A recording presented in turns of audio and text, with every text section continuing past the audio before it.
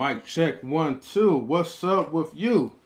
Welcome to M3. Sorry, welcome to National Relationships M3 TV News, the stream that gives you the best news. This is your boy M3, and I have Mr. Best in the World with me. Let's get it, everybody. Let's Let's go, get it. baby. Let's go. Let's go. Let's You go. know I'm three feeling better. You know what I mean? I'm here. You know what I'm saying? We here, man. exactly.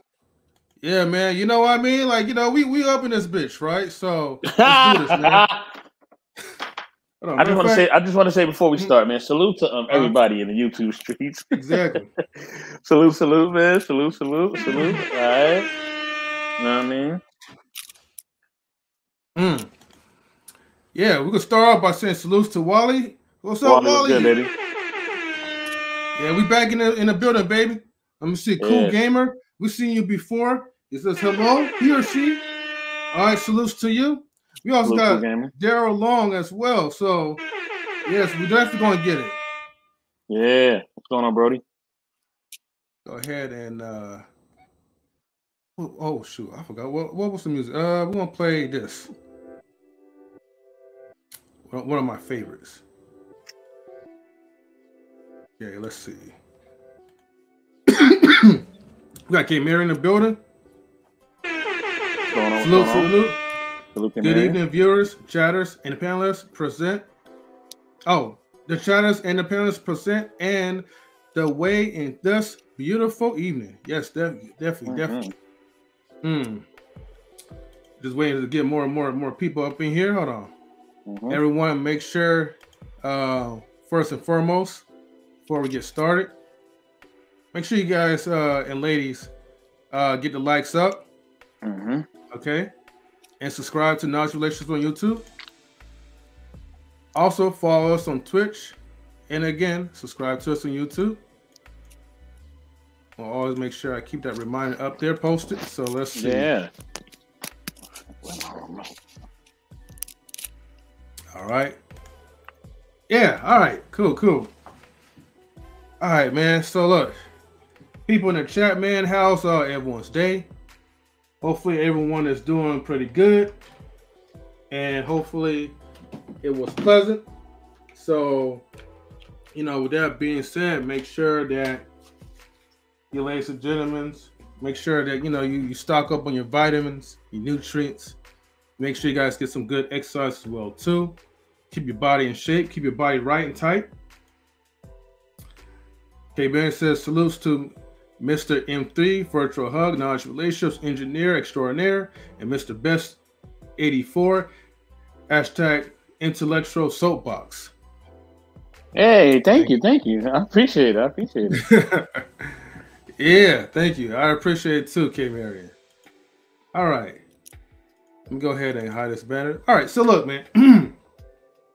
Tonight's live stream, we'll be talking about some celebrities, man, and I know we haven't been talking about like any celebrities for a minute, but what a beautiful day. Talk about Miss Monique and DL Hughley, the battle of the comedians.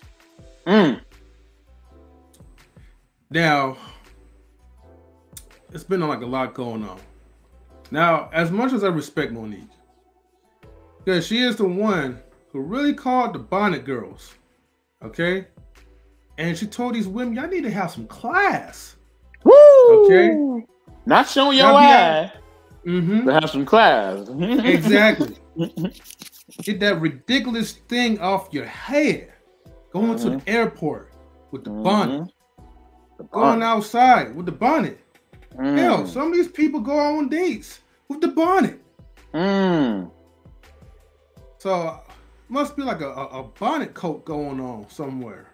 So let me ask you a question, because we waiting for the peoples to come through. Let me ask you a question, Is the bonnet really the problem though? Because maybe there's women who wear the bonnets and they're not ratchet, right? Let's just start a scenario that I'm just throwing this out there.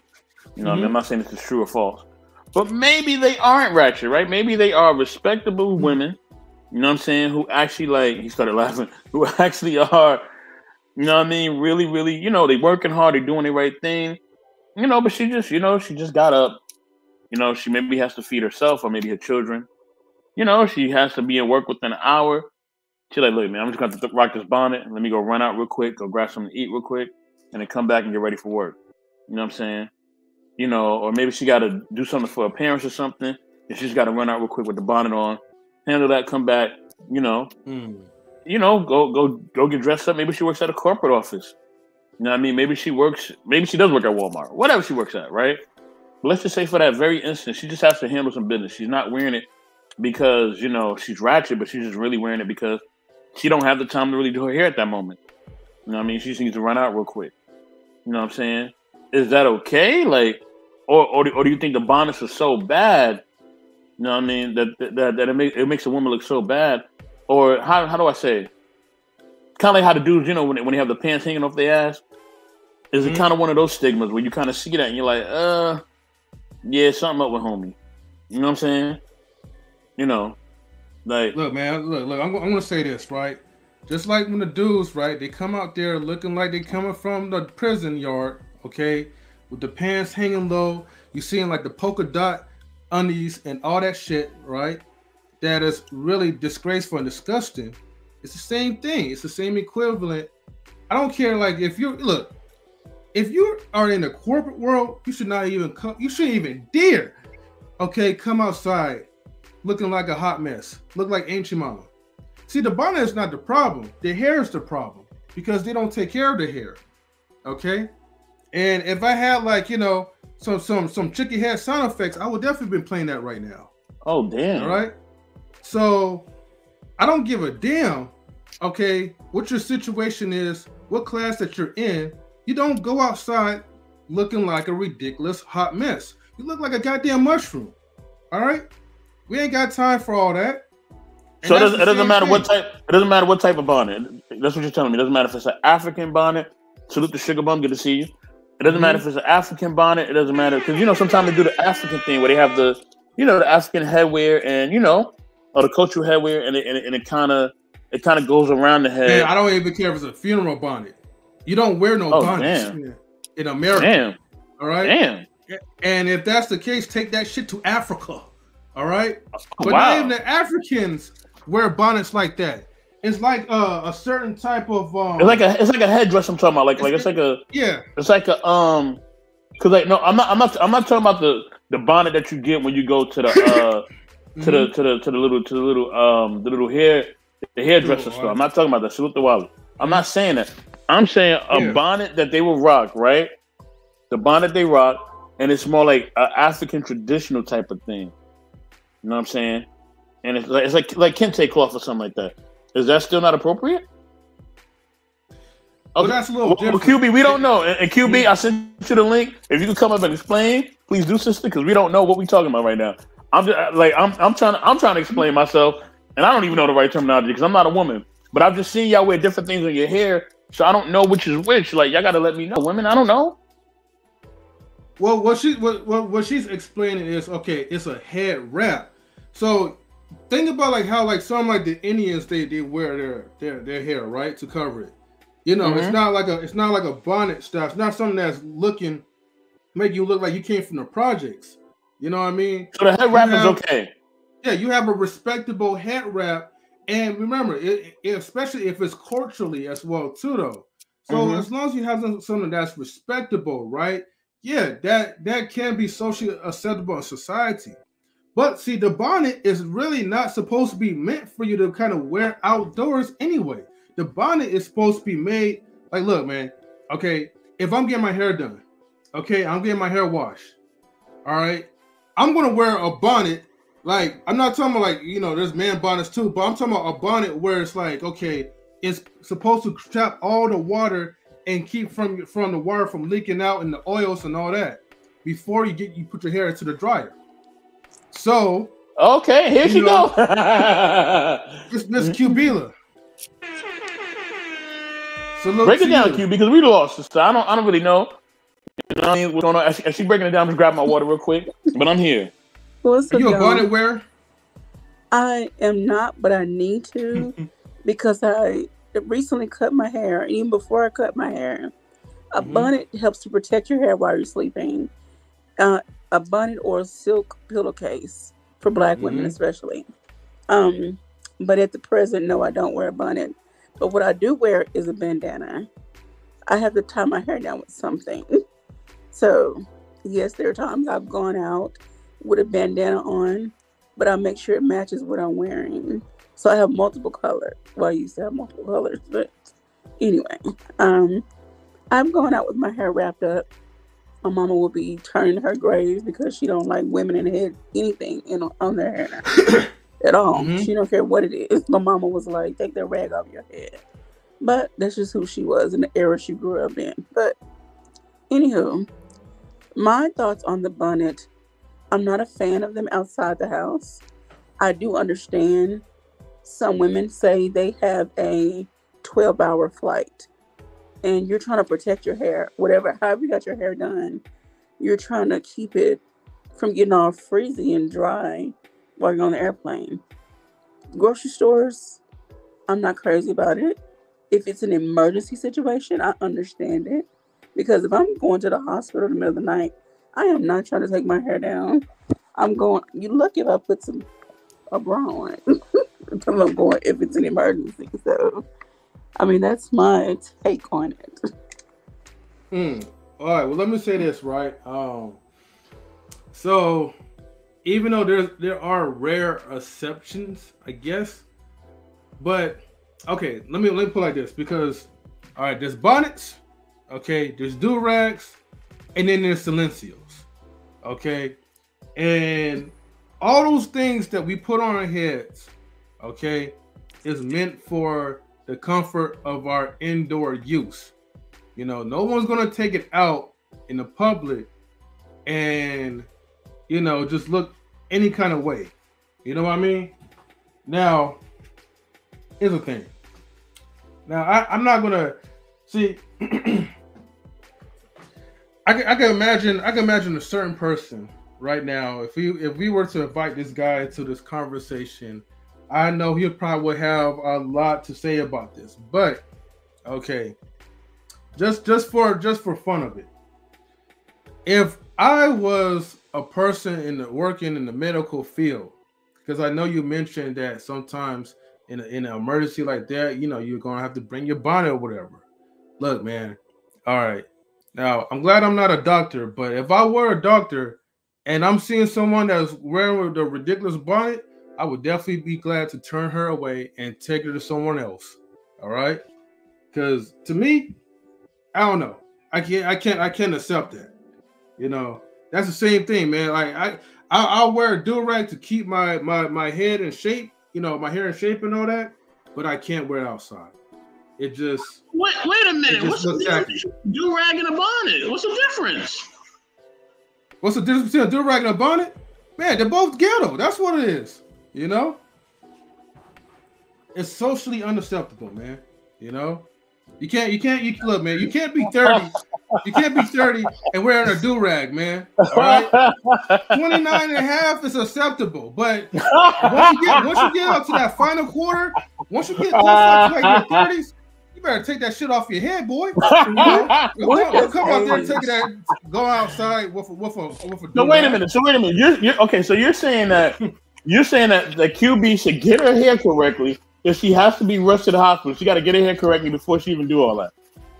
Yes, you got it. What? Yeah, absolutely. Because you know why? Women will get ready for all the most ridiculous events in the world. Okay, if you could get ready for that, you could get ready for it. Look, we got women that rush themselves to the hospital and then they try, you know, they get their hair done, try to look cute, and be like, hey, Graham, right? I gotta take one for the gram. Look, okay. I'm sick. You know, I'm laying down on my bed or whatever. But look, I got look, they got the hair done, nice and curled up. Come on now. You know, okay. if those Instagram attention whores, right, could do it, anybody could do it too within a matter of seconds. Okay, look, my time is short because I got something going on. Mm-hmm. I'm gonna say this because right now we finna not be friends no more. Let's end 3. I'm 45 effing years old. I will be damned if I try to fix my hair. The last time I had to be rushed to the hospital was in the end of July, some part of August. The last thing I was thinking about was my hair. I didn't have no bra on. I had a raggedy gown on. I was in so much pain. I didn't care about nothing. but getting to the hospital because I had an infection. So I am not. Now, in other situations, when I'm going to the doctor's office or something, yes, I'm going to take extra care. Even if I have to put in a cute ponytail with a headband and a hair clip that match whatever, my hair's put together. But any other time, or I would slap a wig on. But going to the hospital, you know what? If I'm having a baby bye. They finna get what they get. Hey, don't tell that to Monique. I'm telling you. I don't give a damn. She don't pay my bills. I'm sorry. Wow. I'm at the age now, and I probably should have been here when I was 30. If you don't pay my bills, if we ain't sleeping together, I'm sure the thing I got the you taking notes, Mr. Best in the World. Look, if you don't pay my bills and we're not sleeping together, then I'm not finna let you steal my energy and my peace at this time in my life. Because I got stuff to do. If you're not contributing to that, then kick rocks barefoot. That's all I got to say. Hold on, real quick, QB, right? I gotta give a shout out to Marcus Rookie Rodriguez. Hi, Marcus. Right? He says empty nonchalant relationships, Mr. Best in the World, Wally K. Marion, QB, Q Gamer, Sugar Bum. Shout out and salute to the panel and chat. Marcus, you can't forget about Miss Princess K as well too, with her lovely self.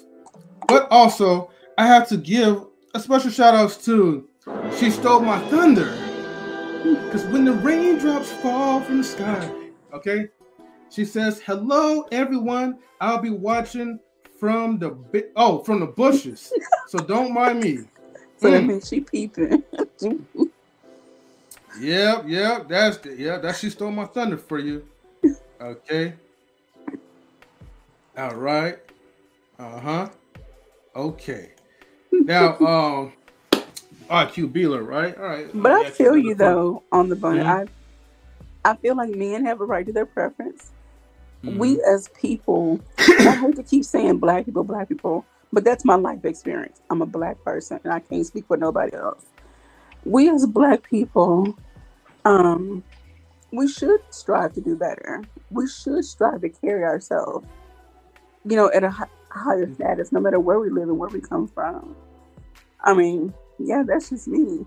I may not be dressed the best, but I try to make sure I match. And I look like I'm going somewhere, In case I get caught out of She Stole My Thunder.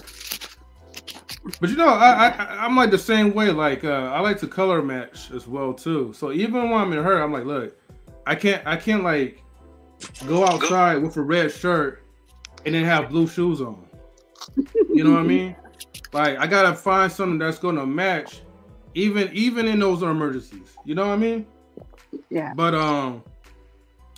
so my question I was gonna ask, right, because you said that so unless if he's paying your bills, he can kick rocks barefooted.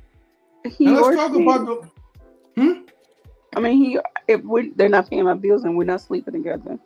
Okay, well, yeah. Okay, so wait, hold on. And that's what you said, Mr. Best. You got it. Hold on. But in what retrospect? He can kick rocks when it comes to what? Okay, I'm not above constructive criticism. You're just putting me down, but it's like a put me down. You can kick rocks. I am okay with who I am at this point in my life. I know what my flaws are. I don't need you to point them out to be malicious about it. You can. But so what would we consider putting you down? Is putting, because I gotta ask that question because it's different for everybody. It's putting you down, telling you, hey, look, you need to work on this. Like this ain't good. You need to work on this. Is that putting you down, or how do you see putting you down? Because everybody sees it differently. When someone says you need to do X, Y, Z, no, rephrase it and say, have you considered? I found this thing, this product, this thing. I really like it. Have you considered this? There's a way to phrase everything where it doesn't look like you're being pushy and bossy and a bully. And maybe I'm too prim and proper, but that's just who I am. And I'm going to just be that person. let me break it down, Mr. Best. Right, basically, what we're talking about is that, like, okay, if someone, because we're still talking about the bonnet thing, right?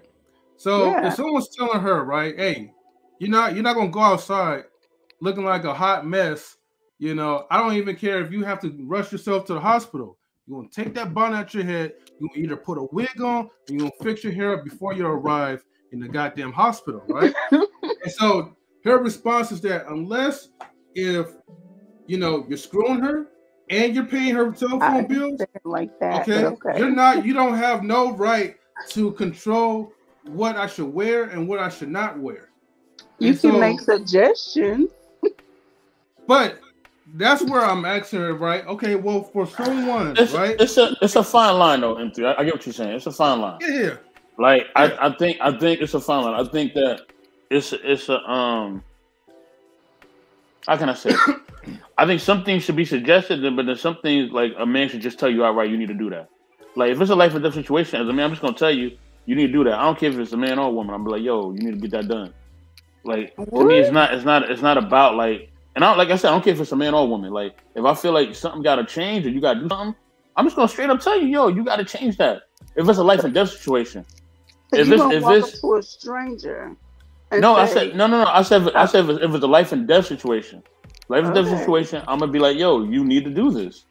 Yeah, it doesn't matter if it's gonna save my life or prevent me from being ultimately embarrassed. Yeah, to Patrice.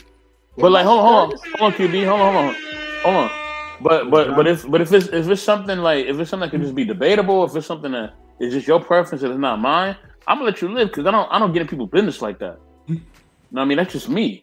You know what I mean? But at the end of the day, like, but if you need to change something and I know you need to change it, and I know you, I'm like, yo, you need to change that. Like that's not cool. You know what I'm saying? Like if I know you, if I don't know you like that and you want to rock a certain way, cool, do what you want. But if I know you, like I'm gonna let you know. I don't care if it's a man or woman. Like I said, it's not based on whether it's a woman or not. If it's a man or woman, I'm gonna tell you the truth. Now if it's my woman or woman that I'm getting to know, then yeah, of course I'm gonna be like, yo, like there's gonna be times where I'm like, yo, nah, that's not gonna work. Like, you know what I mean? Or yeah, that's gonna work. Like I'm gonna tell you at times, yes. You know what I mean? At times a man just gotta tell his woman, hey, look, we're not doing that, baby. Like we're not doing that, baby. We're not. And actually though, if you have a woman who's mature and who gives a damn about you, she's going to make the adjustments because now she knows she represents you and her. So you don't really have to say anything. You should just watch her. Now, if she's not making the adjustments, then I would take notes and say, okay, maybe she's not quite the right fit. Or she got some more growing she needs to do. But that's just my personal opinion. And again, I'm older than most of these women that I encounter, so I can only speak for me. So Bree's been making some nice comments. What's up, Miss Bree? Yeah, we're gonna get to her because she's the type that will, work with her bonnet on her head while, administering medication to her patients. You know what I mean? But if I was a supervisor, I would say, look, okay, take that ridiculous bonnet out your head, right? And wear something that's appropriate. So, let me see. And Princess K says, listen, if someone wants to be Raggedy Ann when they go out, it's not up to me. But if you ask my opinion, don't be mad at my response. See, but we gotta. I'm not gonna go out with you. That's the thing. I'm not going out with you. No. See, no. You know what? No, I'm here to start some shit right now, right? Okay, look, we gotta get rid of this ridiculous mindset, all right? As a community, we gotta hold each other accountable, right? So if we're gonna hold each other accountable as a community, right? We gotta call out the BS that we see. Okay. Okay, but you can't roll up on everybody like that. They got the smoke and they ready to give it. Okay, well we got the nukes and we got the tasers. But look, my thing is this: like I'm not. Here's the thing: if I'm not rocking with you like that, I'm not gonna say anything to you. You know why? Because I don't care. You know what I'm saying? Like it's none of my business. I don't care. But if I'm rocking with you, I'm really rocking with you and you people. Mm-hmm. I'm gonna tell you like, yo, yeah, that ain't gonna work, homie. You know what I'm saying? Yeah. But even after I tell you, once I tell you, I'm done with it. Like it's up to you. Then I'm going to move in a way that I need to move, so I'm not around your BS. You know what I'm saying? Me holding you accountable as somebody that I know, I'm just gonna outright just tell you. You know what I mean? But if you somebody I don't really know like that, then yeah, I don't care what you do. You know what I mean? I got somebody at the door. Yeah. You know what I mean? And Marcus, good point too, because we're gonna be talking about that. Make sure y'all get the likes up as well too, though. Yeah, get the likes up. Let me open the door. I wouldn't care anyway. I'm not taking nasty germs home with me because someone feel away. let me welcome in Access Entertainment's own, Grizzly Bear Productions own, the homie Grizz. What up, baby? What's up, Grizz? So I've been listening to the whole. I cut mine off because my hair was long. It's just a spiritual thing. It's like Go ahead, Grizz. Me personally, if the bonnet, if it's not hindering you from doing what you need to do, if it's not hindering you, it shouldn't bother nobody. You know what I'm saying? Like, people have a lot of things, like, people do certain things, walk a certain way, it bothers certain people. Like, you know, and plus also, too, we're in the day and age where they reshape or remodel bonnet, they remodel hats any type of way. Feel me? So my whole thing is, if you have a bonnet but it looks different, or you know, if it looks stylish, then you know it shouldn't bother a certain person. That's just my thing. Okay. Hold on, real quick, Grizz. QB, she says she has to leave. QB, thank you for stopping by and sharing your perspective about bonnets and all that. So, it's always fun. But I'm gonna let y'all fellas have right. Can you drop me out, please? Okay. Yeah. I'll listen though. I'm gonna still be listening. Okay, no problem. I got her. Right? Yeah. I don't think I could drop her out though. But okay. She wrapped herself out. So, yeah. And then salute to Quantum Love. She says hey, there are Love. other things one can wear on their head. Yes, definitely. And then salutes to Tristan as well from earlier. She said, Tristan, what up, baby? Chat. Yes. OG Patrice, I'm gonna give you a shout out again. You know, shout out to OG Patrice. A lot of the younger generation don't care about image anymore, especially in the black community. Oh man, isn't that kind of sad? No, we really don't. But we can't tell y'all anything. Let me see, exactly, OG Patrice. That's why I say I don't care about my image, but others about my age don't. Oh wait, hold on. That kind of came out. I don't care about my image, but others around my age don't. They can do whatever they want, but I hold myself to another standard. Yeah, you gotta listen. Everybody has their own standards, man, and that's the point I'm trying to make. Like, everybody has their own standards. So, you know, some women they like to dress with like tight clothing and they like to show a lot of body parts. You know what I mean? Like, that's them. Like, I don't want to be around somebody like that, but that's me. You know what I mean? That don't have to be. Maybe you like that type of stuff, or you rock with somebody like that. I'm not rocking with nobody like that. Everybody different. You know what I'm saying? Like, everybody different. So I think that's the thing. We gotta see that everybody's different, man. Not everybody's gonna do the things that you feel like that they should do. You know what I'm saying? So that's really the end all be all to it. Like, not everybody's gonna rock the way same way that you rock. Like, you know, some women, like, they're gonna wear the bonnets on their head. You know what I mean? Some women are not gonna wear the bonnets to the head. Some gonna wear the head wraps or whatever they rocking. Like, everybody's gonna do something different. Like, you know what I mean? You know, so, but my thing is it's your behavior, but how you dress do affect, like, the outcome you're gonna get. Like, if you a dude and, like, you walking around and, you know, like, you got, you got muscles and you got the muscle shirt on, you're gonna get a certain reaction. You know, if you're a big dude and you got a belly and, you know, and you got a belly and you let your belly show, you're gonna get a certain reaction.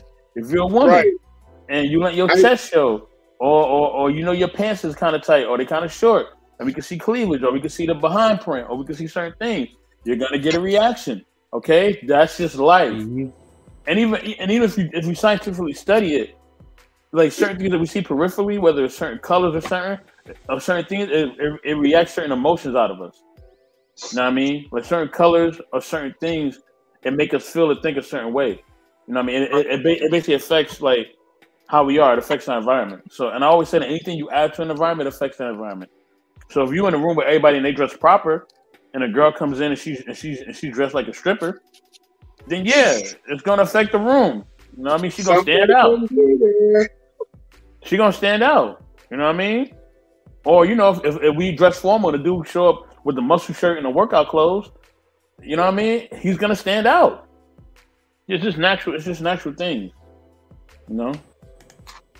And plus also too, like, in this day and age, in this generation, I don't know if some of y'all notice this though, but like some of these dudes who claim some dudes be wearing women earrings, or they may wear certain things that like, and also too, like I've noticed that some of these guys are wearing like these man purses. I'm like, I can't get behind that. That's one thing I can't get behind. Like. And I think one of my friends has suggested to me, hey, you know what you want to do to get that man purse? I'm like, bruh, I have a wallet, I have keys, and there's a spray. That's all I need. If I need to carry anything else, I got a backpack. but as far as bonnets go, but like my whole thing is, like I said before, we are living in a day and age where things are being remade, redone. And refashionalized. So, I mean, I don't see how that should be a big deal to anybody, honestly. Is that Monique? Yeah, that's Monique. We're gonna do like a little reaction off of fair use. So, let me see. No one has to look anyway except the way they want to look. True. Facts. Yes, facts. Brianna. I also say authenticity, trash. So I'll know what you're on. Okay. OG producers, I was at the airport and two young ladies that you can tell the way they were dressed and talking, they were strippers. And dancing like a stripper. Okay. Getting in the fight like it was on the pole. Everyone was looking like, really? And then Daryl launched a salute to my family on the panel. In the chat. Salute to you as well, Daryl. Okay, like that's the thing. Like, if you look a certain way, you dress a certain way, or you have certain behaviors. Like, people gonna notice it. Like OG Patricia said, it's noticeable. Like, you know what I mean? And if it's if people like, we all know when somebody when they kind of say or do certain things, like how they act and who they are. Like, we could pick it up. It's not hard to like, you know what I mean, to figure it out or to see. You know what I mean? It's not. Yeah, absolutely not. All right, let me start with this reaction because you know, this is kind of like what started it all. After whatever disagreement her and DL Hughley had, and this is the way how Monique kind of responded on stage. So of course, for fair use, I'm gonna have to pause the video every now and then. So deal with it.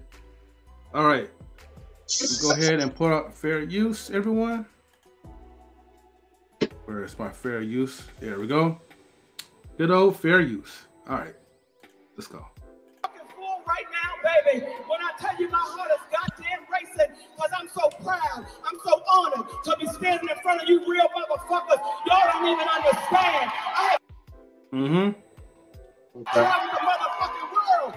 But when I come to Detroit,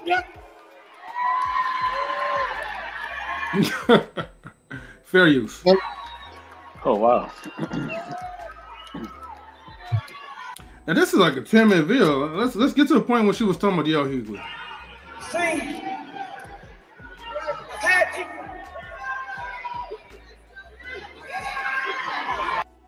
oh man, she already getting out of breath.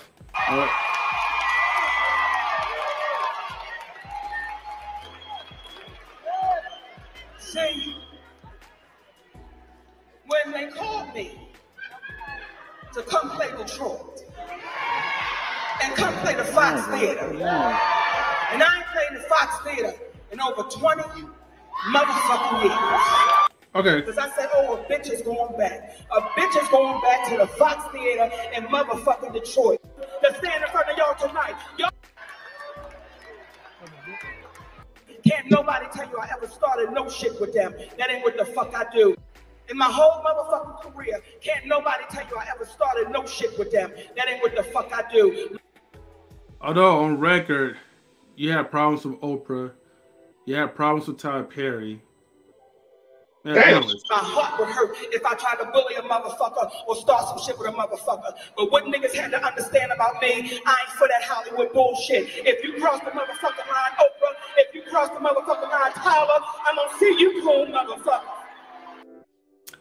And you also had a problem with Netflix as well too, which maybe with Netflix that was a little bit understandable because you was getting underpaid, but they was paying you based off your worth. Okay, the guys was getting paid a lot more, like Dave Chappelle, and I forgot other who else. There was another comedian. What's her name? Her name is Amy Schumer. Oh, Amy Schumer. She got paid, I think, $10 million or something like that. Okay. She was upset because she felt like she felt like her and Dave Chappelle was getting paid more money than her. I don't know. I forget the other comedian's name. But she felt like her and Dave Chappelle were getting paid more than her, and that she should be on the same pay scale, or kind of near the same pay scale. So, how do you feel about that? I don't even care. I mean, look, you gotta. I don't know, man. I know people would like to get paid like equally, but you should really get paid from what you're worth. I mean, let's just be honest though. Like, would I really sit and watch like a Netflix exclusive like just to hear like Monique talk? Absolutely not. But if it was Dave Chappelle,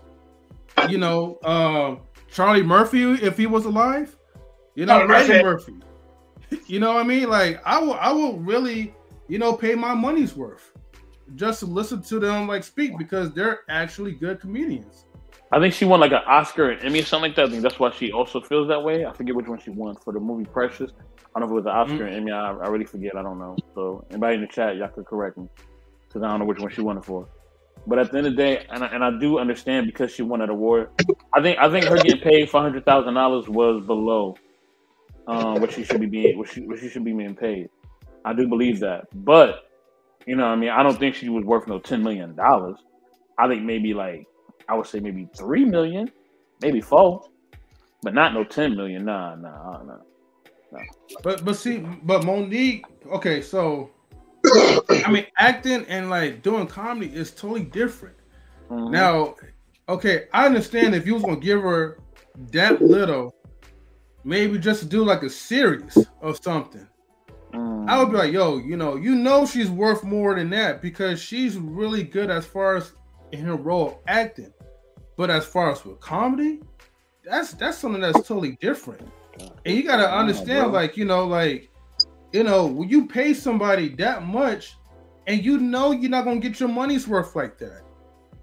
Right. So that's why they felt like, okay, well, if we're gonna pay you something, we'll give you $500,000 because we know that you are not gonna boost up our ticket sales.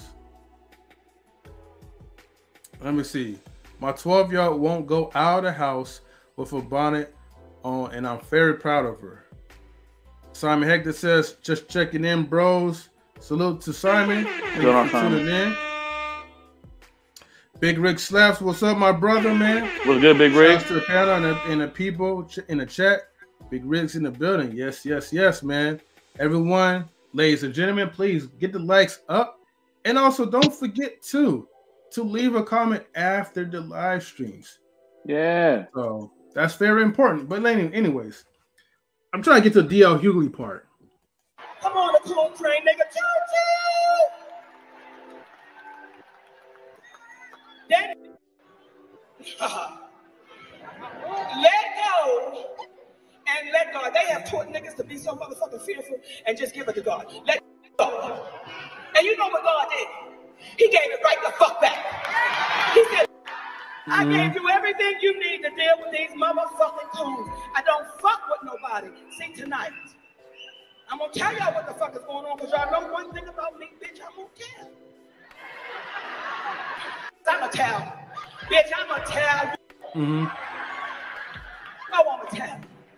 See, I fucks with cons. contracts. That's why niggas got a problem with me. This might be the part. If you sign the motherfucking contract, that's what the fuck it is. But they're so used to niggas fucking around with the contract and being nervous because they might lose an opportunity or a motherfucking chance, so they won't redo the contract. I'm not a bitch who's gonna redo the contract. If you sign the motherfucker, that's what the motherfucker is.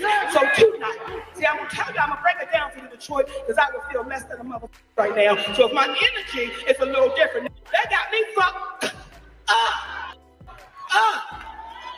They got me fucked. The motherfucking contract said that the bitch is the headliner. The headliner. Let me say it again. The headliner. That's what the motherfucking contract says. Monique is to be the last motherfucking person on the goddamn stage. She is the headliner. All right, so this is where I guess things kind of went left because Monique has a problem with sorry. So there's this term where I guess like you're supposed to have, you're supposed to be like the headliner or whatever. So, I don't want to say anything that's incorrect because this is a stageology type of term per se. But it sounds more, when I hear the word headliner, it sounds more like, okay, you're going to be like the main star of the attraction. But whatever negotiation that her and DL Hughley had, I guess the way how the contract was written out, she's supposed to be the headliner, but then DL Hughley said that he's the headliner. So, but then, I don't really get that part. But it would have made sense for DL Hughley to be the headliner because DL Hughley brought her in with him. You know what I mean? To the stage. But I digress. Hey, contractual terms. I'm not around, so she feels so way about it. That's what I signed the fucking for. I'm 30+ years in this motherfucking business, and I don't open for no goddamn body. The contract said the headliner. The contract said the headliner. The contract said the headliner. But a nigga named D.L. Hughley turned into a bitch and said, I won't perform if she does that. So he will not perform unless he becomes a headliner. Okay. OG Patrice, I know you're into, the acting and the theatrics. Actually, hold on. Princess K says the headliner gets paid more and is the last on the stage. Yeah, that's how the grammar goes. Okay. So that's what it is. So, okay.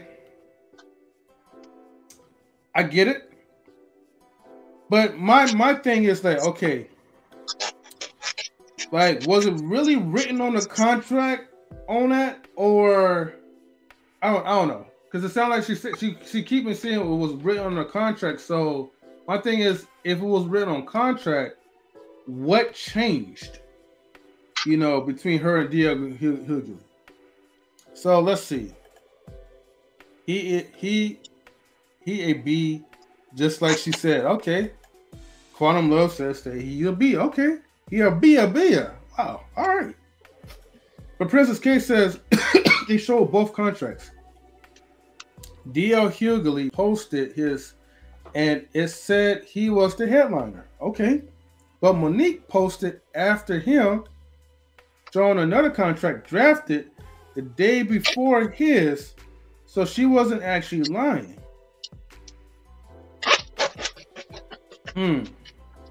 All right.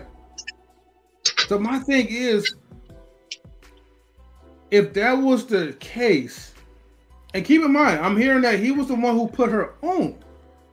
So why is he playing her now? If that's what's really going on. That's the part that's not really adding up and making sense. In her contract, she was the headliner. Hers was signed before his, which showed a date after hers. meaning he did get the contract changed.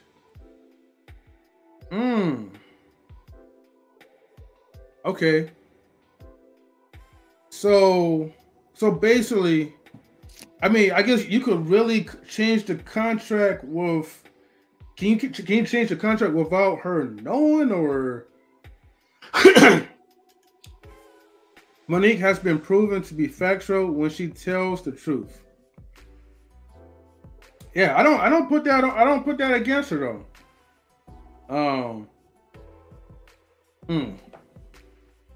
All right.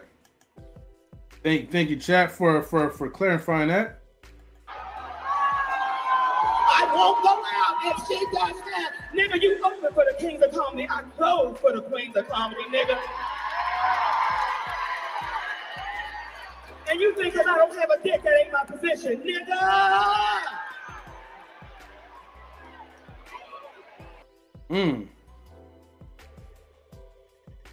All right. I don't fuck with nobody. I don't fuck with no motherfucking body. But when you cross the line with me, nigga, you have crossed the motherfucking line. And that bitch nigga has crossed the motherfucking line. History, that nigga went on a tour talking about all Monique wasn't. You can Google it right now. DL Hughley on Monique, all I wasn't, what I wasn't worth, all of this bullshit, and nigga, you put your feet under my motherfucking table. So you came to my home, nigga, and you put your feet under my motherfucking table. I don't get down like that, goddammit. You got a bitch wrong. You talk about Young Thug, and because of their names, nigga, your name is DL. What the fuck does it stand for? Hey! Wow. Fair use, everybody. How far you bending over, nigga, on the DL? You fuck with the wrong one? That's my family, nigga. I'm home, nigga. All right. Wow. Very I think we got enough from here. So yeah, we go.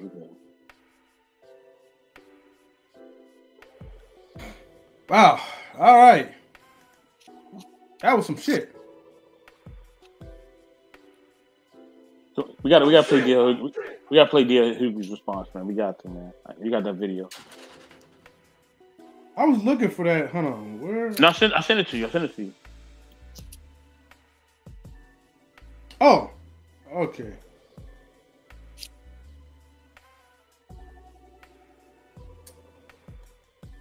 Chris, you have any thoughts?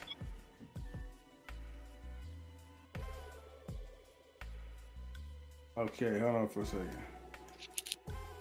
All right, I got that pulled up, but let me get to the chat real quick. Okay. Okay, so we start off with Princess K. I'm just not understanding why she had to address this on stage, but to each is his or her own. Maybe she felt like there was no other way. Set off Monique. Oh shit, it's right. I wonder if their pay changed after the stage change. I don't know. But Blaze Brown says too much, and and Blaze Brown, salutes to you.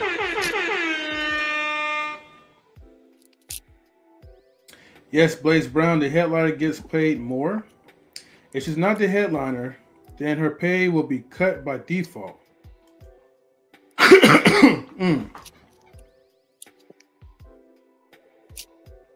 Let's go ahead and pull up DL Hughley's response.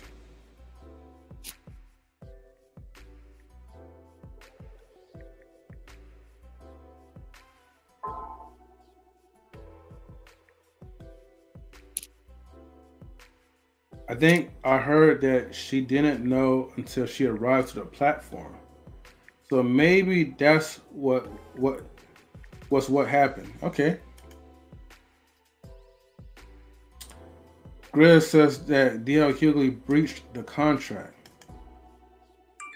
All right, so how long is this video? Okay. I'll play like a little bit. So fair use. This is DL Hughley's response. All right, that was Khalid talk. I work very hard to control the environment I work in community. I only work where I want to work and who I want to work for. I want to work with. I don't work because that is a very precious place for me. I've been offered a gig, a couple of gigs, 3 or 4 gigs. Fair use. So after talking to a lot of people, and one of the very people in this room about how things are different, 2 of the very people in this room, as a matter of fact, and how things are different, and look at how things are coming around, I decided it would be wrong for me not to give somebody a chance based on things that they'd never done to me. That would have been Okay. wrong to me. And when she talks and she goes on her diatribe and she talks about me having my feet under her table, that was at her invitation. I was doing a gig in Greenbelt, Maryland. She lived in Baltimore. She was having a fight party. It was So so this is where he, in detail, he breaks down of, I guess, how they got started, pretty much. All right. Still, fair use. I think Evander Holyfield and Mike Tyson. And sure enough, I came to her table at her invitation. It was a wonderful time. As a matter of fact, it was based on that interaction, along with talking to people, I decided that I would do these gigs. I decided I would do it. And now I know what Tyler Perry knows. I know what Lee Daniels knows. I know what Oprah knows. I know what Steve Harvey knows. I know what Charlamagne the God knows. I know what Netflix knows. Saying yes to Monique is an occupational hazard. Oh, shit. Oh, okay. In this case, hold on, Chris. Hold on. Yeah. In this case, he's basically telling people, right, that anytime you deal with Monique, it's going to be more of a liability than an asset to your team. He named all the prominent people, like Charlamagne the God, Steve Harvey, Netflix, a few other people who can't really work with Monique. And I know where he's headed with this one. He's basically gonna say, eventually, you have to look at yourself in the mirror and ask yourself, are you the common denominator? Let's go ahead and play a few more. Now, we're playing a gig in Detroit this weekend. I know I'm going on at 9:45. I leave the hotel. I get there around 9. Monique had just gotten there. She's supposed to be there at 8:40. She had just gotten there, gone at 8:40. She got there at 8:38. What Monique was trying to do was to slow walk the show. She didn't end up being on for 30 minutes. The oldest trick in the world is, if I want to change the order and I don't have merit, I'll try to make people wait so long that everybody gets nervous and go, please just go on so we can avoid a conflict. That didn't happen. Monique got on stage. Monique actually felt like she had merit. She would have done one of 3 things. Either she would have took it up with the promoter, and she did, and the promoter said, we're going on, and whether you go on or not, that's a different thing. You would have not done it, but she knew she had to get on stage, or she would be in breach of contract, or she would have come to talk to me. Okay. Fair use. Let's see.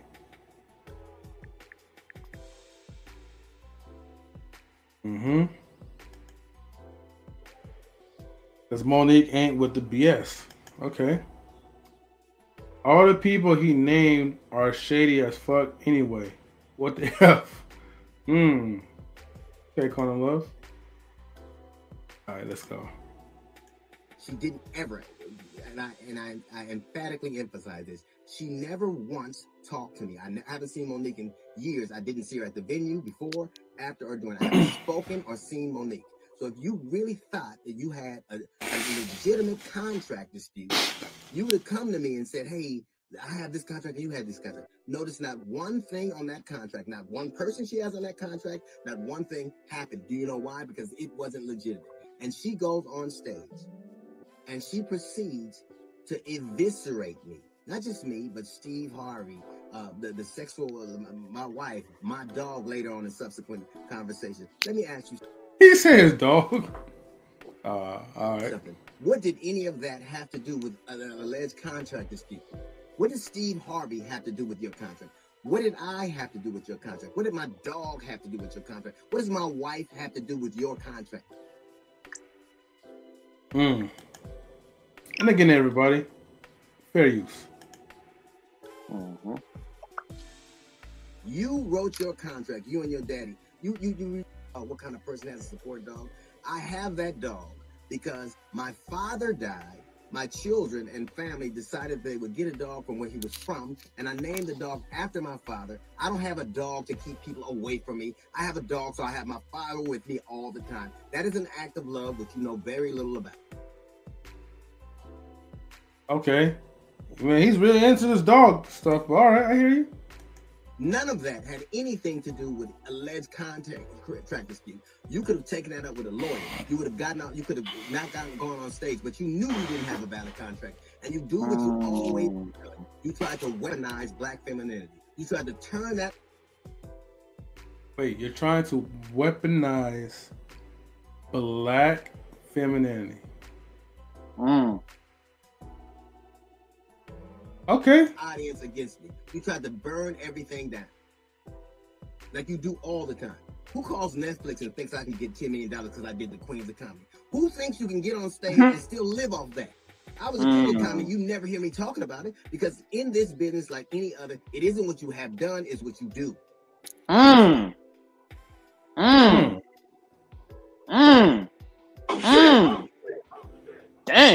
Woo. That show was what I signed on to do. I made the quintessential mistake, the horrible mistake that like Tyler Perry, like Lee Daniels, like Oprah, like all these people of saying yes to you. And it is an occupational hazard. It is my fault. I have learned my lesson. Dang. Oh my gosh. Damn, Quantum.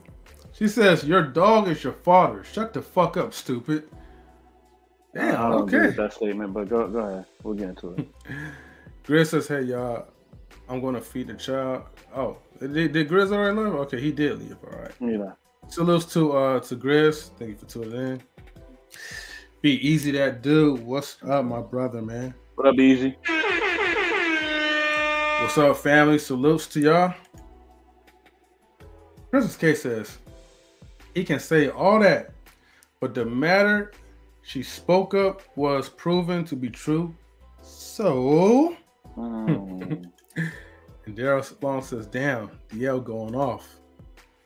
Truthfully, I haven't seen any of this until now.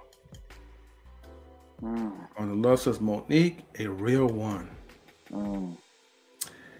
Daryl also says, I like both DL and Monique. They're both legends. But the legends is going at it tonight, so. You didn't just, and the thing that bothers me the most isn't the things that you said, because I know who I am and I know what I do, and I have a pristine reputation. Everybody who knows me know what I'm about. It's this whole, my dear, my babies, I love you for real, which is so transparently false. It is ridiculous. Yeah. Ooh, man, he's right. A couple of weeks where people have been slain in Buffalo, where people have been slain, kids are getting slain in school, and people had come to a comedy show to get away from all of their problems. You besieged them with yours. Oh, damn. He's saying like because of you, Monique, cooking. You just ruined their day. He cooking. He's like, not the people from Buffalo. Like you had to go there, DL. If you smell what DL is cooking, man. He ain't letting the SmackDown on. Good Lord. I felt like that was a low blow right there because rest in peace, like to people out in Buffalo. You know what I mean? But he's saying like, man, they came to get away from their problems, and then you're inflicting your problems into the community. He's saying, how dare you? You cooking. Oh man.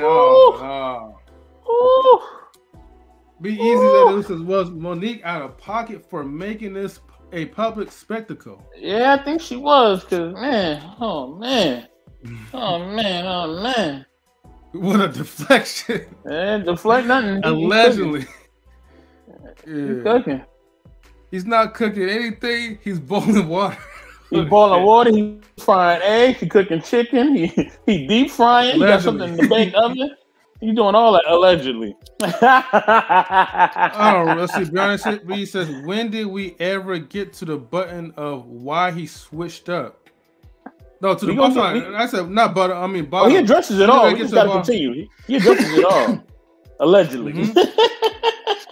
Yes, allegedly. DL would have made those comments about weight or other petty attack. He would have gotten verbally destroyed, but it's cool for Monique to question his sexuality. Exactly. Homophobic. Exactly. Y'all could always, it's funny, y'all know what I'm saying. I ain't gotta even say it. Y'all can say everything about a man, but as soon as a man says something about y'all, we the worst person in the world. Y'all full of shit. Continue the video, man, please. Oh wow, okay. No, Brianna, he still hasn't said why he switched up the contract. You might have mine again tonight. But how long are you doing though, huh? How you doing? Yeah. Okay. DL is funnier than Steve Harvey. He's one of the kings of comedy. Be easy. Everyone has been questioning his rainbow ass stop. Okay, DL. But that has nothing to do with the contract, was though. A low blow. No, the DL comment was a low. It was a low blow. It was a low blow. Can't be insinuating things about somebody's sexuality and their wife. Come on, you taking it too far, man. You taking it way too far. We should definitely do. Gosh, I wish I could incorporate this in the title, but I want to call it in the next subject. Yo, if you don't agree with him, he gay. You know what I mean? That's how I feel like. You don't like me? I'm gay. I don't know how many times I had to. Why you so happy with this brother on the phone? Like, he a guy? Like, yeah. Oh, is he gay? Are you gay? I'm like, why you gotta be gay? Because we're happy. A brother could be getting more coochie than a little bit, and he gay. Yeah, all right. Yeah. I'm like, but some women don't like to see a man happy, man. Ooh, they don't like that. Not the happy. So we gay. Yeah, but guess what though? The real definition of happy is gay. Gay. It is. Check out the Flintstones theme song. We have a gay old time. And we still getting more coochie than a little bit, but whatever. Yeah. But hey, we gay though, right? Allegedly. We gay though. You damn right I'm happy. Oh man, y'all funny, man. Y'all funny. Really just like this whole bringing gender war into a situation.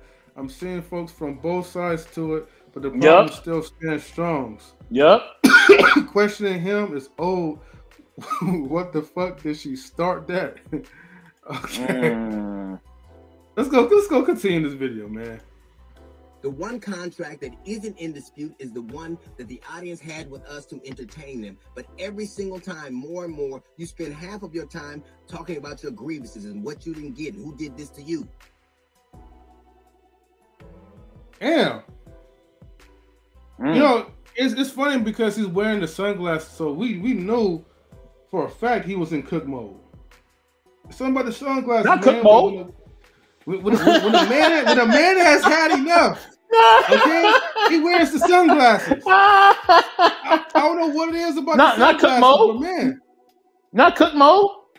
Why could she not talk about people behind the scenes or a lawyer? Oh, well, look, man, because she's a woman, so she got all emotional about it. That's the only reason why she probably did it. Dang, you went there? God damn. Even though the white, community, blah blah blah, run the movement, they use black faces to push their rainbow agenda. Okay, B, I see where you're going. All right. Listen, when you burn things up and you sit back to watch the results of them, she's literally set that stage on fire, said the most incendiary things ever, and I had to go on stage. If she had the temerity to call me a coward would have left. A coward would have said, I can't go. You didn't even want to go on when you had a contract that you knew that not to be true. You made up this whole narrative that you knew not to be true, and you played that out in front of the audience, and then I had to go on behind you. And you know what you did? You sat back and you tried to watch your damage. You set the stage on fire and you watched what you've done. You know who does that? Arsonists do that. Oh. You call her arsonist? Whoa. Oh, shit. Let's get an all shit sound effects on this one. You call her arsonist? The ones who don't know what an arsonist is, it's a person that will take that lighter, you know, and just set the whole roof up in fire, in flames. Okay? He'll take the hairspray and then with the lighter and light it up and just burn the whole goddamn house down on fire. Not the whole house. Left eye? Yes. Too soon. Left eye, man. You know. Right eye? If Dead eye? Jedi? Jedi?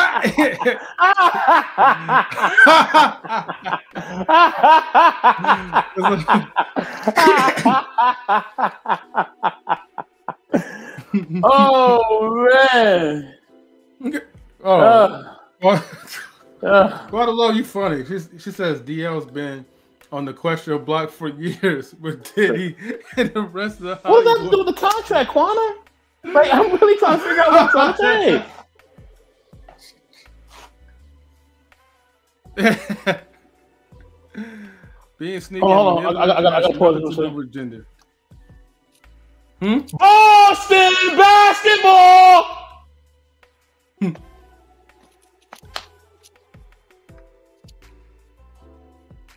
Monique went for it. Salutes to all and the guns blazing. Well, I can't say anything about his personal life. I will only go by the contracts they both showed. Monique is the auction. Allegedly. Allegedly, though. All these things are alleged. All right? We just want you to know. Even the Boston basketball, I just shouted allegedly. Everything's allegedly. Golden State basketball too, allegedly. Anything allegedly. Allegedly. And this is allegedly knowledge of relationships. Allegedly. Matter of fact, the word MT is allegedly. That's the world is allegedly. It wasn't professional, I'll give you that. Allegedly. Allegedly. Even if DL is fruity, allegedly. That excuse Monique attaching sexuality, allegedly. We love y'all, man. Anyone women can be an arsonist on a good day. Allegedly. And they could be a terrorist on a bad day. Allegedly. I don't give a F where his flame, where there's a flame. Quantum is with the itch. Okay, Quantum, we with it too. You already know how I give it up, baby. Yeah, right no. Allegedly. Y'all so triggered. Oh man, we being petty tonight, baby. We here. Knowledge relationships theoretically. Hey, I like that one. We switched it up. Okay, bro. Theoretically, yeah. Theoretically and allegedly. Y'all make sure allegedly. Y'all make sure y'all tune in to these Tuesday nights with Big Rig and Easily Rigged, all right? Y'all make sure y'all tune in to that right here on Knowledge Relationships. And that's not allegedly. Okay, a bunch of emojis allegedly. What else? Do y'all know anything factually? Oh man. Hey, after the video, we're gonna drop the link for y'all, man, and M3 opinion and all that. So yeah. After the video. Get the cash apps rolling, bro. Like the PayPals and the Venmos. Arsonists set shit on the mics up too. The damage it does. But I blame myself because I know now what I didn't before. Saying yes to you is an occupational hazard. Whoa, what? Wow, he's taking accountability. I blame myself for hiring an occupational hazard. I will not repeat. I don't blame you. I wish you well. But when you do the things you do, he said, "I wish you well." Oh, he's hitting her with the Christian, cooking. Okay, what a wholesome Christian he is. Everything. When you're shout out to the Christian. You have all these fights and all of these. The real ones. It is you. Precious Allegedly. was not a movie. Precious was an autobiography. Precious was not a movie. Precious was an autobiography. Damn. Now you fact checking. Wow. Okay. Damn. Literally. You mad at the contract you and Daddy wrote? Your daddy? And I don't know why you call a man daddy and you pay for him. That's a son. Ooh. Ooh. Can I get an O-ish? Can I get an O-ish, please? I'm gonna give you another one. Oh, dang. Matter of fact, one more. Oh, dang. You said that's your son? Oh. What the fuck? I'm sorry, Santa Claus. He said, that's your son, that's your mini-me. Oh my gosh. He said, you pay for him. She damn sure do, because I don't know what that nigga do. Maybe he do work, I don't know. Shout out to Monique and her daddy. Shout out to them. Much love to them. No disrespect, for real. Yo went high, but Monique chose to deal the low blow. Okay. He cooking. But she's blazing. Quantum Love, Hollywood is different for sure. Mm-hmm. We got somebody else in the building too. I got him. Bring up. Oh, I think she just hopped up in the window. I don't know why she been really aggressive lately. And you're gonna just come in without me even introducing you. You know what I'm saying? See, this is the problem. This is the problem that we have with you. All right, you never wait. All right, you're very impatient. You don't know how to just relax. All right. Now I'm messing with you. Salute to First Lady Tammy. You know what I'm saying? You know what I mean? Salute to First Lady Tammy. Happy birthday, my First Lady Tammy. Happy birthday week. You know what I mean? Good to see you, girl. Good to see you. What's up, girl? Not much. I've been tired just the last 4 days of school. Technically, tomorrow to be 2 days of school left. So, you know, it gets crazy at the end of the school year. I hear you. Mm-hmm. Well, Tammy, you almost done, girl. You got like another 7 days? You almost done. No, 2 days. Ooh, freedom. Well, as of today, we are officially done. Hey. Champagne popping. All right, thank you. Champagne for M3's campaign. Mm-hmm. Oh, baby. I'll be back, the week after. So, for all the co-workers who miss me so dearly, I'll be back. Yo, relax, stop. Don't do that, man.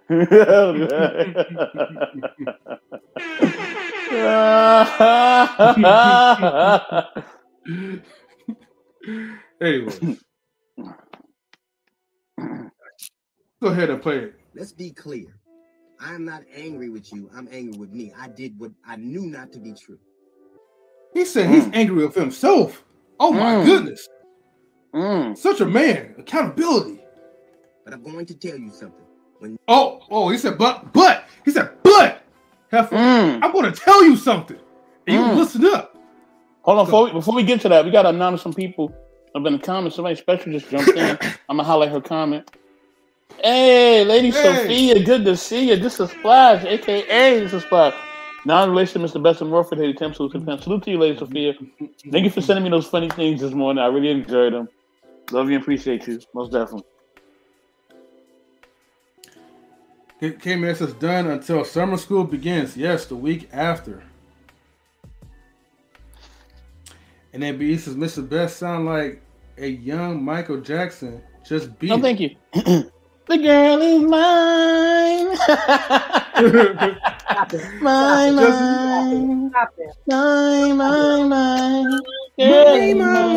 Ooh, she's mine. Huh? I can sing, girl. I can sing. Don't kid yourself. Oh, you can? I got a little something.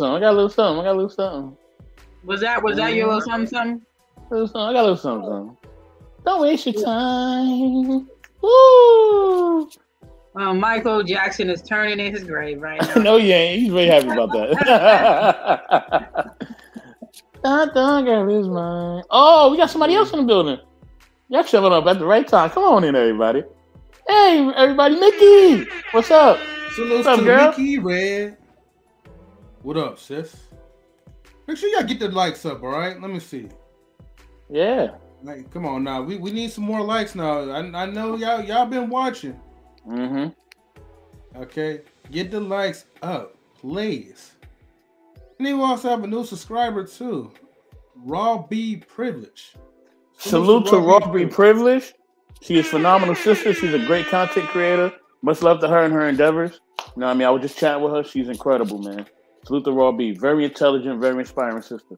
Please support everything that she's doing. You know what? Let me do this real quick. Let me go ahead and subscribe to her channel right now. Yeah. She looked familiar. Hold on. She really do look familiar though. She was on the great Chef Shapino show the other night. Salute to Chef Shapino and the team. You know what I mean? Lady Andrea, Victor Freeze. Vic, what up, baby? You know what I mean? Salute to all of them, man. Much love to all of them. They know what it is. Mm-hmm. Oh, somebody else just checked in. Oh my, y'all all coming in. Come on home. Come on in, everybody. Somebody checked in? Gotta salute Sonny. Hey, Sonny. Hey, Sonny from Don't Tell Me, Tell the People. Hey, sister, what's going on? We did an incredible interview with Sonny. It was very inspiring. You know what I mean? Mm-hmm. She was giving us a lot of wisdom. You know what I mean? She was giving us a great perspective. And she talks about, let me tell you something. This is a mature woman who talks about the political issues that's going on, you know, within our country and around the world. You know what I mean? She's very knowledgeable about politics, you know what I mean, and social issues. So please check her out. Okay? And she's not afraid, you know what I mean, to tell it like it is.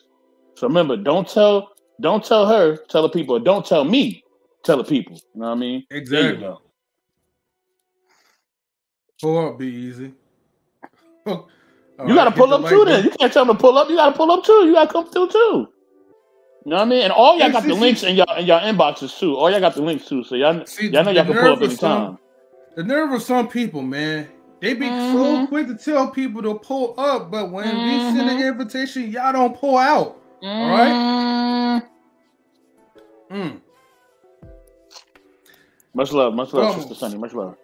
We're almost done. And you destroy and you wreck.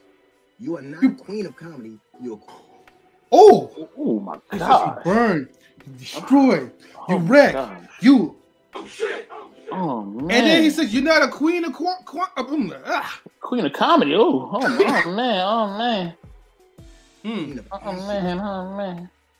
Oh, did you hear what he just said? Man, you are not the queen of comedy. You are the queen of ashes. Oh shit. Oh, that hurt. Damn, Monique. That hurt my feelings. Now while I'm gonna go back to work, and you get back to your kingdom of smoke. Oh, wow.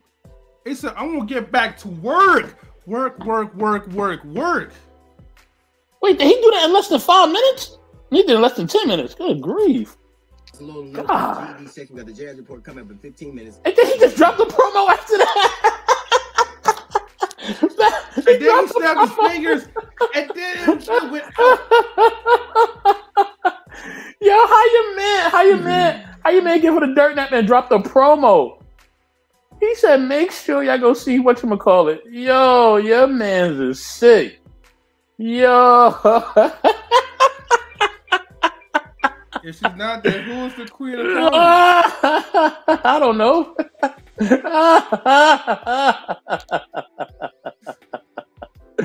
Yo, he said, "Oh man, what did he did not say? And what did he say?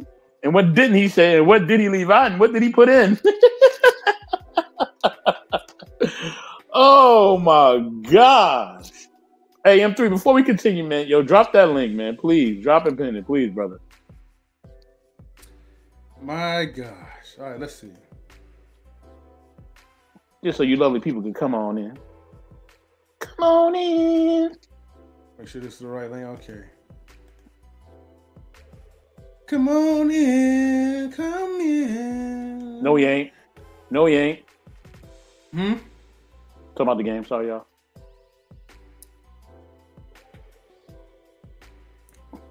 Oh, let me see.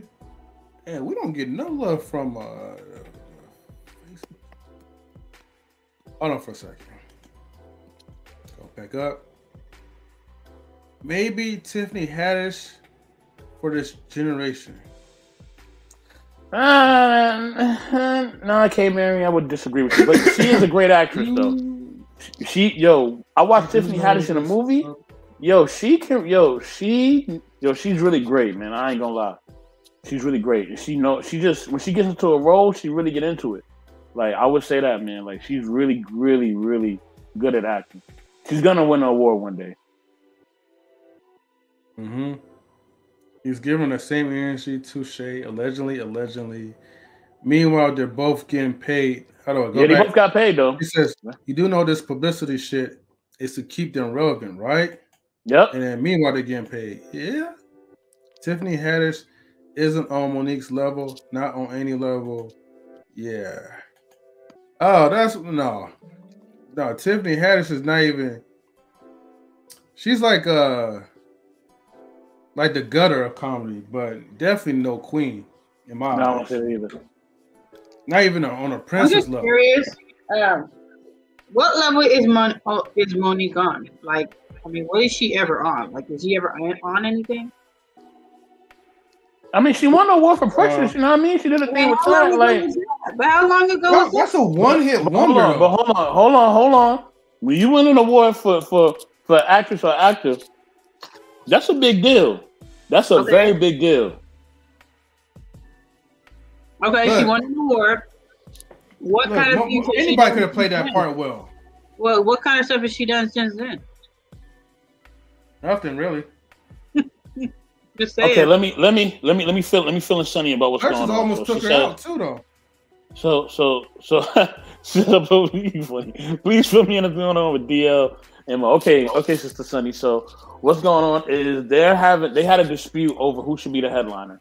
Monique felt like DL played her, and he took the headline position, but then he said that contractually it wasn't him. It was it was the person who was in charge of the contract. He had nothing to do with it, and he felt like Monique, working with Monique is bad for business now. He now realizes that. He's sorry that he ever worked with her. And he learned what Oprah and Tyler Perry and Lee Daniels and everybody else learned, that she's bad for business. You know what I mean? And she feels like he's been trying to play her for years. She felt like she has embraced him. She has shown him love as a brother, but he has tried to diss her and sidetrack her and try to say disparaging things about her in the media and abroad. So that's what she feels.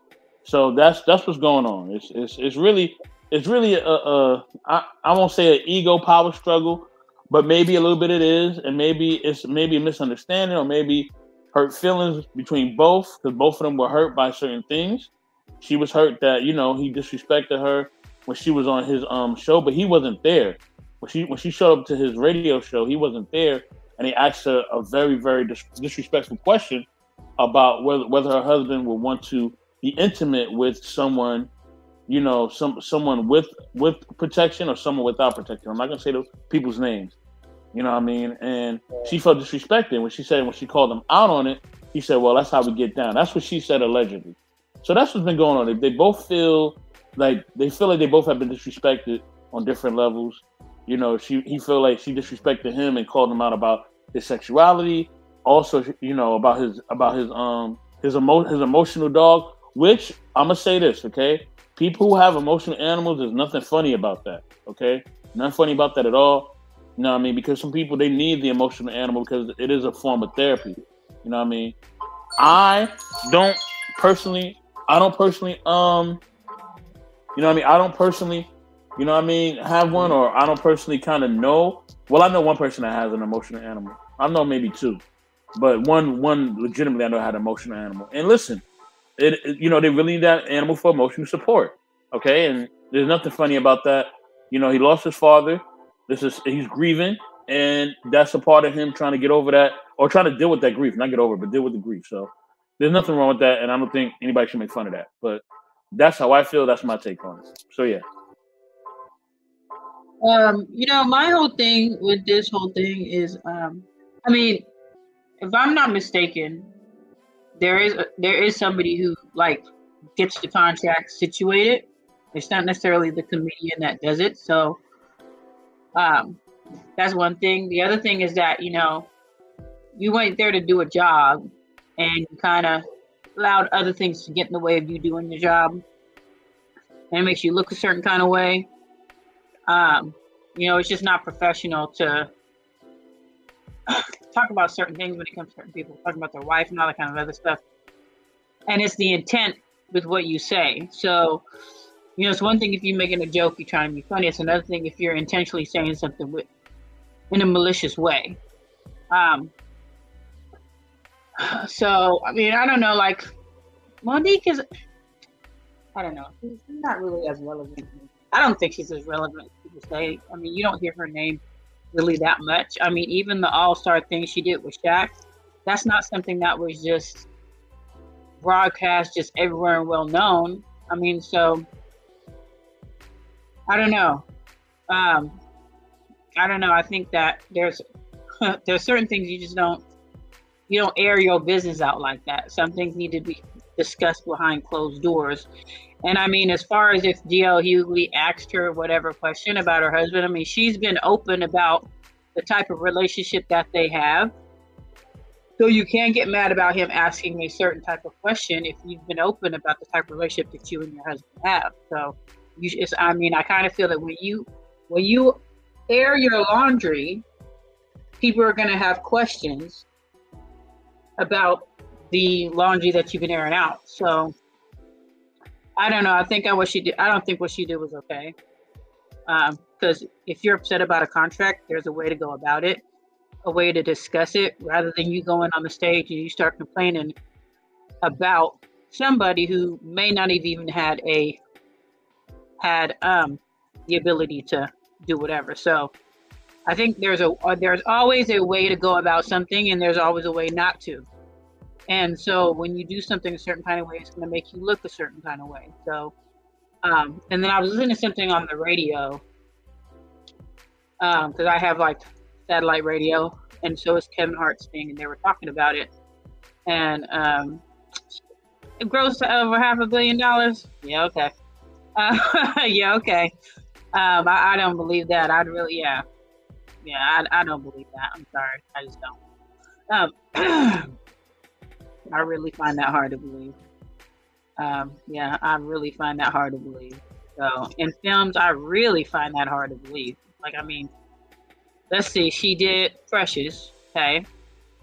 She did, what was that?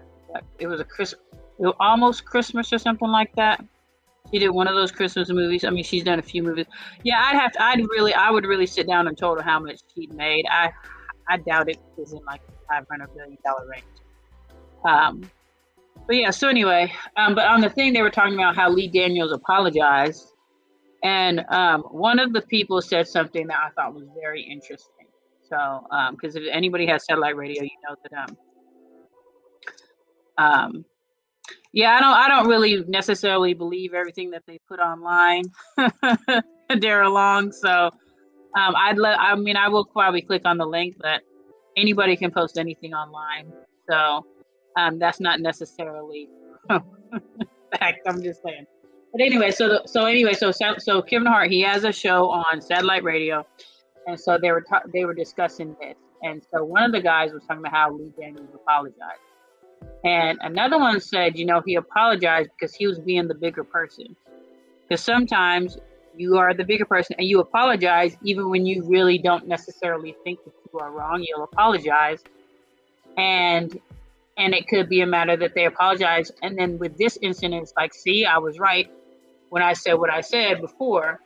And then the other thing you have to look at is if she's having so many problems with so many different people, just in general, when you're having so many problems with so many different people, sometimes you're the problem, not everybody else.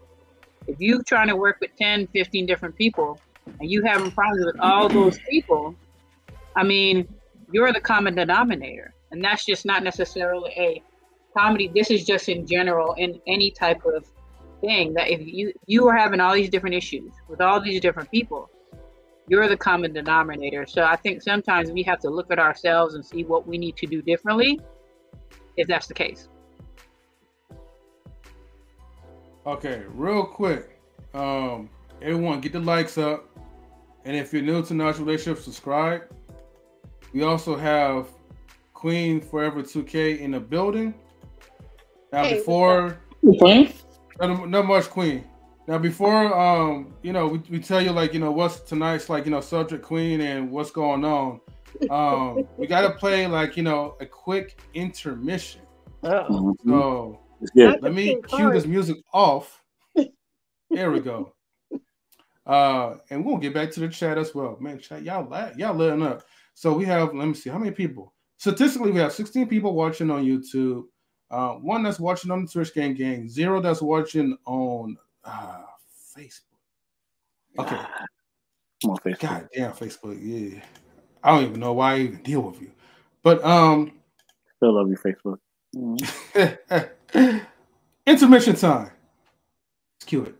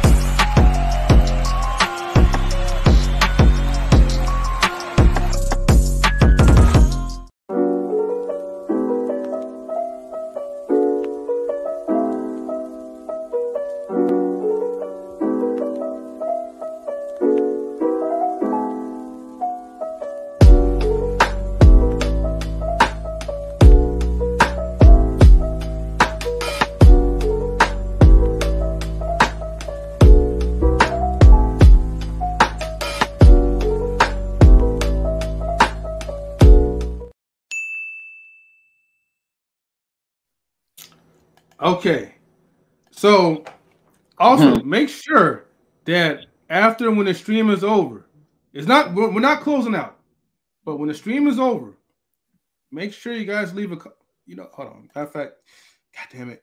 All right, look, this is what I'm gonna do.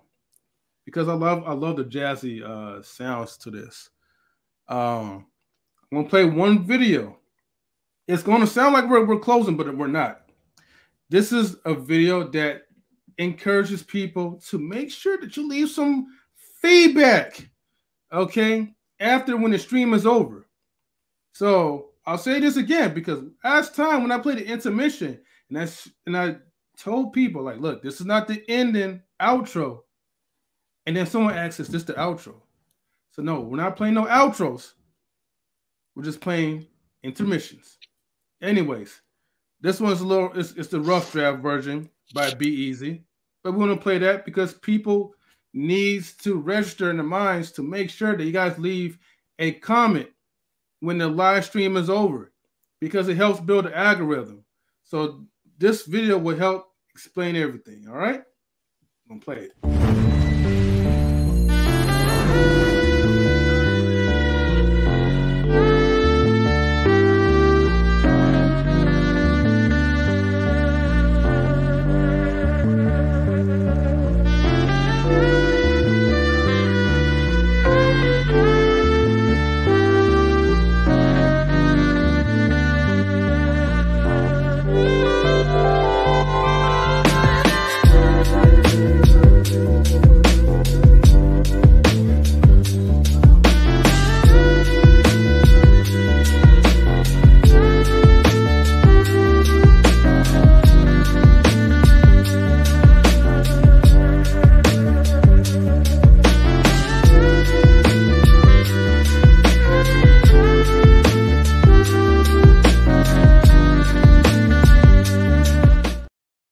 All right, cool. I'm glad you guys enjoyed the intermission. Make sure y'all comment, all right?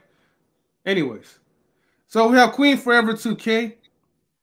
Besides Chef Tammy cooking, Queen Forever 2K, we're talking about Monique versus DL Hughley.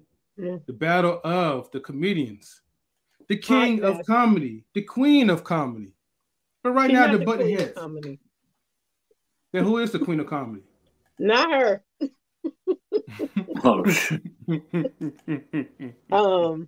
I think it's sad.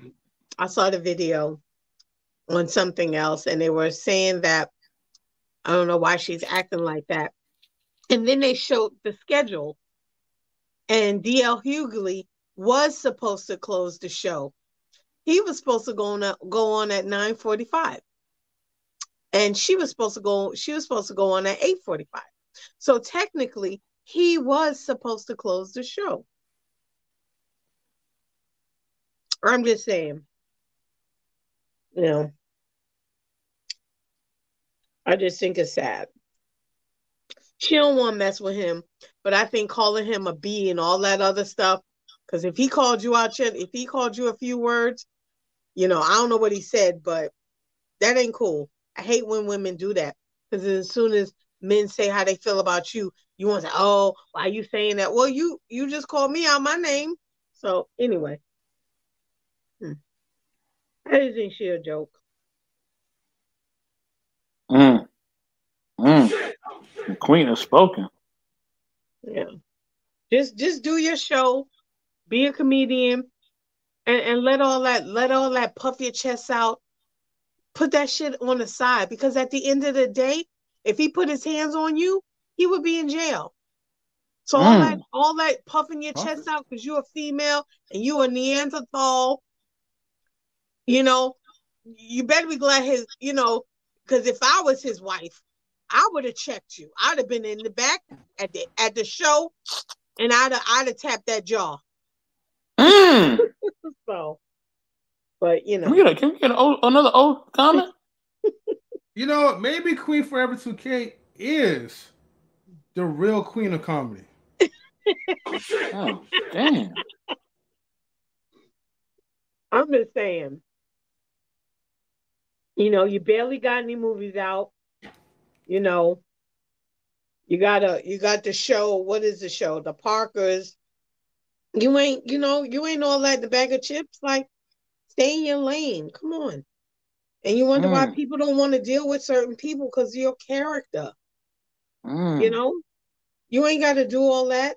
Look what happened to, deal with stuff in a professional way. Instead of calling him names, you don't know what he was told. You don't know if he was told he's the headliner, and then you coming at him all sideways. You don't know what no one told him. So, shut up. Make your money and shut up. Damn. Why people who make money so ungrateful? Dude, you know what I mean? Maybe we should have kicked you off the stage and made you serve the drinks. Maybe damn. Bad attitude. Shut the hell up, tell your jokes, and go the fuck home. Oh, wait, hold on. I wasn't even... I'm sorry. Did the intermission already play? We already did that? Oh, well, damn. It's like, fuck the intermission. Damn. I like spicy, so Monique all right with me. I don't like to be bored, especially not at a comedy show. Damn. If she gotta talk like that to make it spicy, then she ain't a real comedian. Because that had nothing to do with the show. So maybe she ain't that funny. She need to stick with the Parkers and chase Mr. Ogilvy. Oh, not damn. Quantum Love, like I don't know what to say about that, sis. Right? What's your rebuttal for that? God damn! Yeah. I don't know. She said your favorite comedian is garbage.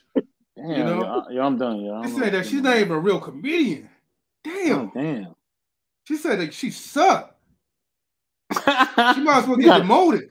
You're kind of adding to it right now, no, brother. hey, man. Somebody gotta translate, man. All right. It's not translating. You added to the sauce. Shout outs to 100 watts. What up, 100 I see watts? Queen still lighting some flames. some fire or something. Man. There she is. I'm just saying, isn't there more? There's a lot only. Isn't there more to be grateful for? You just talked about not be honest, having Netflix and all these people slide you and not get paid, and then you on a tour with other Black comedians, and the first thing you do is drag somebody. Who do you think you are? Go have a seat. Go have a seat with your barely making movie self. Come on, get out of here with all that. Oh, damn. I'm just saying, like, it's crazy. Queen said that. Did Monique ever do something to you? No, I'm just over it. Over how we just like, no, besides being unfunny. No. Oh, damn. Be Easy says y'all on point to me. I thought y'all was gonna be caping for Monique. My bad, I was wrong. We don't cape for nobody, baby. No. No. My MF bro in the building. F all that other shit. 100 watts. I don't know what that means, but sure. All right, y'all. Everybody chill out, please. That's a wild statement. I hope she can name someone better, okay? And also go to 100 Watts channel, Finesse Visions. Yeah. Find them love, my favorite person on YouTube. He damn sure is. I'll translate it. Let's see. Monique is and will always be Monique. I salute people who do them and call out BS. Yeah. But she didn't call out no BS. The facts was in the pudding. They showed the schedule. So if the last person on the show is at 9:45, that means he's the closer. That means he's the headliner. Chris Brown ain't gonna perform at 2, and he the closer. He gonna perform at 10 and end the show. That's all I'm saying. The proof was in the schedule. But there's a way to do it. You know, you and your feelings, because he checked you. I wouldn't do a show either. If I'm told in my contract say I'm the headliner, damn it, I'm walking away too. If somebody else gonna act like they the headliner, they can call me all the names they want. If I put the work in, I'm getting my title and my crown. That's it. Ain't nobody walking away with it. So, and maybe Monique needs to change who she is. She just started working again. Remember that.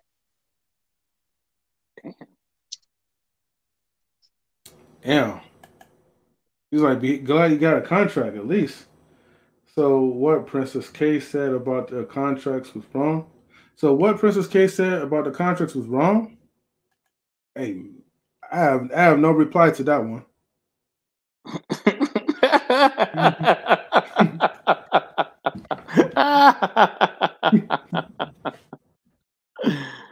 Oh, seems like she's going after everyone that she does not agree with. Is it possible she's having a mental breakdown? I don't know. I don't think so. Let's get to the questions, man. Oh shit, we forgot about. Oh damn, I forgot about all the questions too. All right, everybody. Shoot, we're gonna see. Let me look at the time real quick. What's up, Tammy? Not much. I'm over here. I'm cracking up at everything. I'm sorry. No, you got a lot of good stuff to say, so I ain't even mad. I'm just saying, like, I mean, these people better be glad I'm not married to one of these people you trying to drag, because I sure would show up. My taser and my knuckles, my brass knuckles on deck. Now who the bitch? It can only get you so far, what though. In the world? You know, it can only get you so far. The statement made by Queen is shared about her and her only. Golly. It's not shared about our relationship. Look, man, if I had security and I was talking shit, y'all not gonna be getting through me in my security. Y'all want to get through each and every of my boys. You know, matter of fact, for the sake of equality, I might hire some female security guards as well too, though. You know what I mean? Female security guards? Yeah, I have to. You know, just for equality's sake. but they better be beefy as hell too, though. You know what I mean? All right, so I hear you, bro. And Bernie Mac and hold on, DL Hughley, it's gonna be Bernie Mac, hands down, point blank, period. That's not even a discussion at all. Nope. Okay, he wouldn't get touched. Now on the internet. All right, so question one. In the disagreement between DL Hughley versus Monique, who is right? You already know how I feel. All right, Queen, you got 1 minute. Go ahead. No, you already know how I feel. She did you wrong. Still got your 1 minute, so she did wrong. You better go to the bank and cash that check before they cancel it.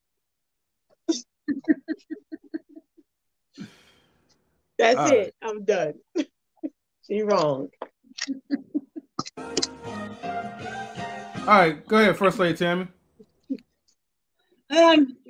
Like I said earlier, when it comes to that, I think there's somebody who's in charge of scheduling certain things.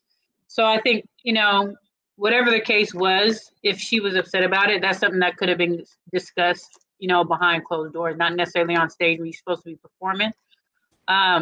Also, she was wrong in the fact that she was talking about his wife and his, emotion animal. All these different things was just, it was really below the belt. It didn't make no damn sense. Whoa. Wait, and then the fact that, like I said earlier, if you've been working with so many different people and you have issues with every single person, then maybe everybody else is not the problem. Maybe you're the problem. So she really needs to take some time to do that. And to be honest, she really ain't that damn funny. Okay. So really not. Really not. Hold on, Queen. Hold on. You had your minute. Hold on. Mm-hmm. I gotta get my minute on. Hold on. She was talking about his wife. And me and Tammy agree. Me and Tammy agree for once. Yeah. You know what I mean? His wife. It's good when me and Tammy agree. I like that. Me and Tammy and Queen, we all agree. You know what I mean? And I like how Tammy said that. I've been saying this for a while now. Sometimes the problem is you. I'm gonna do my Bobby Brown again for y'all. You. The problem is you, okay? The problem is you. And I think in this situation, man, unfortunately, she's looking bad, man, because it looked like it's her again. Again. You know what I mean? She messed up with somebody in Hollywood again, man. Oh, man. It's kind of like Dr. Dre with women. Boy, another situation. You know what I mean? Well, I was with her with the Lee Daniels thing. Like, I was riding with. I was really riding with. I was like, yeah, get him. You know what I mean? Then she had a thing with Oprah, and I was like, all right, okay, I'm with you, Monique. Then she had a thing with Steve Harvey, and I'm like, okay, all right. Now DL, I'm like, wait, hold on. Either she's uncovering all the BS, or she is the BS. Right. You know what I'm saying? So at the end of the day, we don't really know. You know what I mean? So I don't know who's right in the situation. The only thing I'm gonna say is, maybe she shouldn't work with people in Hollywood no more. Maybe she should find like some people who ain't really in Hollywood and trying to, like a startup Hollywood company or a startup company that do films or something like that, a TV show. Let's just go to Bollywood. Because Hollywood ain't working for her. It's not. You know what? So real quick, just because Daryl Long says she made like $500 million, like $500 million, and why don't you allegedly? So like, why doesn't she just open up her own? If you got issues with everybody else, open up your own stuff. Then you ain't got to. You ain't got to line it. You ain't got to do nothing with nobody else. It's your stuff. You do what you want to do. So if she really got that much money, she should have been doing better for herself than she's doing, because she ain't doing good right now. So, ain't nobody coming to check for her and see her show. Oh damn! So that's why she ain't open up nothing. Because last time I checked, when you have a bad attitude on the set, guess what? Nobody wants to work with you.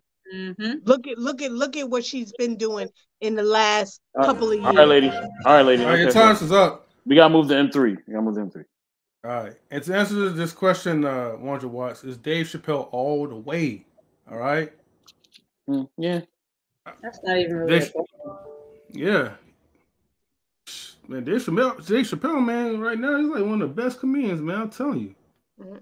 Okay, so,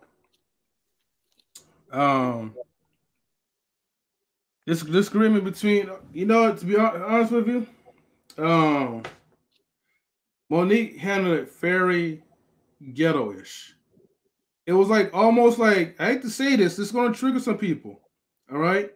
But if I were like, you know, a racist, a stereotypical racist, I would say this woman conducted herself like the average ghetto hoochie mama for a black woman.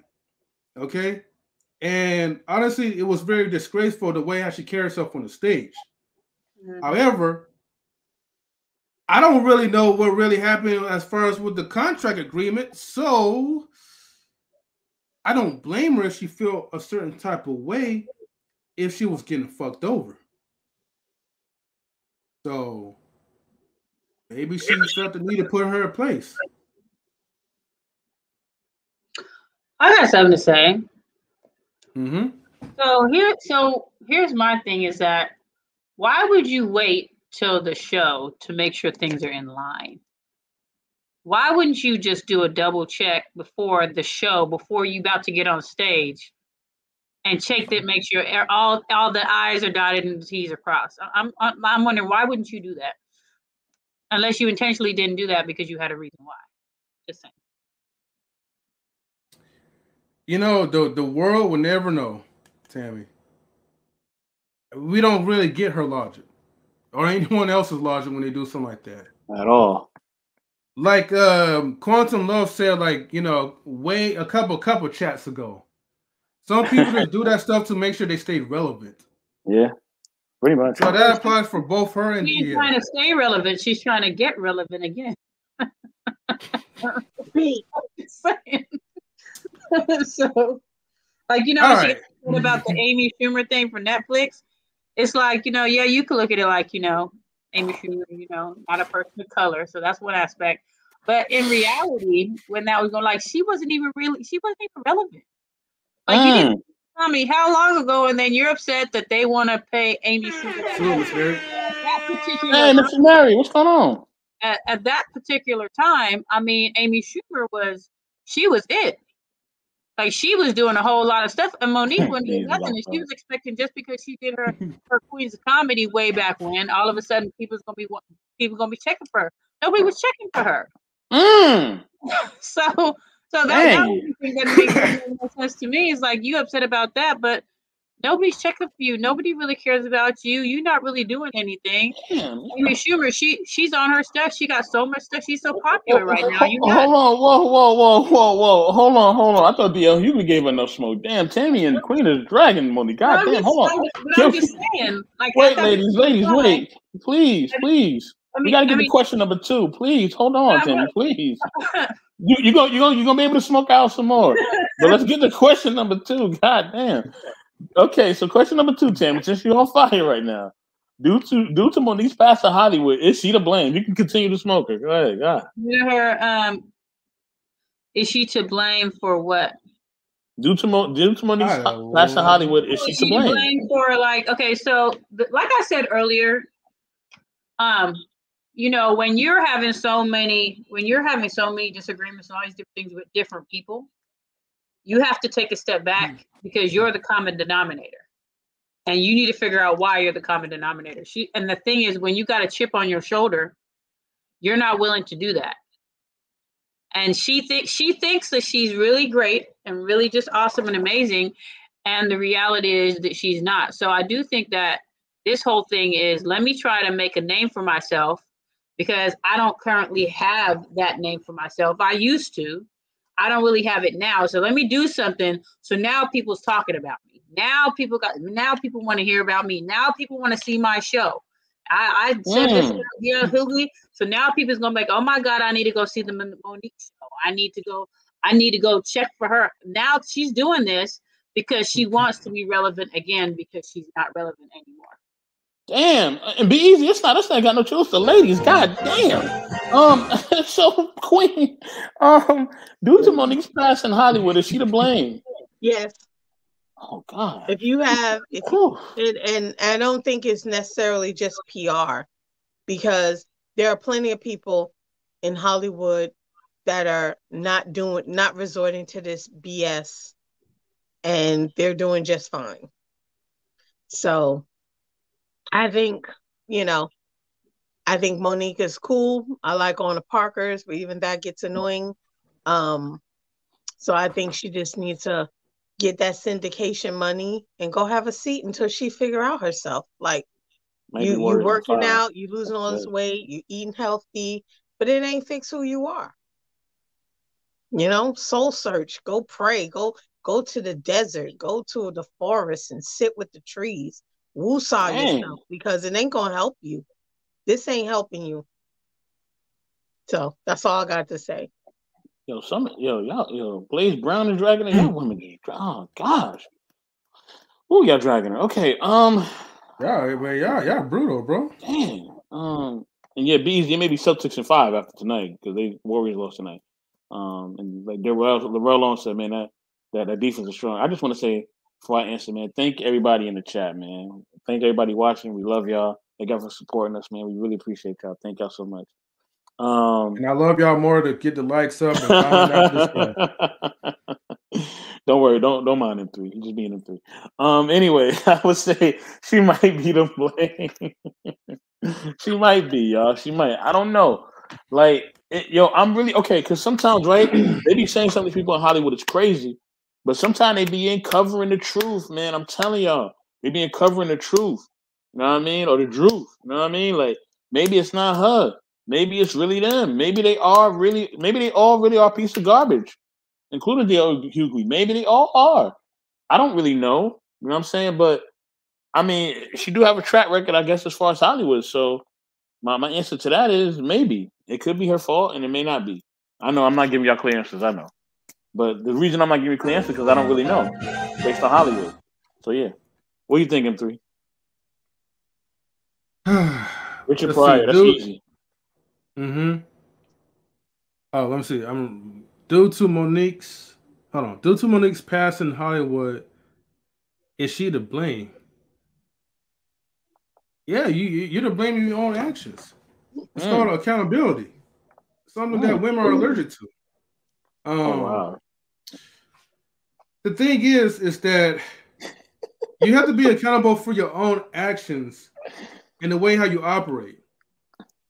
No matter what situation, there's always an alternative way and a better way for you to deal with it. That way, you can still be in good lights, not burning any bridges, but you can also weed out all the shifty ones. You don't have to act like trash. Okay? So, I mean, look, why she didn't get the payout that she feel like she deserved is because she's not a good comedian. That's all there's to it. You're not going to bring no ticket sales to it. You're a good actress, yes, but then think about all like, but actually the only show that I can only think of that she was good was just the Parkers, and that was it. That was about it. That's the only show she really did. Hold on, so M3, hold on, Queen, hold on. M3, hold on. So you said women are allergic to accountability? Yeah, I said it. What? Are you allergic to accountability too? What? You said women are allergic to accountability. I didn't say that. I didn't say that. Blanket statements. Well, I said it. I said me. It was all me. All right, nothing but me. All right, all good. And anybody want to say anything about this? Like, I can say whatever I want. Y'all got a minute. Hey, we got family in the building. It doesn't even matter though, because we got high value nurse up in the building. What's going on, y'all? Oh man, he just opened my door and I didn't even. He just opened. Well, he's a nurse, so go ahead, man. Come on in. It's cracking. He gonna give you a shot and stick you with that ooh-wah. I know he be in there mixing chemicals. CJ, what's going on, man? I know you've been watching the show, brother. Due to Monique's past in Hollywood, is she to blame? What do you think, brother? Well, coming from this whole DL thing, I really think Monique was in the right for feeling the way she felt. I think she was in the right. I mean, if you want to really put it on paper, if you want to put accolades on paper side by side, Monique is more successful than DL Hughley. Huh? Let's just keep it real. Monique is an Oscar winner. Monique, however y'all may feel about her and her husband, she's an Oscar winner. Monique had a successful show for years, way more successful than DL Hughley's show ever was. Let's keep it real. Nobody I know can quote anything from the Hughleys, but I know a lot of people that love the Parkers. I do too. I ain't gonna front you. Let's keep it a stack. So, I mean, as far as that situation is concerned, I'm going to have to ride with Mo on this one. I got to ride with Mo. And plus, DL Hughley, I mean, I got to keep it 100 because DL Hughley Monique went at a lot of the, I don't want to call them the C word, but she went at a lot of those sellout brothers. Steve Harvey, DL Hughley, who are nothing but Democratic shields. I cannot knock Monique for that. I have to rock with Monique on that one. She went on Steve Harvey's show, and Steve Harvey talking about, oh, well, we can't do that. These is white folks, sounding like an old slave. If we're talking about this specific situation, are you riding with Monique based on accolades or based on the facts in this situation? I just got to remove the timer because this is just too good. As far as what? As far as what happened in Detroit? In terms of the beef between DL and Monique and the contract situation and the headliner and the whoop-de-whoop and all that other bullshit. I'm blaming the promoter. I'm blaming the promoter. It was the promoter's fault because the promoter signed both of them as the headliner. I don't agree with the way Monique went about the situation. She was wrong for that. But if we are going to compare accolades of who should be on a headlining position, it's Monique. Let's not cap. Like, it's definitely Monique.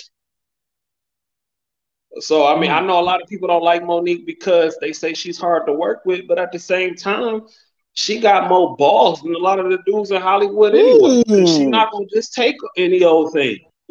And three, can we get the old soundbite, please, man? Come on, three. What did you just say? She what? She got more balls than them other male comedians. Yeah. Yeah, and that's why she got ball listed and her balls got cut off. Well, she got black balls. They were 800. That's fair. Well, nobody want to work with a woman who got bigger balls than them. Well, I mean, yeah. Well, yeah. Of course, when you speaking truth to power, they're going to cut you off. Of course. But that's what happens. But that's what happens. It's not about power. It's about ignorance. I think that's the problem. If you want to ruin your craft because you want to walk around like you got something, you got a sack hanging between your legs. Lily is me. Hey, sister, what's going on? Salute. Good to see you. I think black people, we have a problem with just because you come out your mouth and you say a whole bunch of ratchet shit and say a bunch of shit loud and say a bunch of disrespectful shit to somebody else, that's the play. That's the way to do it. That's not always the play. I do understand the importance of bringing light to certain situations and making sure people are aware. But come on, dog, you don't have to go into every room and break the windows and flip tables and kick fucking chairs to get your point across. Sometimes you got to sit down at a table and tell somebody like, yo, you fucking up, bro. I'm not going to sign this contract unless you fix it. So I agree with what Queen was talking about when she said, yo, like, why you, your manager, your lawyer, somebody didn't dot the T's and cross the I's before this? Like, y'all just signed everything, and then later on was like, hey, whoa, hold on, time out. This ain't right. She's been in the business. She's been in the business. No. She's been in the business way too long for some rookie shit like this to be happening. Yep. Wait, hold on, everybody. Salute to Wandra Watts, man, who came up in the building in this conversation while the door was open. No knock, no ring, no doorbell. He just came up in there and he just interjected into the conversation. That's what he does. That's a 757 in the house. That's what they do. Man, sometimes we pop up and we pouring juice in a cup, you know what I'm saying, when you coming down for breakfast. You know what I'm saying? That's what we get done. But then she wants to be disrespectful, talking about his wife and all this other stuff. Come on, like that's I don't the co-sign problem. that. Yeah, she was wrong That's for the that. problem. That's the problem. So if you're gonna be mature and you saying you turned over a new leaf and all this other woo-saw zen bullshit you doing on YouTube and Instagram, then turn over the new leaf. Why are you coming at people all sideways? Because the first time somebody come at you sideways, you drag. Yeah, but at the end of the day, you can drag who you want to drag. We already know we have to fit in to get in. And just like the situation with Will Smith, look what his emotional ass got him. And I'm gonna end there. That was still beautiful to see that. It was still beautiful. I'm not saying Monique was right with the way she did that on stage, but if we're talking about business, the person who's wrong are the headliners. They gave 2 faulty contracts to 2 performers. They are now getting sued. They're suing because they gave both of them headlining contracts. Was Monique wrong for her tirade? Absolutely. But if we're going to talk about headliners and who may be a little bit more relevant as a bit from a business perspective, it's Monique. Whether people want to sit here and like her or not, if I'm a promoter and I had a 1,500 seat arena and I had to choose between who I'm going to get to fill these seats up, between DL and Monique, I'm riding with Monique 100%. You right on that one. You know what's crazy is a lot of black people talk about why are we worried about the Oscars and who's still worried about getting a Grammy and all this other bullshit. But then when we having these conversations, the first thing, like the nurse said when he popped in, she's more successful because she got Oscars and she got said she has more accolades. That's what I'm saying. That matters. So the accolades that we as black people say we need to stop focusing on is the first line of defense that we use to say that someone is more successful than another person. Because as I agree with Queen again, at the end of the day, if somebody rented out a theater and said on Monday you're gonna come here and see DL Hughley, on Tuesday you're gonna come here and see Monique, who you think gonna sell more tickets? Fuck what day of the week it is. Who you think is gonna have a bigger draw? Monique.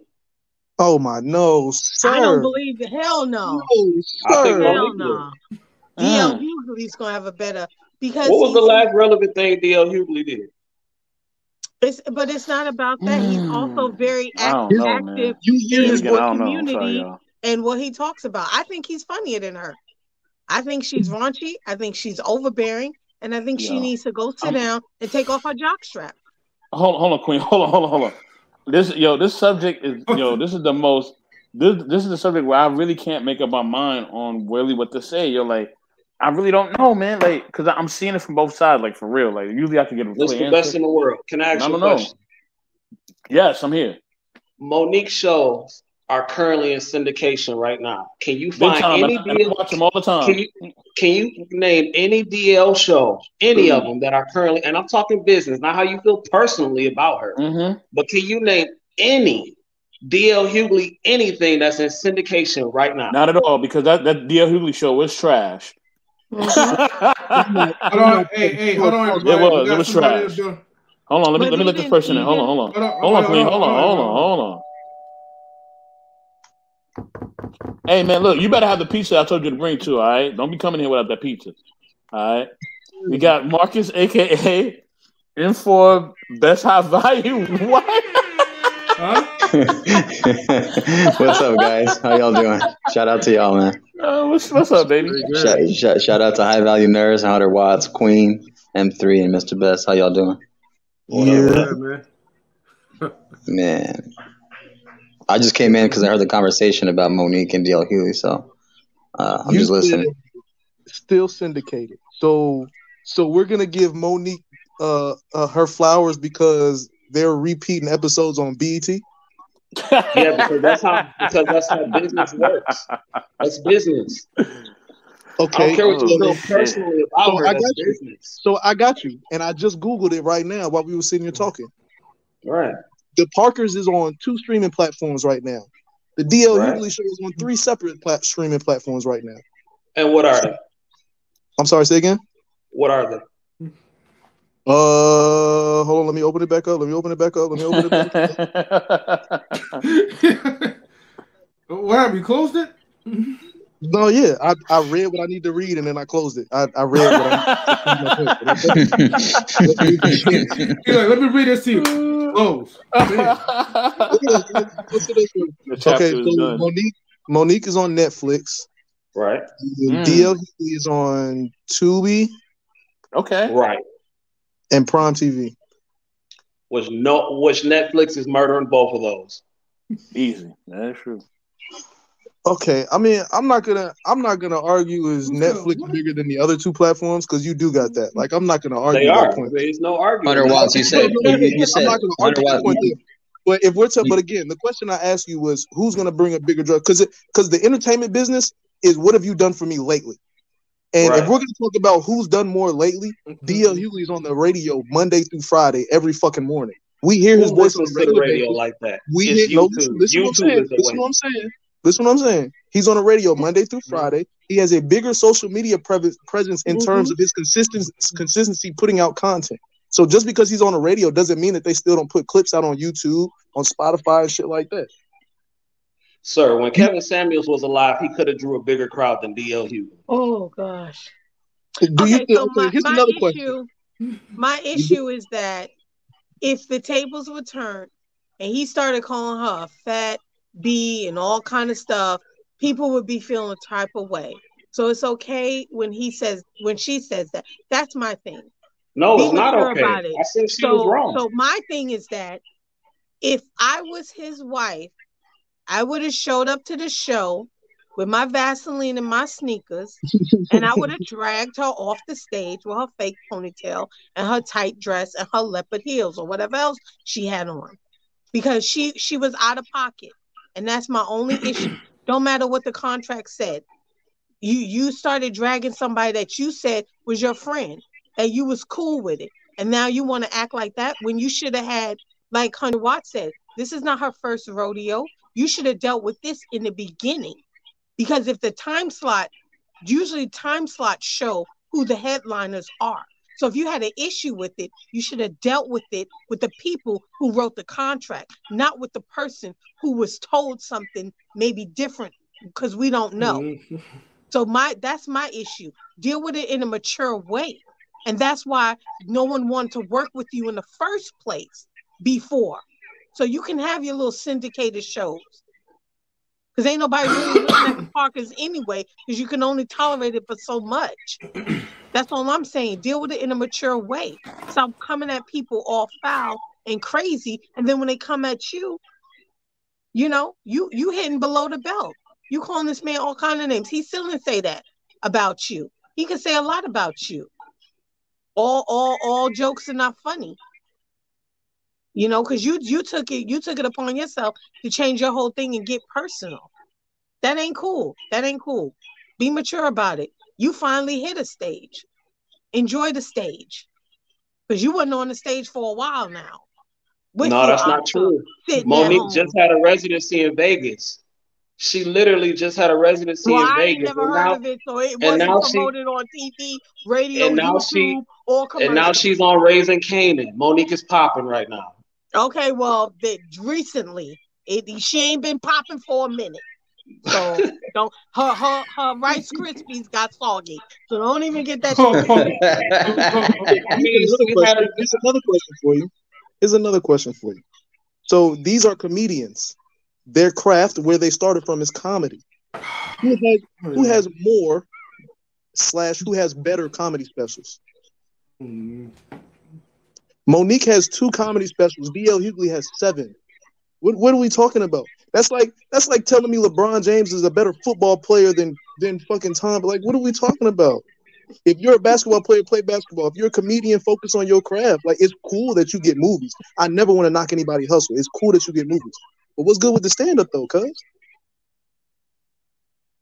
She just literally had a whole residency out in Vegas. That's a big deal. Oh, but it was not promoted. Okay. Vegas shows commercials all day. But if she sells out and you didn't see it, that doesn't matter. She's still selling out. It don't matter if she sold out or not. Those tickets could have been given away for free. 2-for-1 specials, like every buffet in Vegas. They are not giving away tickets to see no Monique in residency. That's not happening, bro. She's popping.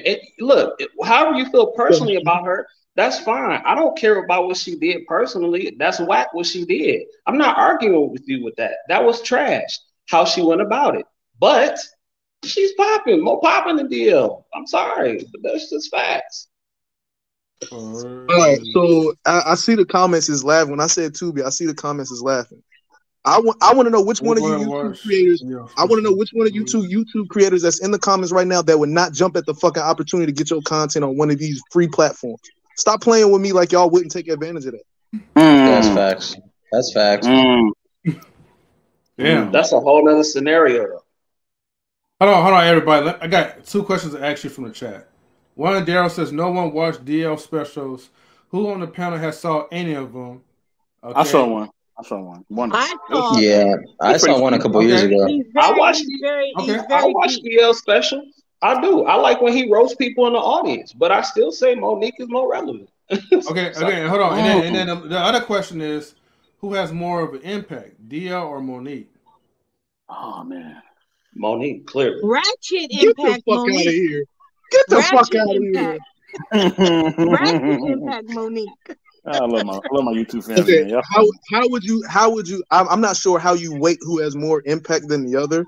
I'm not sure how you would weigh that. But how is it that you would say? How is it that you would confidently and quickly, with no hesitation out your mouth, say Monique has more influence than DL? Because you said impact, influence. Is that what you mean? Influence, impact. I'm not sure. If I missed up a word, I apologize. No, I'm saying like so. I want to answer your question. So, what exactly are you asking? Are you talking about? What are we talking about? I'm gonna be quiet so I can listen to it. Listen to you again. I'm sorry. Go ahead.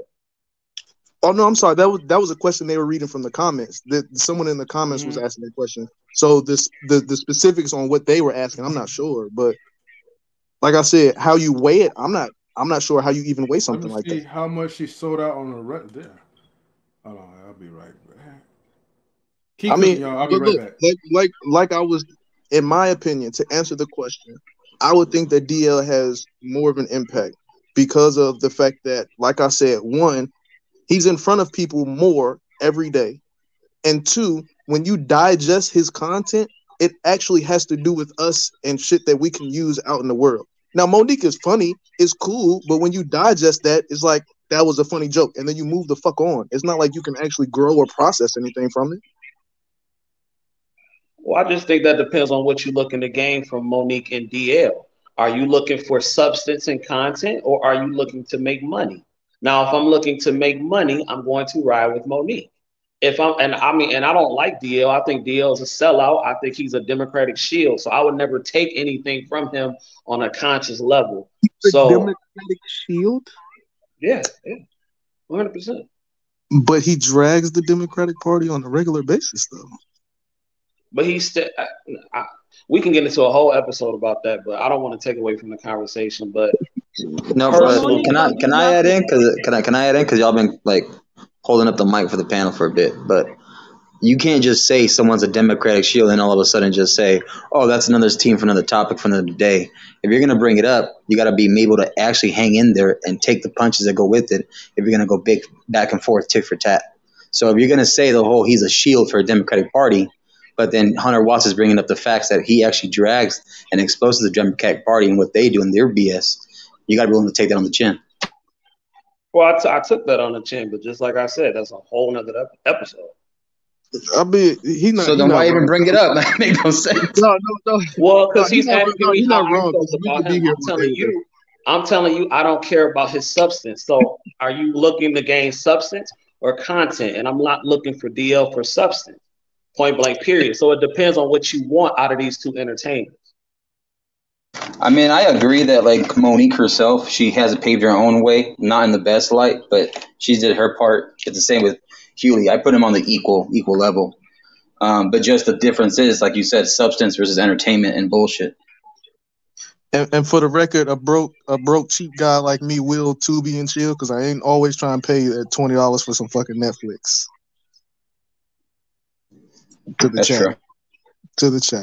But if we're gonna talk about outside of political, right? So if we're talking about comedians and the impact that they have on the industry. You're standing firm on the fact that Monique is more influential in terms of actors, comedians, or whatever it is.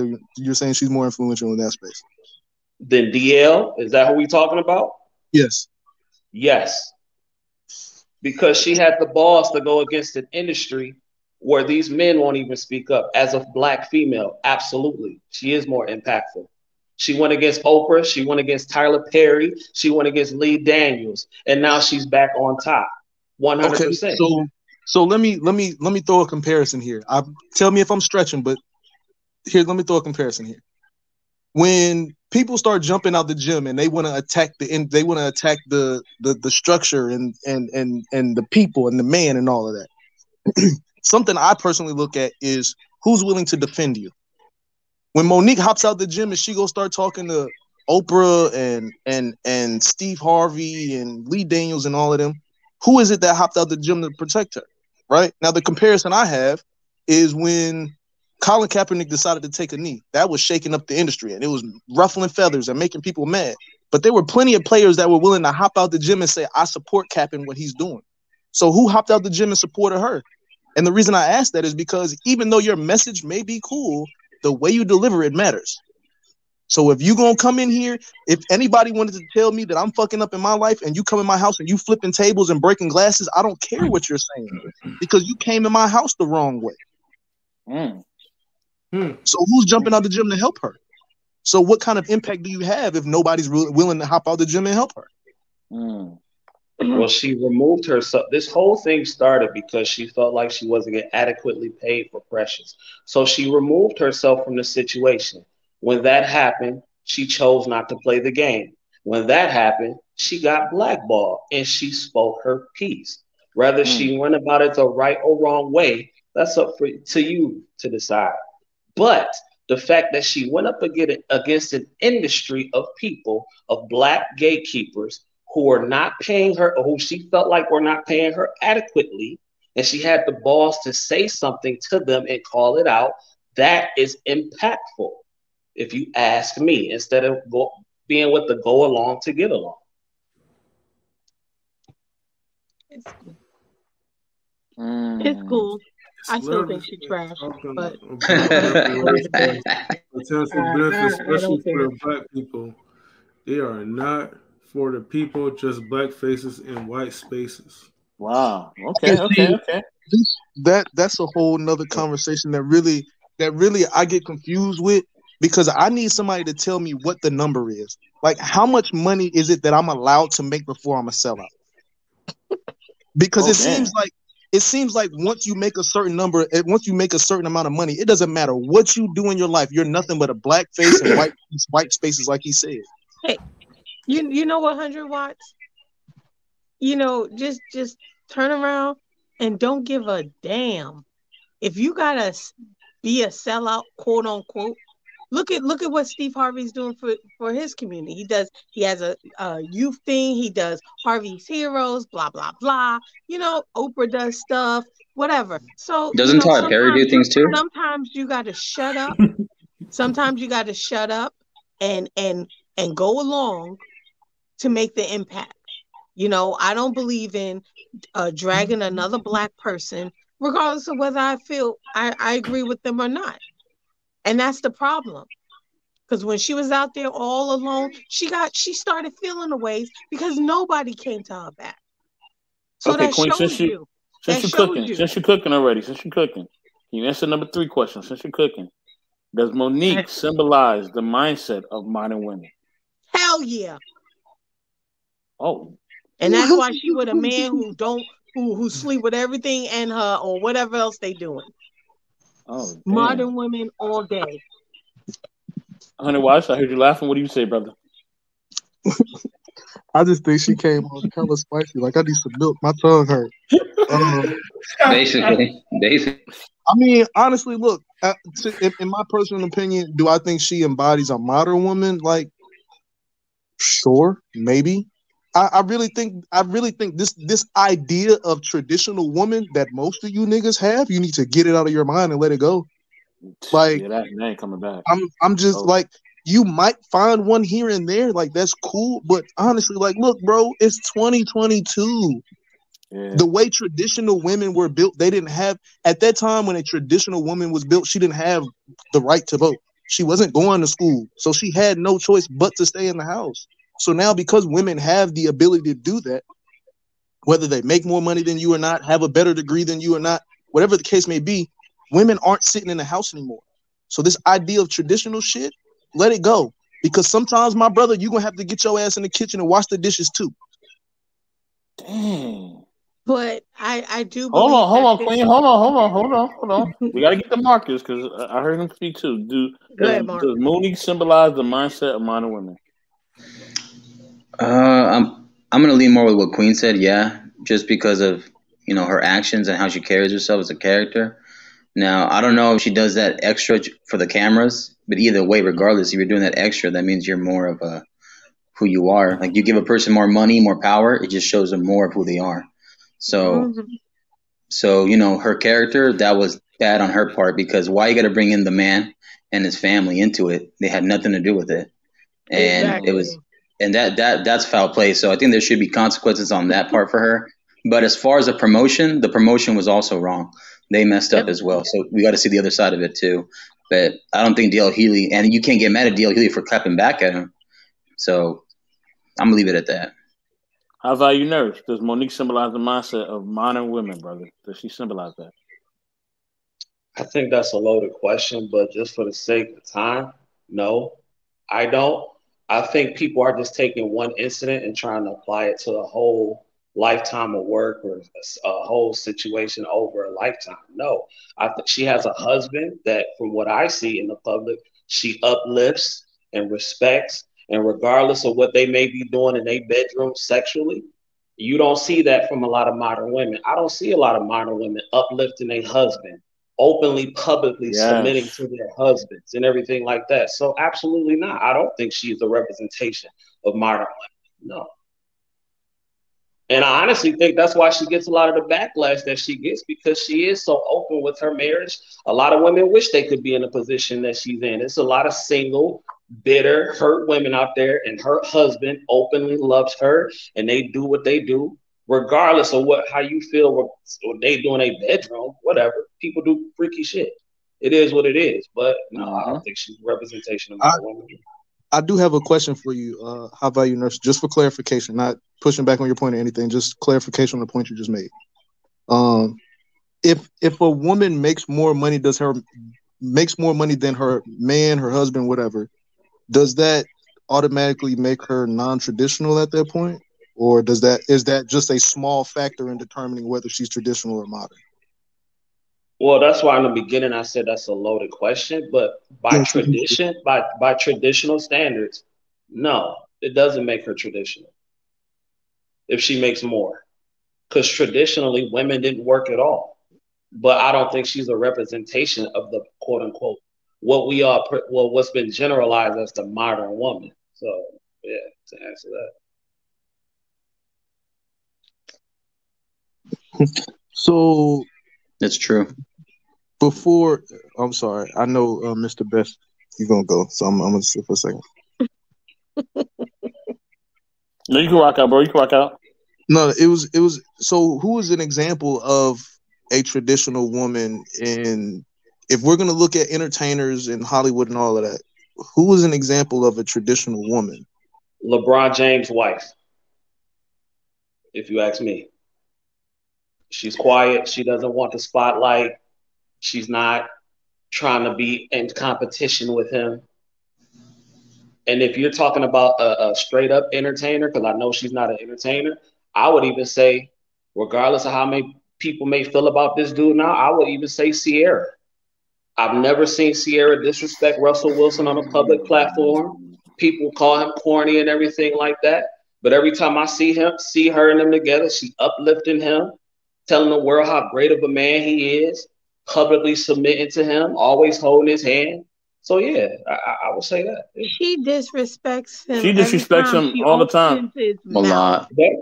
Hold on, Queen. Hold on. Let me cook, because I'm cooking right now. Hold on. So to answer that, I don't feel like Ciara is is submissive at all. I feel like she acts submissive. She's more of like a pick me, if anything. And the reason I say that is, if she was really all that submissive, she wouldn't be shaking her behind on Instagram. I'm just gonna say that. But I'm gonna answer the number 3 question. All right, I'm gonna answer number 3 question. I don't think she symbolizes, modern women, just like High Value Nurse was saying. Like, publicly she submits to her husband, man. Like, she really does.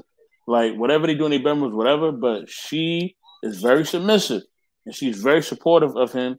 And she supports his masculine energy and him as a man. Like, she really promotes his masculine frame, like, completely. So I really do. You know what I mean? I really do basically see that with her. Like, she does. It's a difference between dancing and shaking your ass, though, B. But she does, she does exemplify that, and I definitely appreciate that about her. But I also got to say something too about what Hunter Watts say. Listen, it could be 2022, and you could not want to do certain things, or you could not want to fit some traditional roles. But guess what? If you ain't doing certain things for a man, don't expect to get married. Okay, and that's the one thing that women just got to realize. Like, no man is wifing you up if you ain't trying to get up in that kitchen. If you ain't trying to cook and clean, we not trying to wife you. We not. Like, it's just an actual fact. Especially if we working and we working all these hours or whatever. Like, we not wifing you. We coming home and you snapping your neck talking about you don't want to cook. And nah, man, no. Like, no man is putting up with that. Like, you got to get in the kitchen. You got to do some traditional stuff. Just like you want to traditionally do stuff and traditionally take care of bills and traditionally put our name and legacy on the line for you, then you better traditionally take your behind up in there and sauce it up. You know what I mean? Like it's a two-way street. It's a two-way street, baby. It's a two-way street. Mr. Best in the world. Can I add to what you said? Man, go for it. Most women won't even have the option to be a traditional woman because the men with the resources that can provide them a traditional lifestyle is not that many. But when a woman is placed in a traditional, when most women, I can't say all, but when most women are placed in their most feminine environment, they thrive. They don't have the worries of the world. The man takes care of all that. The first thing they call on is masculine energy when stuff goes wrong. So, but a lot of women won't even have that option. That's why they, I'm independent. I'm making more money. Well, you have to, man, in order to live. Because you don't even have the option to be traditional. My pushback to your current point.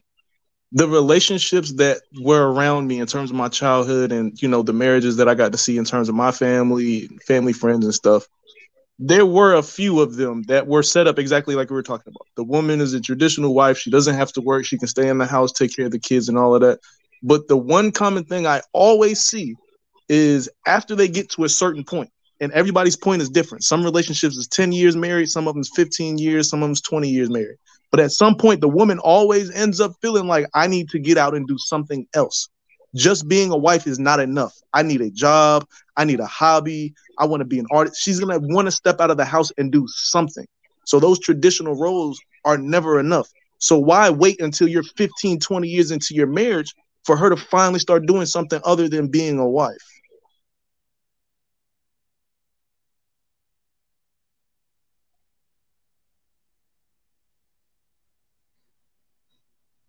Are y'all there? Do we freeze or But what? you can still have a life and still have traditional values that you hold on to. That's true. I don't think it's just normally it's because if they're home with the kids are all grown. So there's not really nothing to do. They're bored. There's nothing wrong with wanting to reinvent yourself. It's not that you're not being traditional. It's just that you did every damn thing you were supposed to do. The kids are good. They're off to college and the house is empty. So I want to stay home. I don't want to stay home and twiddle my thumbs either. You wouldn't want to do it. So I don't think it has nothing to do with traditional or non-traditional. I think it just comes a point in life where, everybody wants to continue to grow and continue to evolve or develop themselves. Has nothing to do with being traditional. No, I hear you. Maybe it's just me. Maybe it's just the way I'm built. But there's something sexy about a woman that get up in the morning and get dressed for work the same time I do. I don't know. That's just me though. But hey. Yeah, I mean, Is it? Are you at comparing like at the same westernized time, tradition, 100 watts? Say again. Are you comparing like westernized colonies, like westernized countries? Is that what you're talking about, like first world modern countries? I mean, I ain't never lived in a Because third world country, so well, what the fuck? but that's the issue then, 100 watts. You're just looking at it. You're looking at it half a glass half full. You're looking at it from this side of the fence. You're not looking at the other side of the fence, and that's the issue because some people don't take the time out to listen, and take the time out to look and study and do the work. I'm not saying you have to, but if you're going to, you have to look at it both sides. Where these countries are more about how much it costs to live, cost of living, rent, bills, etc.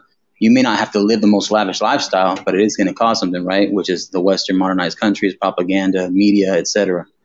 Now, other countries like the Middle East, Latin America, Southern Central America, these countries, they're more focused on the tribalism community. The struggle, the value of the dollar is very low, but where they come together is their religion, also their family, their core values, that kind of thing. That's different. Yeah, but based on what you're saying, like by definition, that's traditional woman. That's a traditional woman. Sierra is not a traditional woman. She's a modern woman. I can't build my family with the expectations of what they do in Afghanistan. I have to build my expectations on what they do here in America because that's what my correct. I agree, but at the same time, remember there's also some traditional ones still left in America. Not a lot, but there's a certain amount of women that still believe in those traditional values. It's just you gotta see what they're about. You gotta vet them. I think the term traditional woman has evolved, honestly, over the years. Like tradition has evolved with the times because I agree with what Marcus, Queen, and what 100 Watts was saying because I think they all said something that made sense, that coincided with one another. When as far as what Queen said, it's not the fact that she's not traditional anymore. She's bored at that point. She needs a life outside. She needs a life outside of just being a wife. That's why most men with resources employ their wives to begin with. And then I agree with what Marcus said. It depends on when you're looking at other cultures and other societies. But when you say modern women, like it's levels to that because Sierra is successful on her own, but she's not more successful than Russell Wilson. So with that being said, I don't know if that's the reason she submits or whatever, wherever she may be in life, but it's totally different levels. When you talking that millionaire dating, it's different than the dude that's making $20,000, $40,000 a year dating. So it's levels to it all.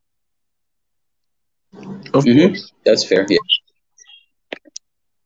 For sure, I believe if Sierra's in a marriage that she really doesn't want to be in, because there's been plenty of times when, there's been plenty of times. I believe you. They've been on shows or talk shows, and he talks about wanting more kids, and she's like, you know what I mean? Like she doesn't want that role. She got with him because whatever reasons, had 2 kids, and now she still wants to compete with the 25-year-old singers. And that's not you. Get over it. Like some women, didn't she? She wants to do videos and twerk and be happy. Come on, I don't know. Anyway. Well, correction. Well, the kids is not even by Russell. It's not even Russell's kids, right? Yeah, those are Future's kids. Yeah. Not all of them. Only one is Future kid. She has 3 kids. The oldest boy is Future's. The little girl and the little boy are Russell's. Yeah, right. Correct.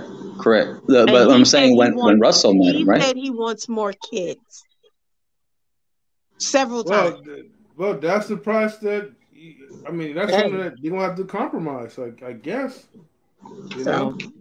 Give me a Russell Wilson this year any day over a Will Smith and Jada.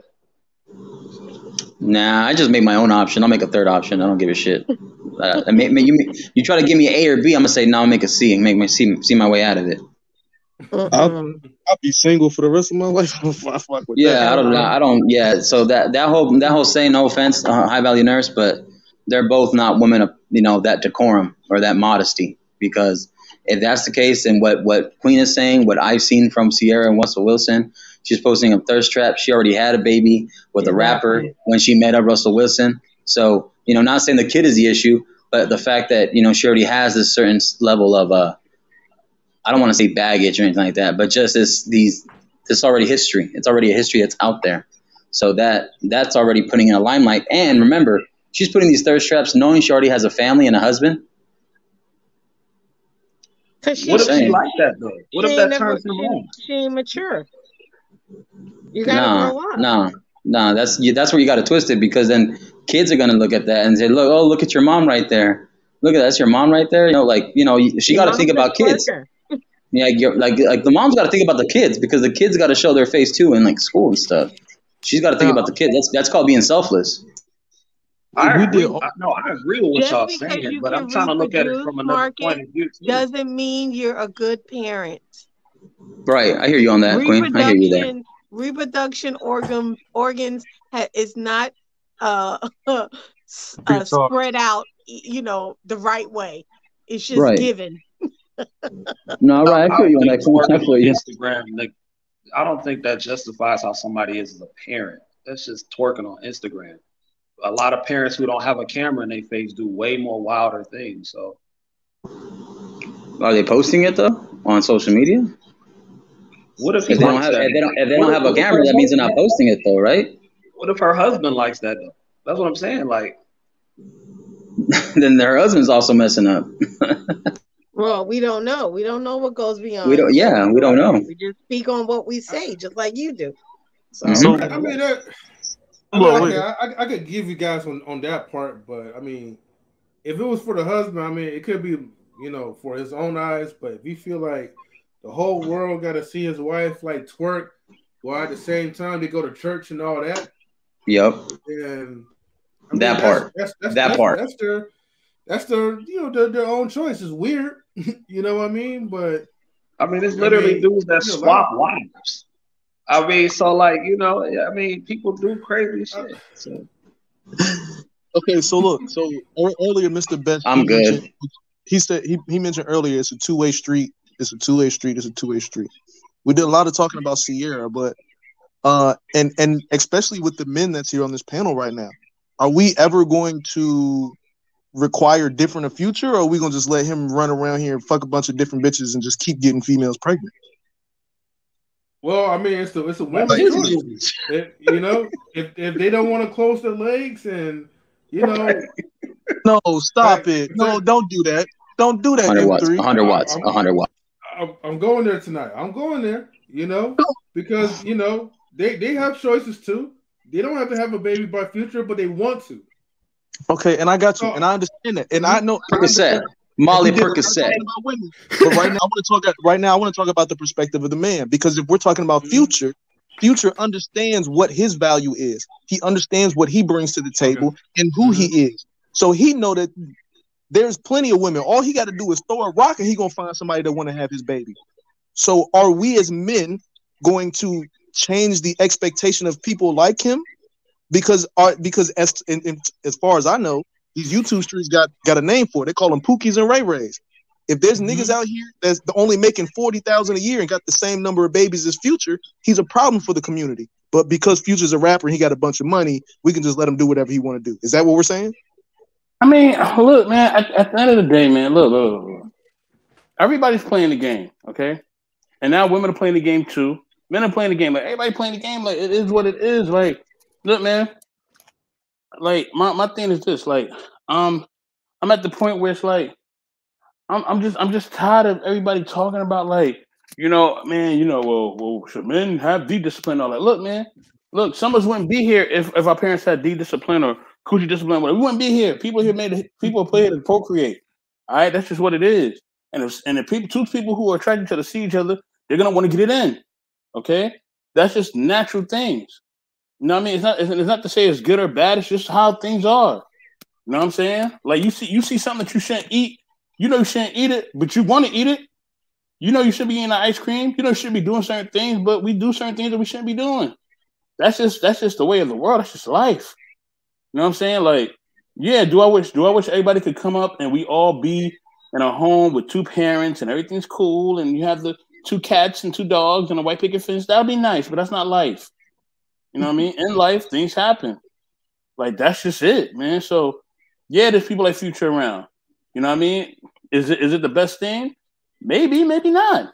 Depending on the people that's choosing him. My thing is if you know this guy is this way, just like with Kels, right?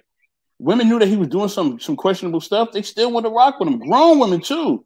Not even, I'm talking about really grown women in their 40s and 50s still want to get with this man. Probably now to this day. And they know he got some really, really crazy stuff in his background. You know what I'm saying? So it's on both. It's on the men, but it's also on the women that choose them. Stop choosing these dudes that y'all say is so bad and so this and so that. You know what I mean? Like you know Ray down the block is no good, but y'all keep choosing him. But you won't choose the guy who's working hard 9 to 5, even though he's making maybe $40,000 a year, whatever he's making. You know what I mean? He's working hard. He's taking care of his bills. He's taking care of things that he need to take care of. Y'all won't choose him, but y'all gonna choose the other dude. So stop choosing these dudes. Hey, be easy, funny. You making me laugh. He's hilarious, man. Shout out to Be Easy.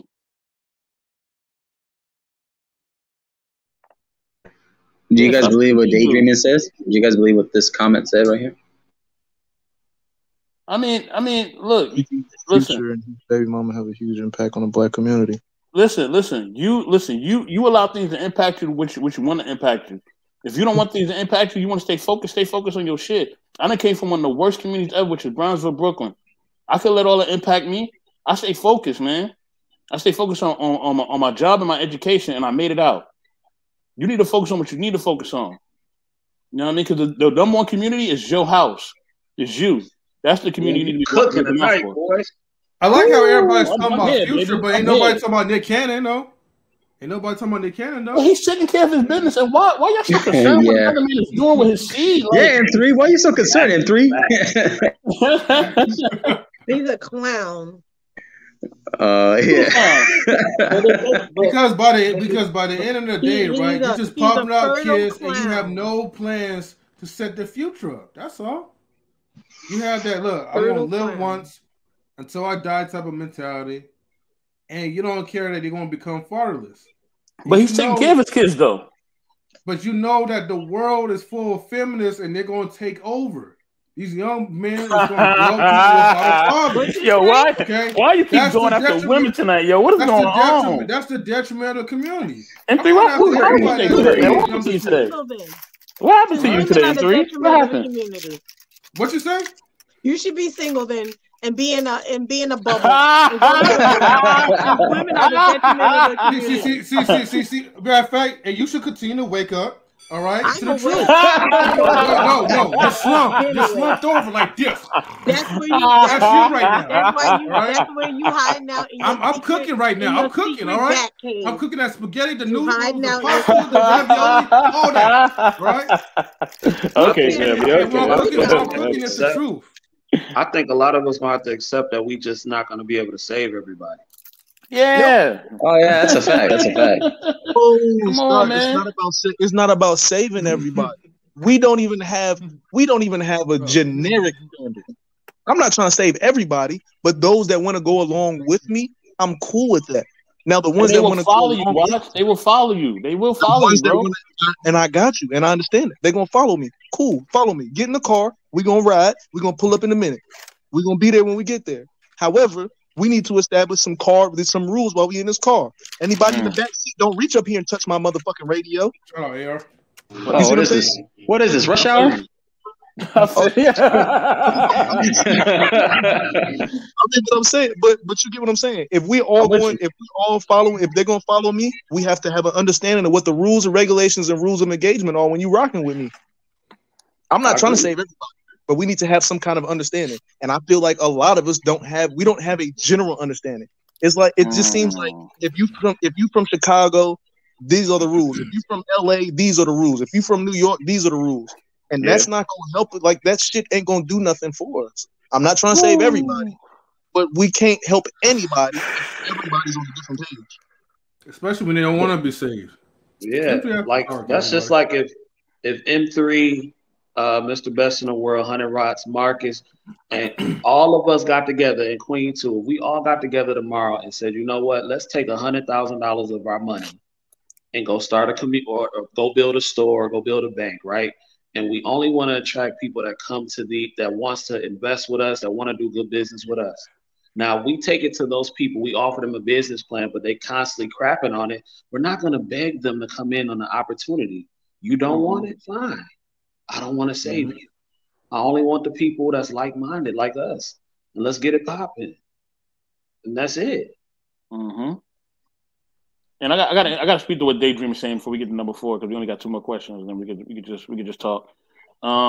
Listen, I wanted to look that, like I said, that would be nice for it to be a code. It would be nice, okay? It would be nice if everybody was on the same page and all that, but that's not life, okay? That's not you, man. Look, I can't even unite people even here on YouTube, okay? And this is just YouTube. Can you imagine on a real scale? It's just not. It's not a real thing, okay? Can it be? It could, but is it a thing? No, okay? It's just not, y'all. And that's just life, okay? Hold on, what is this code stuff? Okay, be on. I know what they're talking about. I know what you're talking about. Being on code is like, you know, that us black people, we should take care of each other. We should rock with each other. We should support each other. Yes, I'm with you. I feel like we should. But not everybody's gonna be on that page. All right, some people are gonna just do what they want to do. Okay, and look, we can't even. I mean, even some of the stuff that like basic stuff that we talk about as human beings, we can't even agree on who religion. We can't agree on a lot of different things. Like we have different religions, different customs, different everything. Like we from different regions. Like Hunter Watts was talking about, we all from different regions or different places. Like in those different regions, different places, and different spaces, we all believe and see things differently. You know what I mean? And yes, we do need other cultures to help. You know what I mean? Like, because only 13% of the population, so that's a reality. You know what I mean? I think if someone was able to, here we go. Let's ruffle some feathers. Let's ruffle some feathers real quick. Go for it. We here. If somebody was able to brainwash enough black people to become Christians, and we still as a community are Christians, I like then that. There's no way you're gonna tell me that you can't reprogram the thought process of anybody. Because you could go ahead. And that's what I'm saying. Because we all can, if we're gonna go all the way back to the beginning, there was a bunch of ships that took black people from a bunch of different tribes that spoke a bunch of different languages. But by the end of it, they were all speaking the same language and reading from the same fucking Bible, or being read to from the same Bible. So if somebody was able to do that, there is no way in the world you're going to tell me that I'm not supposed to believe that my people are going to come together and say, hey, look, instead of gang banging, let me get you to come to this business class with me so I can show you. Instead, you know what? You've been out here gang banging. Do this with me. Come sit with me in this class so I can show you. Instead of going to re-up to get another brick, let me show you how to buy an LLC. Reprogramming is possible. The problem is the ones that don't want to receive the programming. So those of us that have the information and we want to pass it, stop trying to talk to somebody that ain't trying to hear that shit. Watch, you're right, because and I remember I never said it was impossible. Remember, I didn't say that. I didn't say it was impossible. I just said it's highly unlikely. I remember I forgot who said it in the Avengers. I don't know if it was Thor or it was Doctor Strange, but he has seen the future, and he was like, and most of the future that I see, we all die, but there's one probability where we all live. So yeah, that was an Infinity War. Yeah, so it is a probability that we can make this happen, but it's just highly unlikely. That's all I'm saying. It's highly unlikely, man. It's just very highly unlikely. Yes, you're right. It could happen, bro. It could. Like, I'm with you. It most certainly could. It most certainly could happen. You know what I mean? But to recondition, you know what I mean? Remember, we were conditioned and we was beat into condition. So we would have to, most black people don't want to hear that. Yes, exactly. It's that one probability. Yeah, exactly, y'all. That 1% that I'm talking about. That 1%, the Infinity War 1%, I'm going to call it the Infinity War 1%. Yes, it can happen, but it's very highly unlikely. But it can happen. It can. You know what I mean? So influence is everything, man. I think it's more probable than we give credit to, right? And maybe I don't know. Maybe I just more optimistic than a lot of other people. That's fine with me. But one thing I respect that.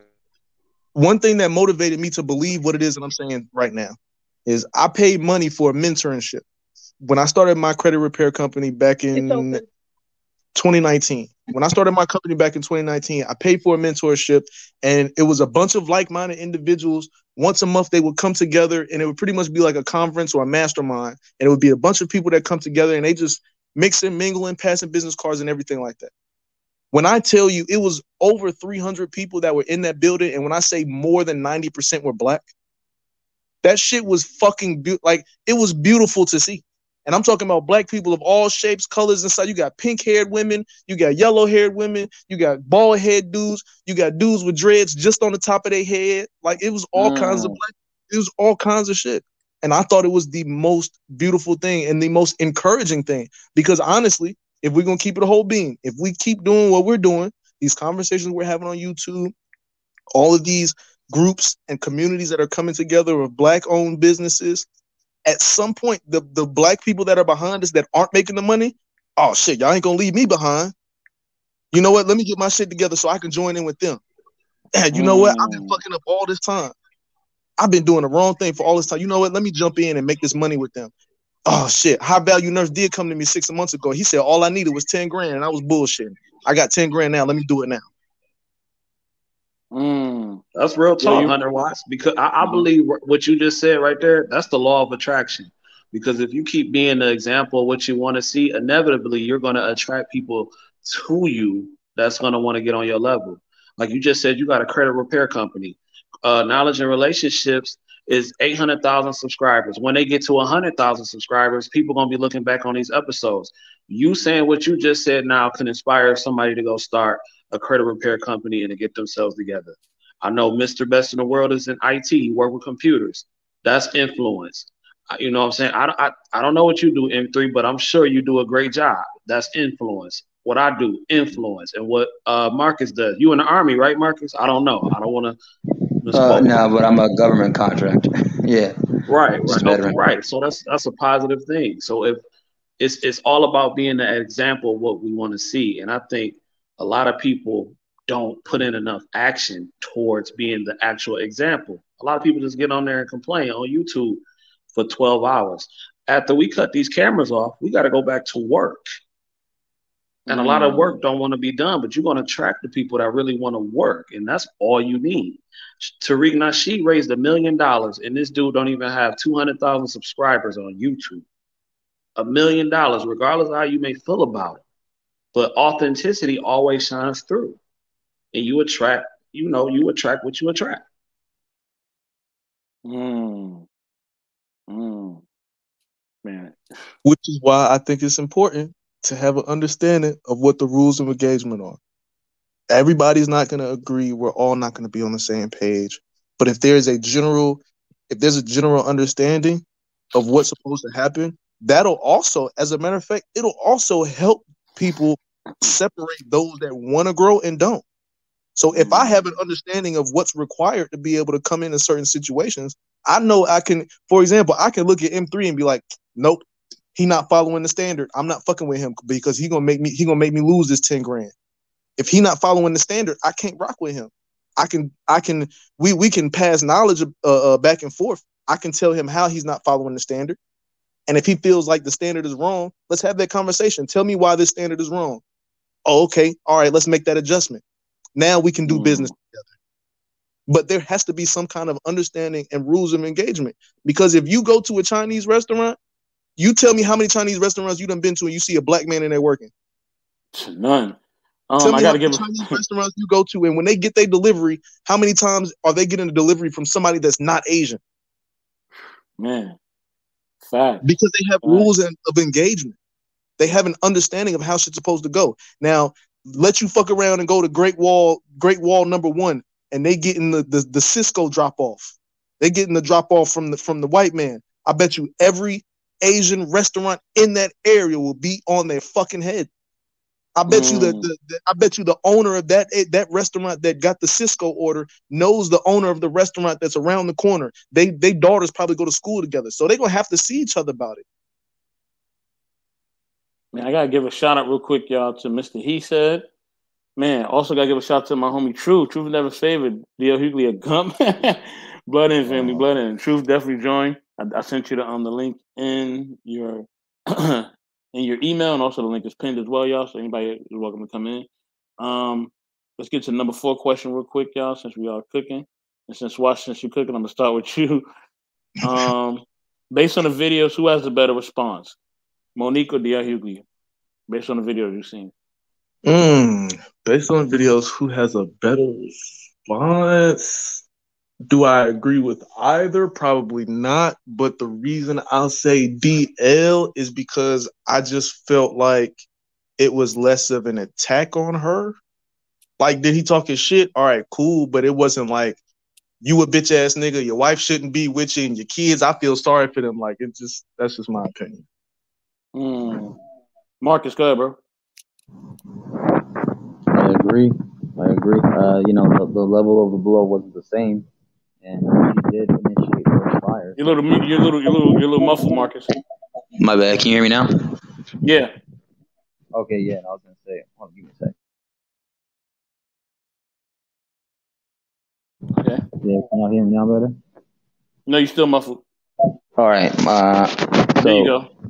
I was just gonna say, yeah, I agree with 100 watts. Like, she did throw the first fire, so she initiated the duel or the battle. So that's her fault, because you can't get mad if somebody claps back at you. And even the way he did it, it wasn't severe to what she did. So, do I believe they were both mature about how they did it? No, but then again, hey, you get what you give, tit for tat type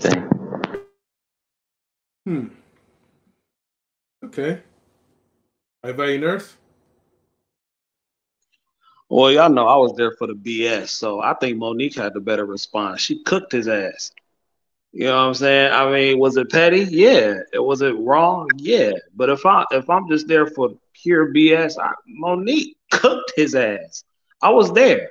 So like it was crazy. So and then the video response, yeah, I definitely think she had the best. She went in.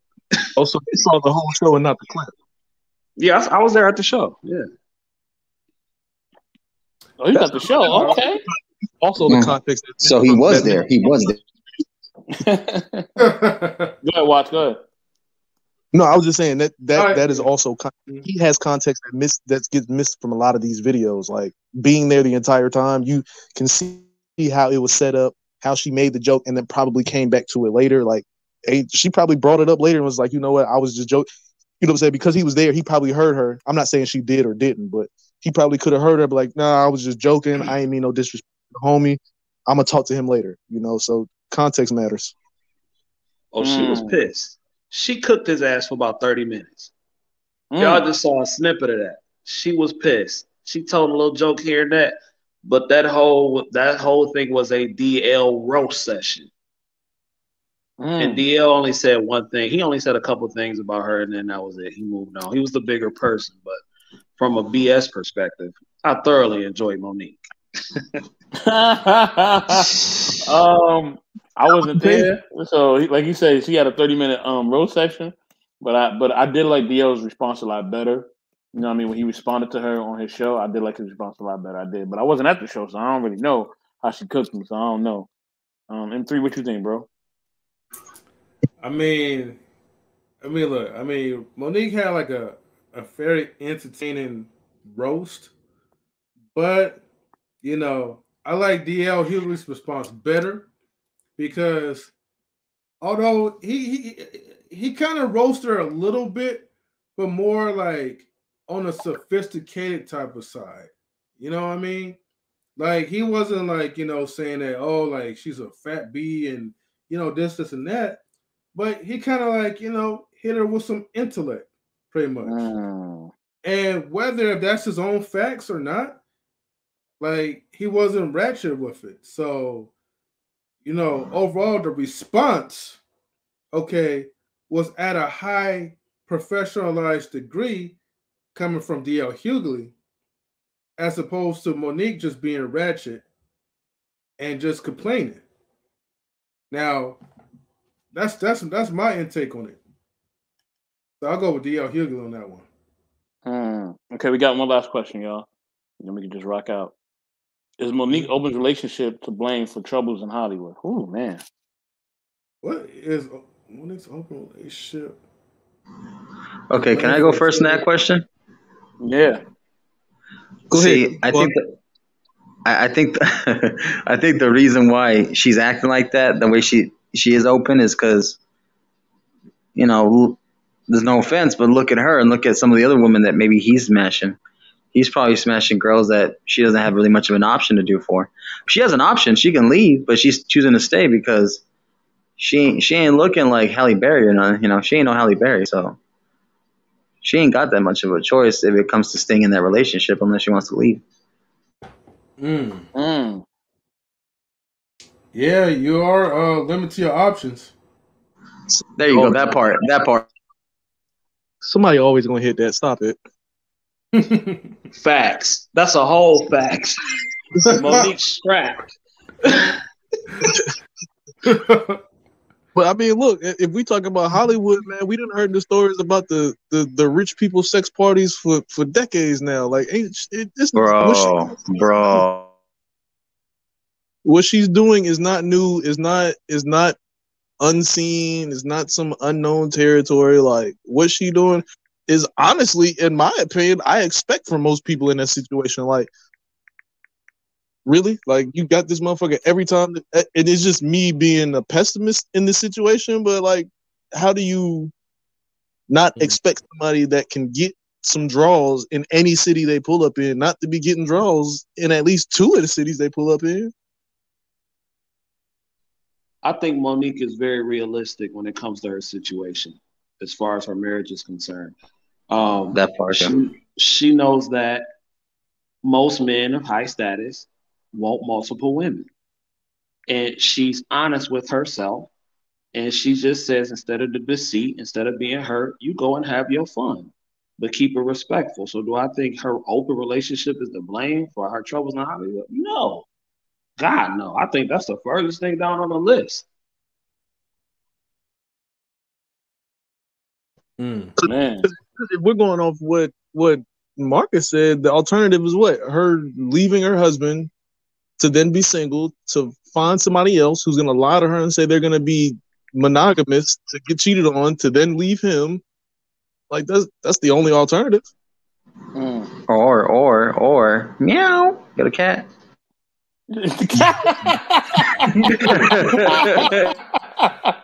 Queen, sorry about that. No, you good. I love that. That was funny. We're gonna clip that. Queen, is Monique's open relationship to blame for her troubles in Hollywood?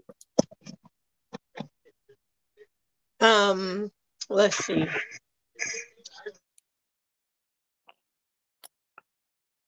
I guess Queen had to go. Okay. Hold on. I'll be right back. Okay. All right. So I'm gonna say now. Sorry. Okay, go ahead. I think I don't know. I just think people are just weird. I don't understand that, whole thing about, oh, let me just have him, but I know I'm not really supposed to have him, so I'm gonna let him go sleep with other women. I'm like, then kick him to the curb. That's just crazy, because it's not like he's with you because he's with you. He's with you because you got money. Come on. So you his sugar mama. You paying for sex. You paying for a man. I mean, he's a bought man. I mean, I don't get it. Anyway, whatever. Do you, boo? That's what floats your boat. You the only one that got to sleep with that at night and wake up in the morning and be happy. Hope you got some Folgers in your cup. I mean, I'm gonna say this about that. Like, I don't know. Oh yeah, no. Here we go again, right? Mr. Best don't know tonight. Yeah, I don't know tonight. So, but I will say this though. I will say this in retrospect. I don't listen. Like, if that's what they want to do in their marriage, that's what they want to do. That's up to them. I'm not involved in any bedroom. That's up to them. And if she feels like she wants to, because they both want to openly get their freak on. That's what I know. They both want to get it on. You know what I'm saying, with other people. So with that being said, if that's what they choose to do, that's on them. You know what I mean? I don't know, man. I think the monogamy thing and the non-monogamous thing, I think it's based on the two individuals in that relationship. Like, y'all got to make a decision of what y'all want to do. It's going to change the dynamic of the relationship. So people who, if you're not monogamous and you want to be monogamous, guess what? It's going to change the relationship. If you're monogamous, you want to be non-monogamous, it's going to change the relationship. Don't think you're just going to start something and then the relationship is going to be the same. No, it's going to change. And what that change is going to be, you're not going to know. Okay, so you can hope for the best. Okay, you can hope for the best, but you don't know what the hell's going to happen once the other person move in with your ass. So like, you got to factor that in. Hashtag August. Look, let me say this though. Yes, it will change the relationship dynamic. You know, it will change the level, the intensity of emotions. It's gonna make him a lot more happier because he's not happy with her. All right, anybody that makes that suggestion, they're not happy. What happened to you today, man? Golly. Who is this M3? Who is this right here? This is not the M3. He's on fire, and I don't know what's going on. M3 after dark. All right. So Super Saiyan M3. No, I'm not looking like Dennis Rodman right now. All right, my hair's not.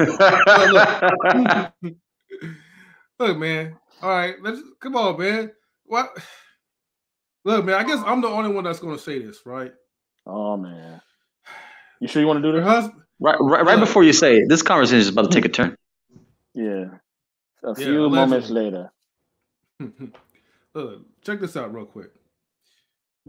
Her husband. Okay, what do he really do? All right, like that's the question. That's the question y'all should be asking.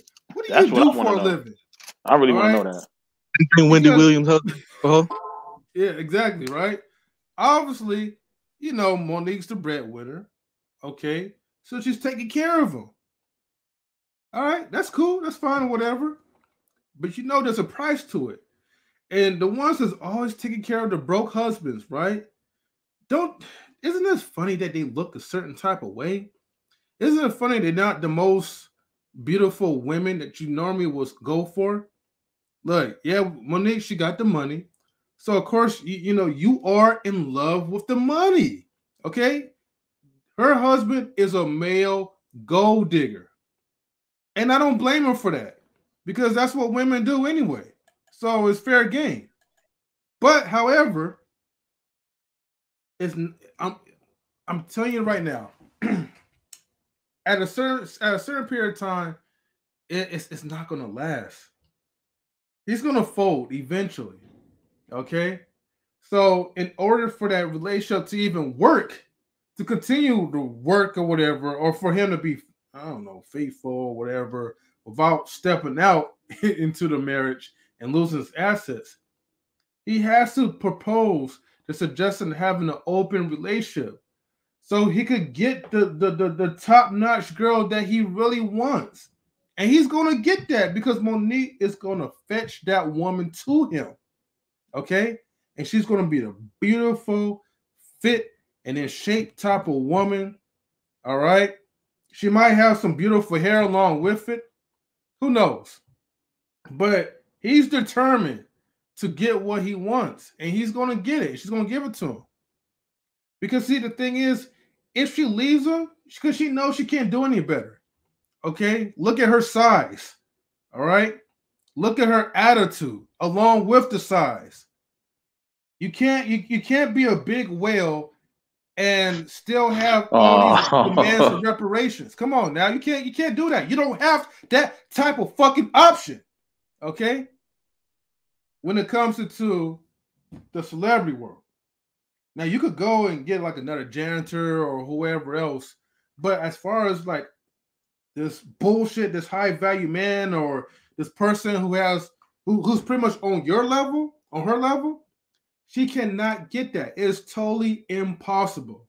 And I stand on my word on that. All right? She can't do any better. So with that man, like Stepman or whatever, you know what I mean?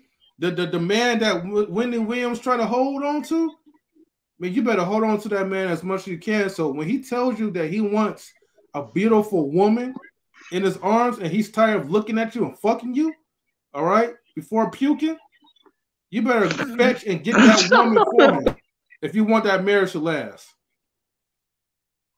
That's all. That's my answer for number 5. Flawless victory. Fatality. Random question for y'all. Mm-hmm. Do y'all think that polygamy will become part of the alphabet? I think it already is, bro. Hold on. Before Watch cook, I got a question. Hold on, Watch. Hold on. My question is this, right? So since you're saying it in three, then what's the excuse for Halle Berry and J-Lo since they can't keep a man?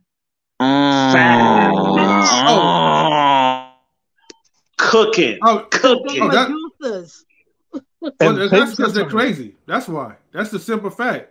You know, I mean, they're crazy. The level of craziness intensifies than the average crazy woman. That's why.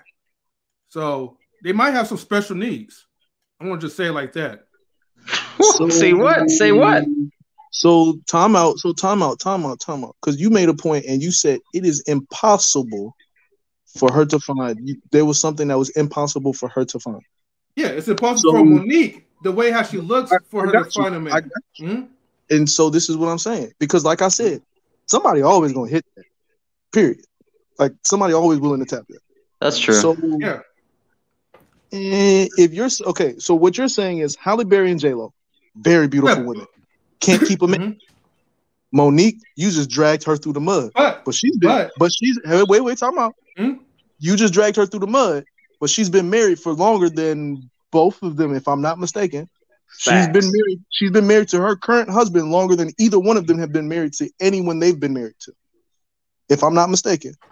Okay. So the fact remains is a lot of people that are looking for superficial looks and weight and all that shit, your relationship is probably not based on some shit that's going to last anyway. So it seems like their relationship is working because they're open, they're honest, and they communicate with each other. Whether you think they're a cute couple or not, it seems like they have a level of communication and honesty with each other that makes it work for them.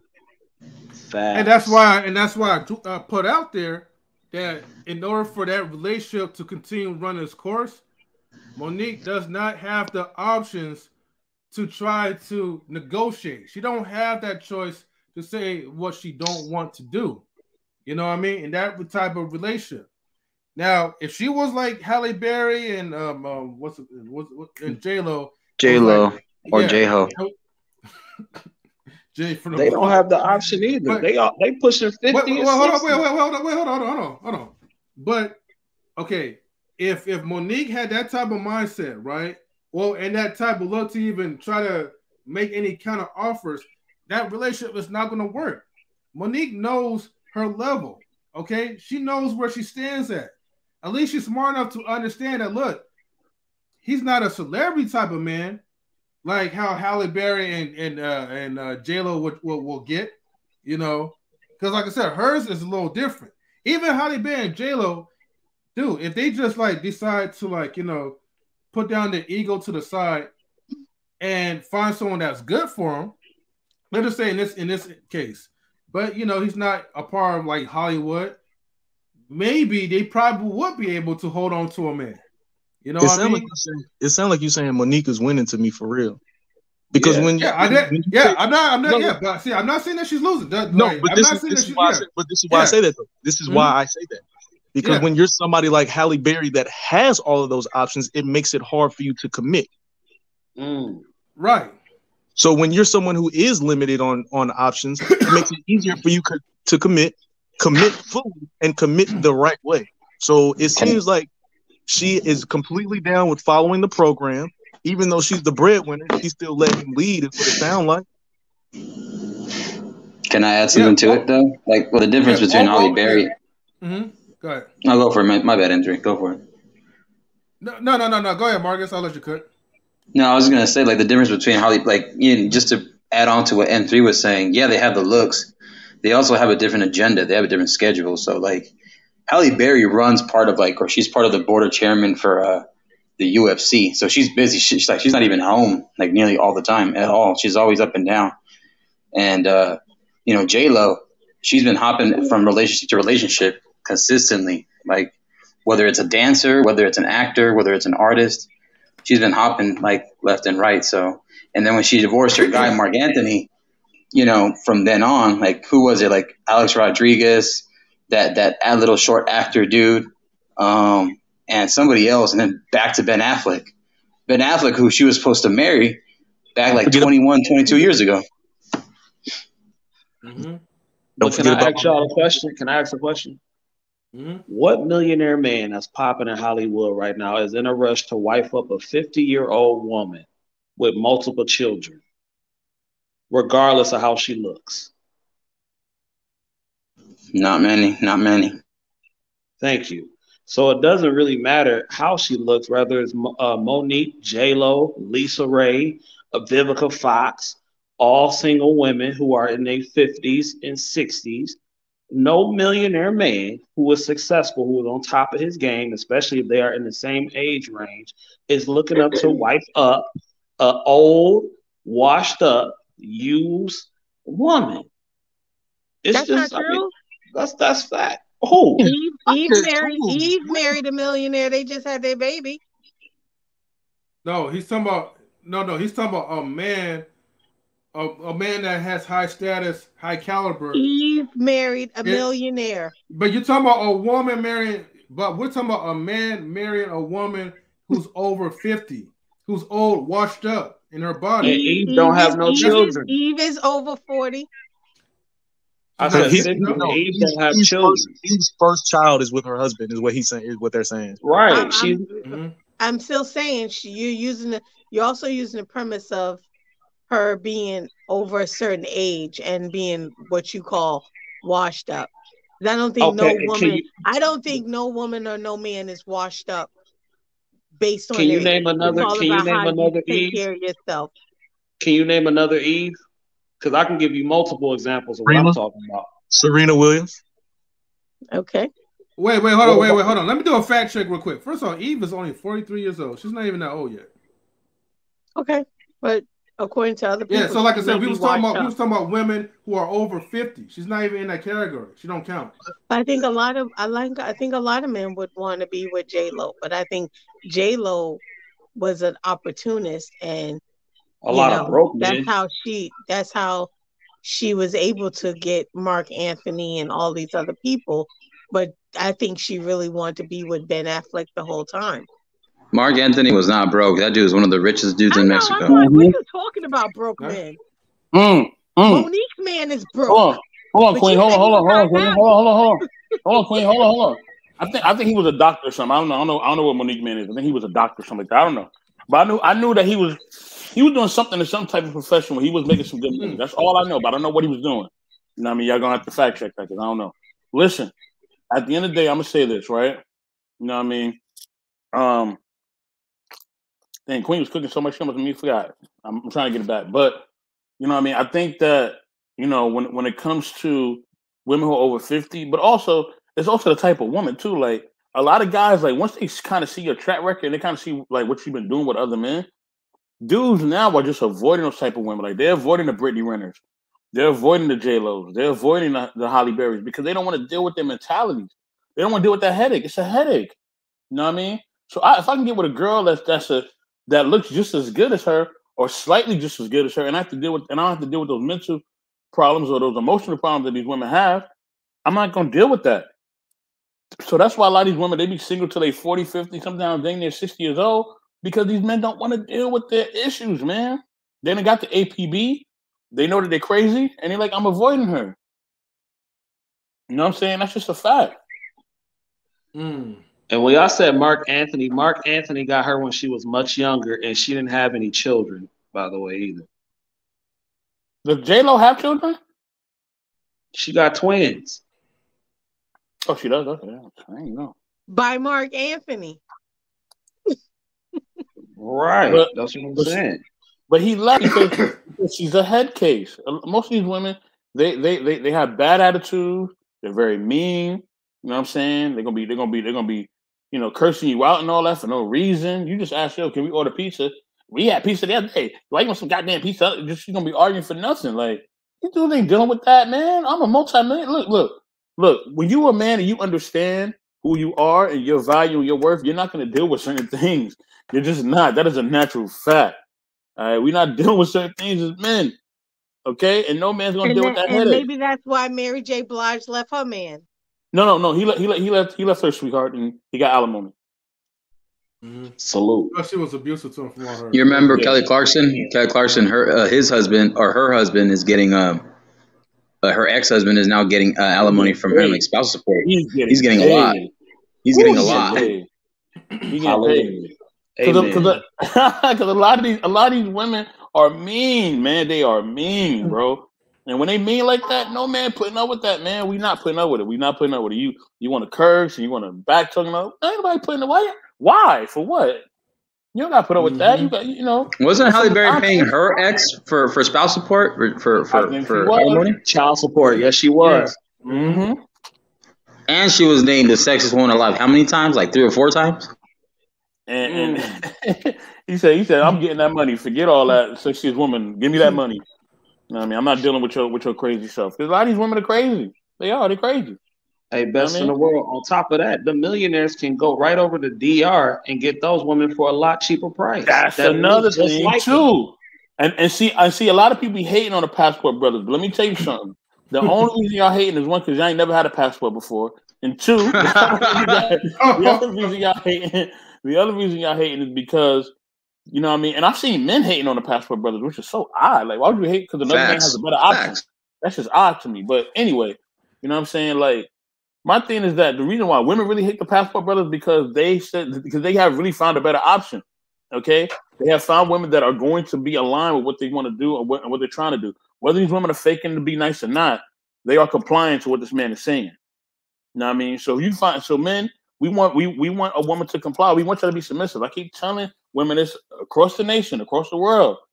All right, if you're gonna take anything that I say seriously, please take this seriously. Submissive women always win. Okay, submissive women always win.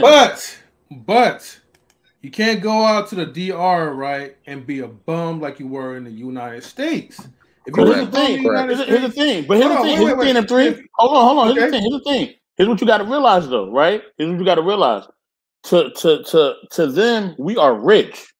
Okay, we are rich. We are kings. Okay, because in your closet, your wardrobe probably has more than anybody's wardrobe in DR right now. M3, hold on, Mr. Bet. M3, you've been to Mexico, right? Yeah, I've been to Mexico before. So then you would know that you don't need to have 6 figures to be labeled a king over there. You could be 50K and you could be good. You could be good for the rest. And that's a yearly income that could be even longer. The compare the peso to the dollar, and then they don't even have to know you that well. They could just be chill. They're natural like that, and they just flock to you, and that's it. Like, it's just your character, how you carry yourself. I agree with you. You can't be a bum. Don't be a dusty, but you don't have to be a super rich, successful dude either. They're okay with the average earner, because here in the average earner over there is a well earner. But a dusty is an average earner from what they've been saying. If you're here in America, if you mean in America, then that's what they will call you. But see, here's the thing. Like, I'm telling M3, like, you could take the most average dude that me and you would know, and I'm not gonna name no names, but let's just take an average dude that me and you know. We put him in DR, he's gonna be a king. He's gonna be a king. He's gonna be a king because those countries they're looking for the opportunity, man. Looking for the opportunity to come here. To come here, exactly. To come here. What y'all are saying is to take a big fish and put it in a smaller pond. That's what y'all are saying to do. We're saying to go where you're wanted. No, no, fuck no. That's not where you're respected. Go where you're respected, 100 watts. Hey, USDA or prime beef. So the suggestion as a scapegoat to get out. So you're not really wanted. You're just being used like other people. What are you talking about? We use each other. People act like military men get all those in those different countries. All those women end up right near the base because they're looking for a U.S. citizenship to have a baby. That's true, Marcus. Well, just to correct, hold on. Just for correction, the majority of divorces from military men are from U.S. domestic women. So the U.S. women. 100%. So it ain't international, because a lot of times, a lot of military men, they choose to stay over there after they get out or while they're deployed, and if not, they move them with them or ship out with them if they can, if they follow certain paperwork. Hey, I have a brother who was in the No. military. I'm just saying, but I'm just saying. I'm telling you what he told me. But you know, Vargas is in the military too. Queen, hold on. There's no argument on this one. There's no argument here, okay? Hunter Watts and Marcus are both in the military. They both agree on that. Listen, there's no argument here, and there's no argument what about I'm saying. I keep telling y'all, stop trying to. The certain things you can't dodge. When you go outside and when the weather's hot, you're gonna have to wear shorts, okay? Certain things you can't dodge. Listen, at the end of the day, or you're gonna need air conditioning, or you're gonna faint. At the end of the day, you're gonna need some Gatorade, or you're gonna need some water, you're gonna be dehydrated. At the end of the day, submissive women are gonna always win. I keep telling y'all this. Why are women always trying to dodge this? If you ain't submissive, you're gonna lose. Point blank period. You're gonna like Flavor Flav. If you are submissive, you're gonna have options. That's why when I look at show like 600 Pound Life, it could be a woman, she's 600 pounds. But man, she cooking, she cleaning, she done cleaned the whole house. And you're like, oh wow, like this woman doing everything because she's submissive. Mr. Best, but you know what I've learned? I've learned to not use that word. What I use is cooperative, peaceful, and feminine. That's it. That's what I use. Whatever you want to use. No, I agree with you, but I know like that word isn't appealing to said demographic of women. I don't care if it's appealing. I'm trying to help them. I don't care if it's appealing or not. I get you. Submissive women always win. But Mr. Best, a lot of females will say, well, they're just using you. Men with money know that. And and the men are using them for their looks and their beauty and their youth. It's an even trade. Fair exchange is no right. Tit for tat. The modern day prostitution. There you go. Absolutely. Look, everything is conditional. You're gonna pay some way. Thank you. My overall point is it's not gonna be that easy like people will think it is. Yeah, you might have a bunch of, friendly, feminine acting women, but I don't think like going to like a DR is going like okay. My point is I don't think that instantly you're gonna like really attract a mate that you're really looking for. But like Marcus said, have you been there? Was you there?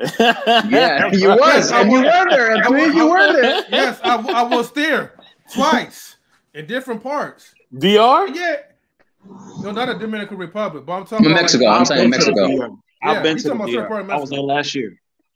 And how was the women there? How were the women there? Well, I was with my lady, but the women are nice. So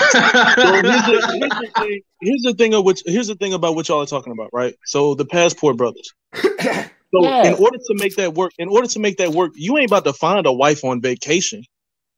You're gonna have to actually take your ass out to Mexico. You're gonna have to move down there. You're gonna have to meet the family. You're gonna have to convince the parents. You're gonna have to do all of that shit. So basically, what you're telling me is the little $50,000 that I'm making right now, I need to save up some money, go to Mexico, move down there for 6 months, find a wife, and come back. Yes. Well, what you could do, 100 watts. This is 100 watts. This is what I. Damn. Yeah. See, this is the thing too, because it's not that deep, but it's also not that simple. Like you can make it fine right there with the community of people, like the family. They're very friendly, respectful. Just as long as you present yourself respectful and say, hey, like I want to ask your daughter. I want to be able to take her out, go out with her, court her. Right? You court her, but they're willing to be cool and respectful with you because as long as you show that in return. Now, as far as you making a $50K job, if you can live like in a border city and then commute, you'll be fine. Like there's dudes that I know that do that now. They're either married or in a long-term relationship with the women they're with now. They're white, black, or Latino, American, but they're good. They're good. It's just that people, for some reason, they overthink this shit. It's not that complicated if you look down to it, but I know it'll take some time if you want to get your papers, affairs ready, your housing, whatever. But the housing out there is cool. And if you marry her, the laws are in your favor as a man. That shit stays with you. If by any chance y'all divorce in Mexico, that shit stays with you. It don't go to her. I don't know. Like, so earlier. Here we go with the I don't know. Here we go with the I didn't say I don't know.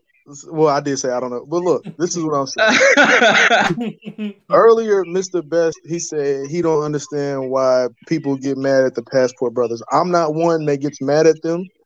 You know what I'm saying? I'm one of the do what the fuck you want to do. Like, it's your business. Do what you want to do. But the argument that I understand in that is generally when it comes from men. Generally, when it comes from men, those are black men that prefer black women. So when black men are going to mess with women that are not black, that's where their problem is. So it seems like there are men that are working harder to get out of the country to find another woman versus getting their shit together and putting themselves in a position to where a woman would submit to them here in the country they were born, raised in, and all their family is at. That, I believe, is where the argument or the pushback is coming from when it comes to passport brothers. So basically what you're saying is the issue is that because people make a certain amount of money and they want to live a certain life as a minimalist, then opposed to getting a 6-figure job or whatever. I think that's another issue too that I was talking with somebody else on a different panel. Like, do we really need that much or a lot to flourish in life? I mean, hold on. Let me answer that. Watch, can I answer that, please, real quick, please, bro? Let me answer that real quick. What do you think? Listen, to deal with most of these women out here, yes, you're gonna need some money. Okay, you're gonna need some paper. Okay, you're gonna need some major paper because they're not looking at you if you're just doing a regular 9 to 5. They're just not. I hate to break it to a lot of y'all, but if you're looking at, especially the younger ones, the older ones, they may be looking more for like compatibility and, you know, communication and things like that. Even the way you said it. The younger ones, I'm cooking tonight, baby. The younger ones, they not trying to hear none of that.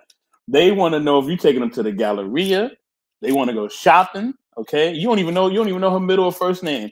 She want to go shopping. She want to go everywhere. Okay, she want to go on vacation, and you don't even know who her parents are, but she want to go on vacation. This is the mindset, man. All right, this is the mindset. And hold on, M3. Hold on. I gotta hold you accountable. You've even said that foreign women are more. They're more submissive. You have said this. You have stated this. That they are more submissive. I said that. But when have I not said tonight that foreign women are not submissive? That's my point. So is it wrong for the passport brothers to do what they're doing? I never said anything. Okay, all right. Do what they're doing. Okay. I'm just saying that they're gonna have to put the work into it. That's exactly what I'm talking about. And me and Marcus are saying there ain't that much work, baby. That's what I'm saying, bro. Hey, like I said, ladies and gentlemen, get a passport, but learn the culture and learn the language. You'll be good. Okay, well, hold on, Bess. Well, let me ask you this though, right? Yeah. Is it easy? Google, stop. Okay, is it easy for... Put the shades on. Yeah, put the shades on. Whatever. It is cooking right now. Oh, so shit. The oven's hot. All right, so are you telling me it's easy for a man to find his dear sweet wife, you know, out in the DR or anywhere outside the U.S.? Is it easier for a man making less than $50K to go out there and find his wife and bring her back to the United States? Yes, if he's doing the work and he plans it out, yes, it is. I'm gonna tell you why. And will she love him for him? Hey man, look that. Hey, wait, hold on. Let me. Will she love him for him? That love thing changes, and we all know this. You know this, and I know this. That love thing can flip it'll flip on you like a pancake, and you know, and we both know that. So with that being said, they can love you one moment, hate you the next. Anyway, because women are emotional. Anyway, with that being said, you know what I mean? Here's the thing, and the reason why I would say it won't be that much hard work, Quantum Love, is because men here, we have dealt with the savages here in America. We have dealt with the savage behavior of the women here. So we go to another country and they more submissive and more chill. We Gucci, we good. Because we've been fighting for years and for decades dealing with the women here. You know what I mean? Of course, they're going to be submissive. Hold on. Get that green card. Hold on. Complaining about us, telling us we busters, calling us names. Skipping on us on dates, messing with our homeboys behind our back. We've been dealing with a whole bunch of using us for money. We've been playing us, doing a whole bunch of crazy stuff, taking us to court for child support, doing a whole bunch of craziness. So now we go to a foreign land and the game is a lot easier. That's why the dream team always wins when they go. Johnny Depp, Amber Heard. Yeah, that's why the dream team always wins when they go overseas because it's easier for them. It ain't that easy no more. But that's why they win, because the game is easier. When the game is easier, it's more easier for you to win. You're gonna dominate. So that's why the men are able to dominate over there, because the game is easier. It's not as hard as here. Here, you're gonna have some trouble. Okay, you're gonna go through some stuff. These women are gonna be lying. They're gonna be using you for money. They're gonna be doing all types of stuff. They're gonna be drugging you up, get you set up, and all types of stuff. So yeah. Here's the analogy. Coffee dates. Here's the analogy I got for you. A lion doesn't leave the jungle to go to the woods because a gazelle is too fast. Yeah, because the lion ain't thinking. That's why. No, y'all big tripping, man. So 100 watts. Do you believe men should not go where the women have not been poisoned by some of the toxic behaviors? It's girls 16 years old talking about they need a Birkin bag, putting that kind of pressure on young men. Of course, that's not every woman. I'm very fortunate to have the woman that I have in my life because she's very submissive. But I'm saying, men with resources, they're just not going to argue no more. They're tired. They're tired of arguing. But here's my thing with all of this, right? For one, I understand my bias. My bias is I can't see myself with anything but a nice brown-skinned woman. I love the smell of coconut oil in her hair when she moisturizing it, the smell of cocoa butter on her skin. I love that. There's natural coconuts over there on the islands. There are black women in Dominican Republic. Yeah, that's what I'm saying. Listen to me. Y'all heard one part and automatically jumped out the window. Okay? Y'all heard one part and automatically jumped out the window. There's something about a brown-skinned black woman to me. Now, the woman that I can relate to is the American black woman. I was raised by American black women. I was taught by American black women. I understand American black women. And American black women understand me and my mannerisms, the culture that I came from, the reason I act the way that I do. Black women understand me. That's what I want.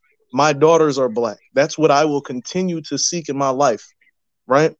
But the thing about the toxic black women and all of that, the mother of my oldest child, when we met when we were 16, she is not the same woman at 16 as she is now as a 30-year-old mother. So I think that we also need to allow some kind of leeway to let these women grow and develop. Because if we're going to keep it a whole being, ain't no way y'all going to... I'm not going to say that. I'm not going to make an absolute statement like that. No, if we're going to keep it a whole being... Say it with your chest. No. I got you. I'm going to say this is what I will say. If we're going to keep it a whole being, us as men here on this panel, I feel like we can all agree to say that at 18, we won't shit. But now as grown men, because we've grown, we've matured, we've become adults, and we've learned from our mistakes, we're not the same men that we were at 18. So to not give women the same leeway for them to grow and develop too, I think is fucked up. But they didn't give us no leeway, what? When we turn 18, they expect us to carry everything on our shoulder. When they ever give us leeway? Never. And they never will. Are you with the fans? Listen, I'm not.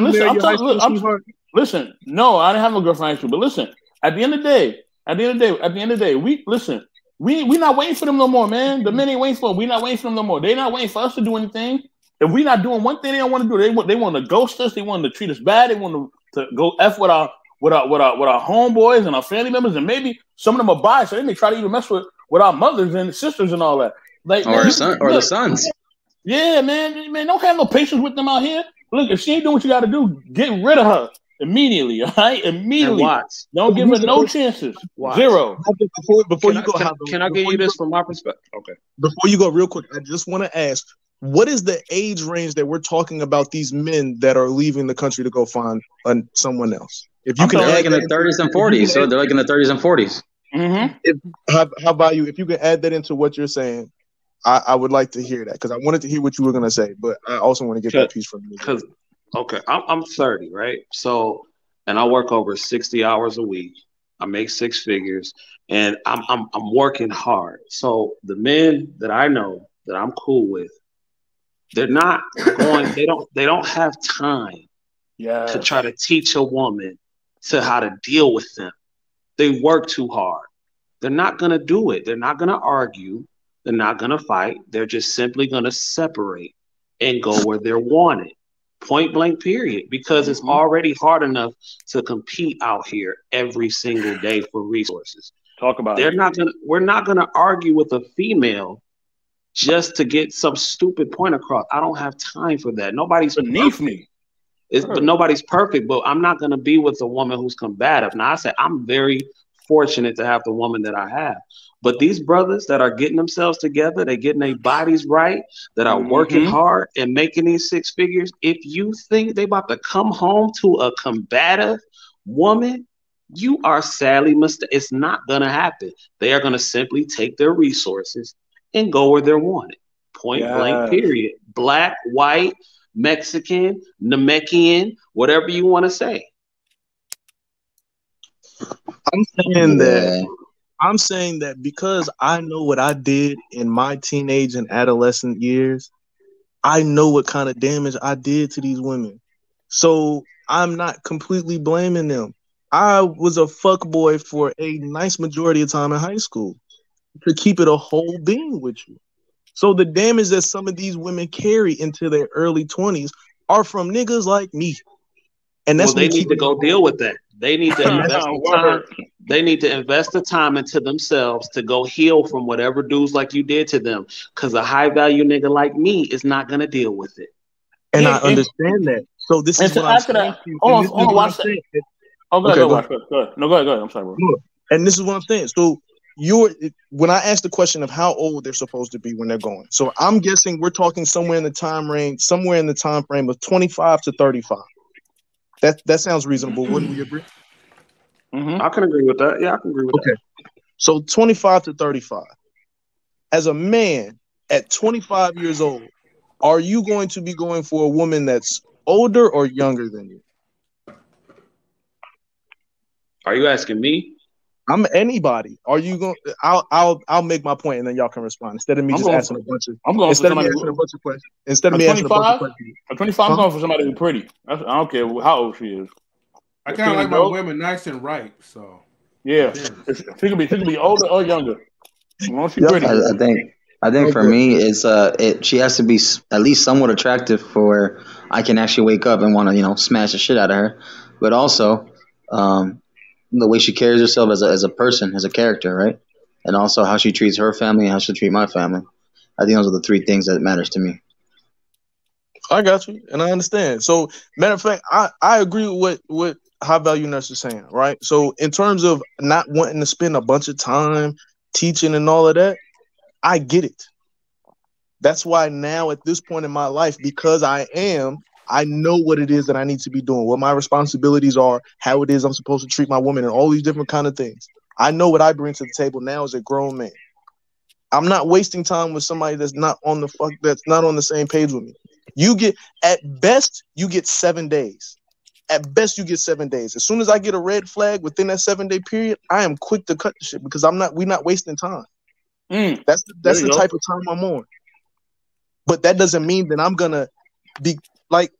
That doesn't mean that I'm gonna change where I'm looking in terms of going outside. Like that whole leave the country to go find something foreign because they just automatically gonna do it. That just doesn't do it for me. Truth is going in the comments. but watch, you got to understand too. Time for men and time for women are two totally different things. Yeah. You at 30 years old or however old you are, and a woman at 30 years old, that's totally different. That's why it's so important for women to figure out what they want in a man very early on in life. Because a woman that's having multiple children by multiple men at 21 years old, most men who doing well for themselves do not want to deal with somebody later on in life that has that baggage behind her. Time for men and women is not the same. And that's just life ain't fair sometimes. Hashtag get a passport. And I think that I think that some of what you're saying right now, there is a part of that comes from men. We do that to women. Because to me, honestly, because what we're saying, this conversation that we're having right now, I try to, what my thing is, when I have these conversations up here on these panels, I do what I can to try and figure out how I can interpret these conversations to my daughter. Because my daughter's about to go into middle school, right? And so because she's going into middle school, now this is the time where her body's about to start changing. The boys around her, their bodies are about to start changing because of TV and the agenda and everything. Now there's no telling where she's going to fall in on the spectrum in terms of sexuality, right? So now considering that, like everything that we talk about here, I have to try and figure out how to turn this into talking to my daughter.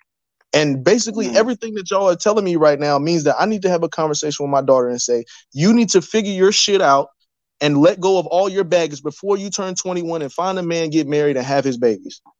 Because once you turn 25, 30 years old, you are now at this point an old, washed up piece of bag, and don't nobody want to deal with your shit.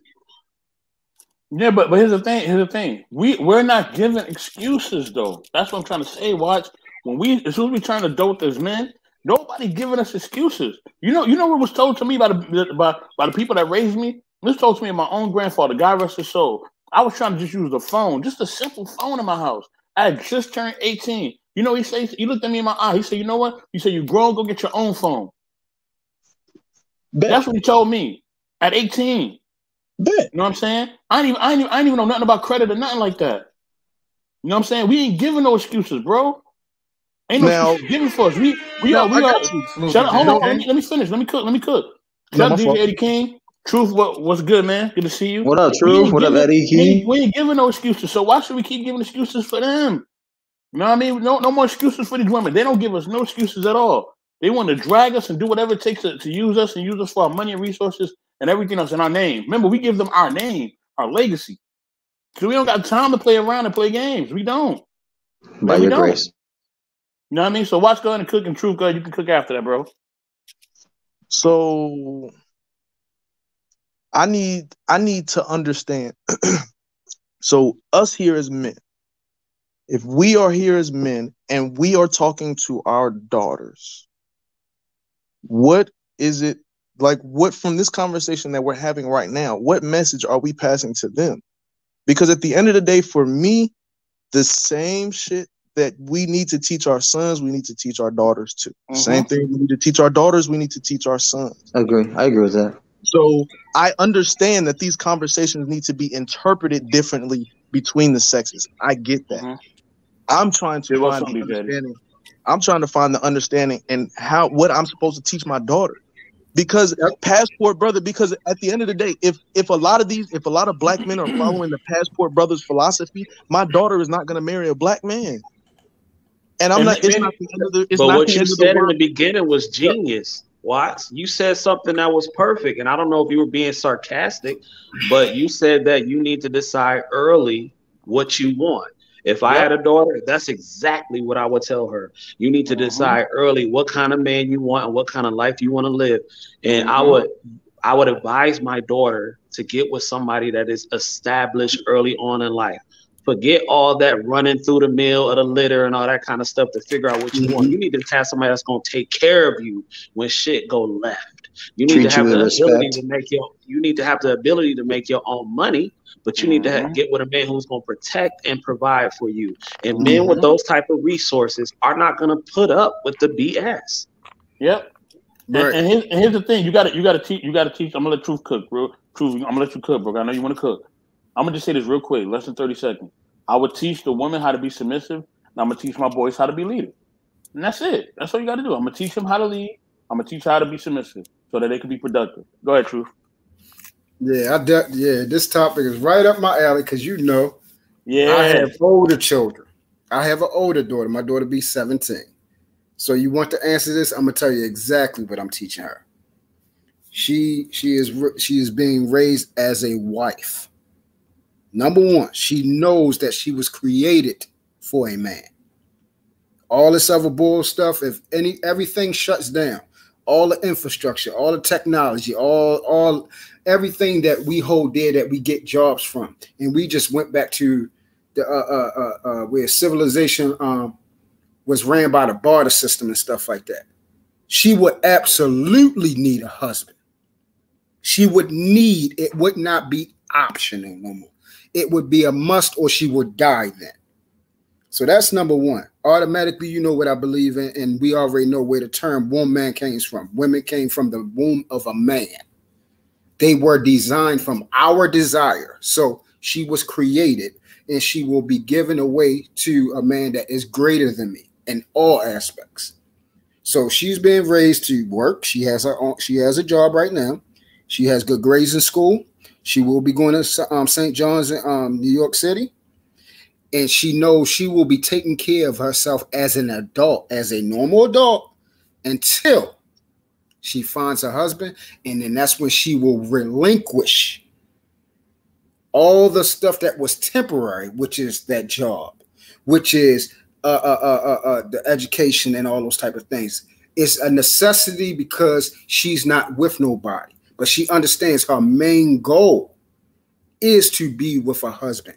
That is her legacy. That is her design. That is the reason why she was created, is so she could bring forth his life. She will take on now his last name and replace it with mine. I am essentially her husband. I spoke about this so many times. What I did for my daughter when she was 12 years old, I told her, I put a ring on her finger. I said, I am your husband until I find a suitable man for you, until you bring me somebody home that I can look at and say, hey, you know, this one, as soon as I pass, I know my daughter's in good hands. Until that day happens, ain't no man can have her. Not one. And I'm not going to allow it. I don't care what I'm being called. I don't care if she hate me or whatever. They can't. And that's just as simple as that. She understands that her purpose is not to be a lawyer. Even though she wants to go into law, she loves children. She wants to deal with pediatrics. She understands her purpose is in providing life, providing nurturing, being a lover, being understanding, these type of things, understanding how a man speaks, understands that he's not going to play games with you. He's not here for your feelings. He's here to guide you and tell you what's right. I constantly talk to her. I was just talking to my daughter last night about this. It's not about your feelings. It's about what's right. And I said a leader, a man that's a leader, he's not worried about your feelings. He's worried about protecting you even from yourself. Because all the times you can't see these type of things. That's what leaders do. They're able to see far ahead, 5, 6, 7 steps ahead. They got all up. They plan their things out. I said, you see how I plan out my whole entire week? And then each day that they come up, Monday, Tuesday, I systematically make things happen. I said, that's the type of man that you should want. That's the type of man you should be looking for. And when you meet him, you'll know, hey, this is a guy that's like my dad. But hey, at this age, he's further along than where my father was. So I know that not only am I going to be protected like how my father was, I'm going to flourish even further beyond. That's what I'm raising my daughter as. And you spoke about something early too, Watts. You said something about us as men, we did this to these females. But let me tell you a story, brother. The men that's out here are draggers. We were raised by women, brother. And guess what being raised by women makes you? We wasn't always draggers. We were simps and lovers of women. So we treated them like what they call princesses. That's what we're raised to do. Treat them like princesses. The problem. And guess what happens to our first crush? That woman fucks you up. That's what happened to me. And I said, I will never feel like that again. So guess what I did? I fucked up hundreds of them because they ain't going to never hurt my ass again. But once I became a man, I realized I can't do that. I had to protect myself and protect them as well, because as a man, your responsibility is protect the world and protect the people that inhabit it. Protect everybody on your plate and everybody you touch. But for the first 28 years of my life, from 12 to 28, so 14 years, 12 to 28, 16 years of my life, I was having sex with countless women. Because when I got hurt by my first crush, and I gave everything. And at the end of the day, because they don't understand men, because why? She was taught to do what? Get anything you can out of a man. As long as you got a beautiful body, as long as you're giving them some pussy, he'll give you anything. So my mother said, hey, because my grandmother was actually a decent woman and she's married. So my idea is, hey, you treat a woman good, like my grandfather treat my grandfather, in return, they're going to treat you good. Somebody tell me that everybody is not raised that way. So they went out here and fucked me up. It's true. It's true what Truth is saying. That is a fact. Because the same way that my parents raised me, what my dad told me was different to what my mom told me. My mom would speak to me differently, saying how to, treat women, make sure the woman you get. But she never said how women should treat you. My mom never said that out of her mouth, really.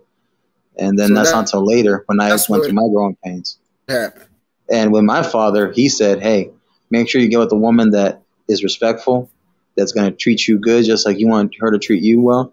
But my mom never said those kind of words that my father did. All of Romeo's, they was out here.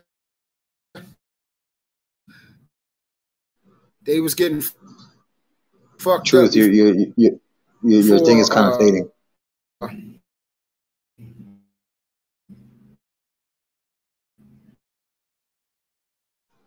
Is everybody else there? Anybody else? Yeah, I was waiting for him to come. No, it's just because Truth's thing is kind of fading, his voice. Yeah. While he's trying to work that out, I want to work from what he said backwards. As soon as when you back, Truth, let me know. So the whole Romeo thing, I'm not gonna push back against that. That was my experience as well. Excuse me. But what ended up happening is going from one extreme all the way to the other.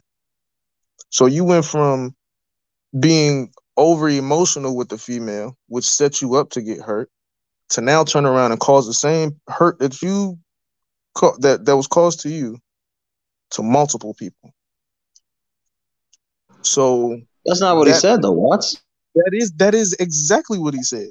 He said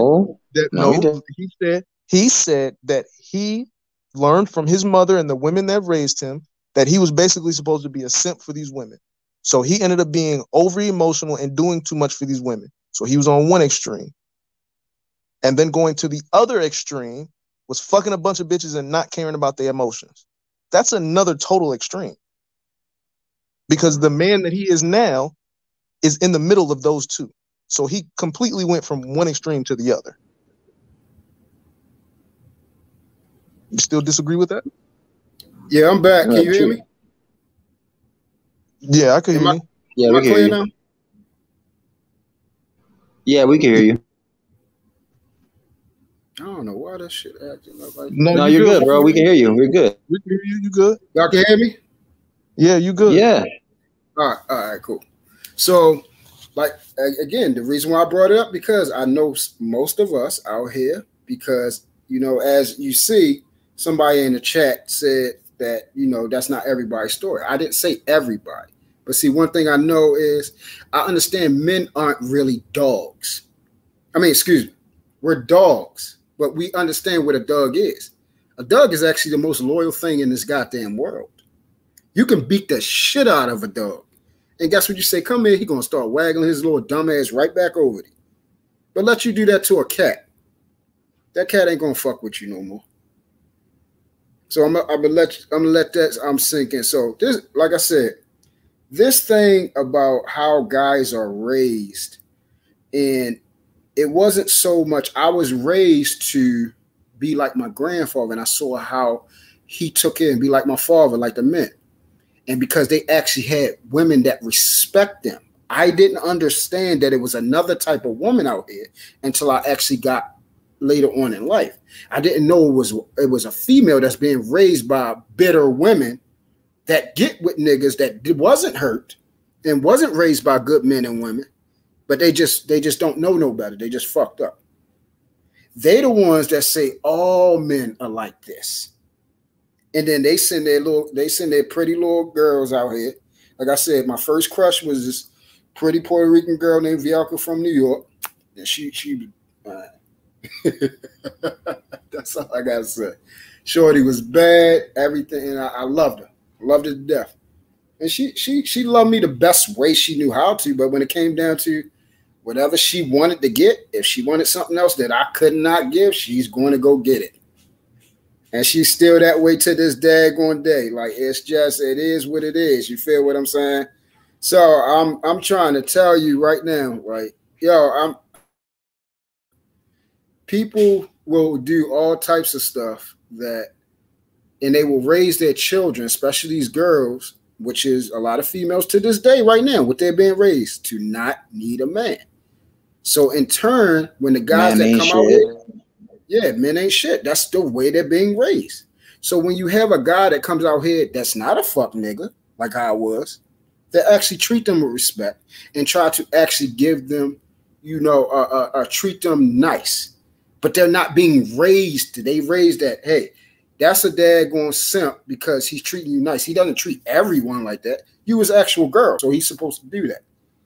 He's trying to show you what he's been taught at home by his grandfather, his mother, and stuff like that.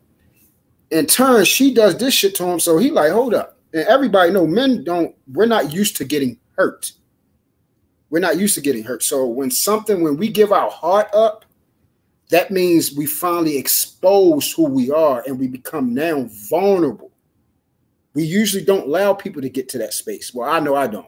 Very few people has got to my vulnerable spot.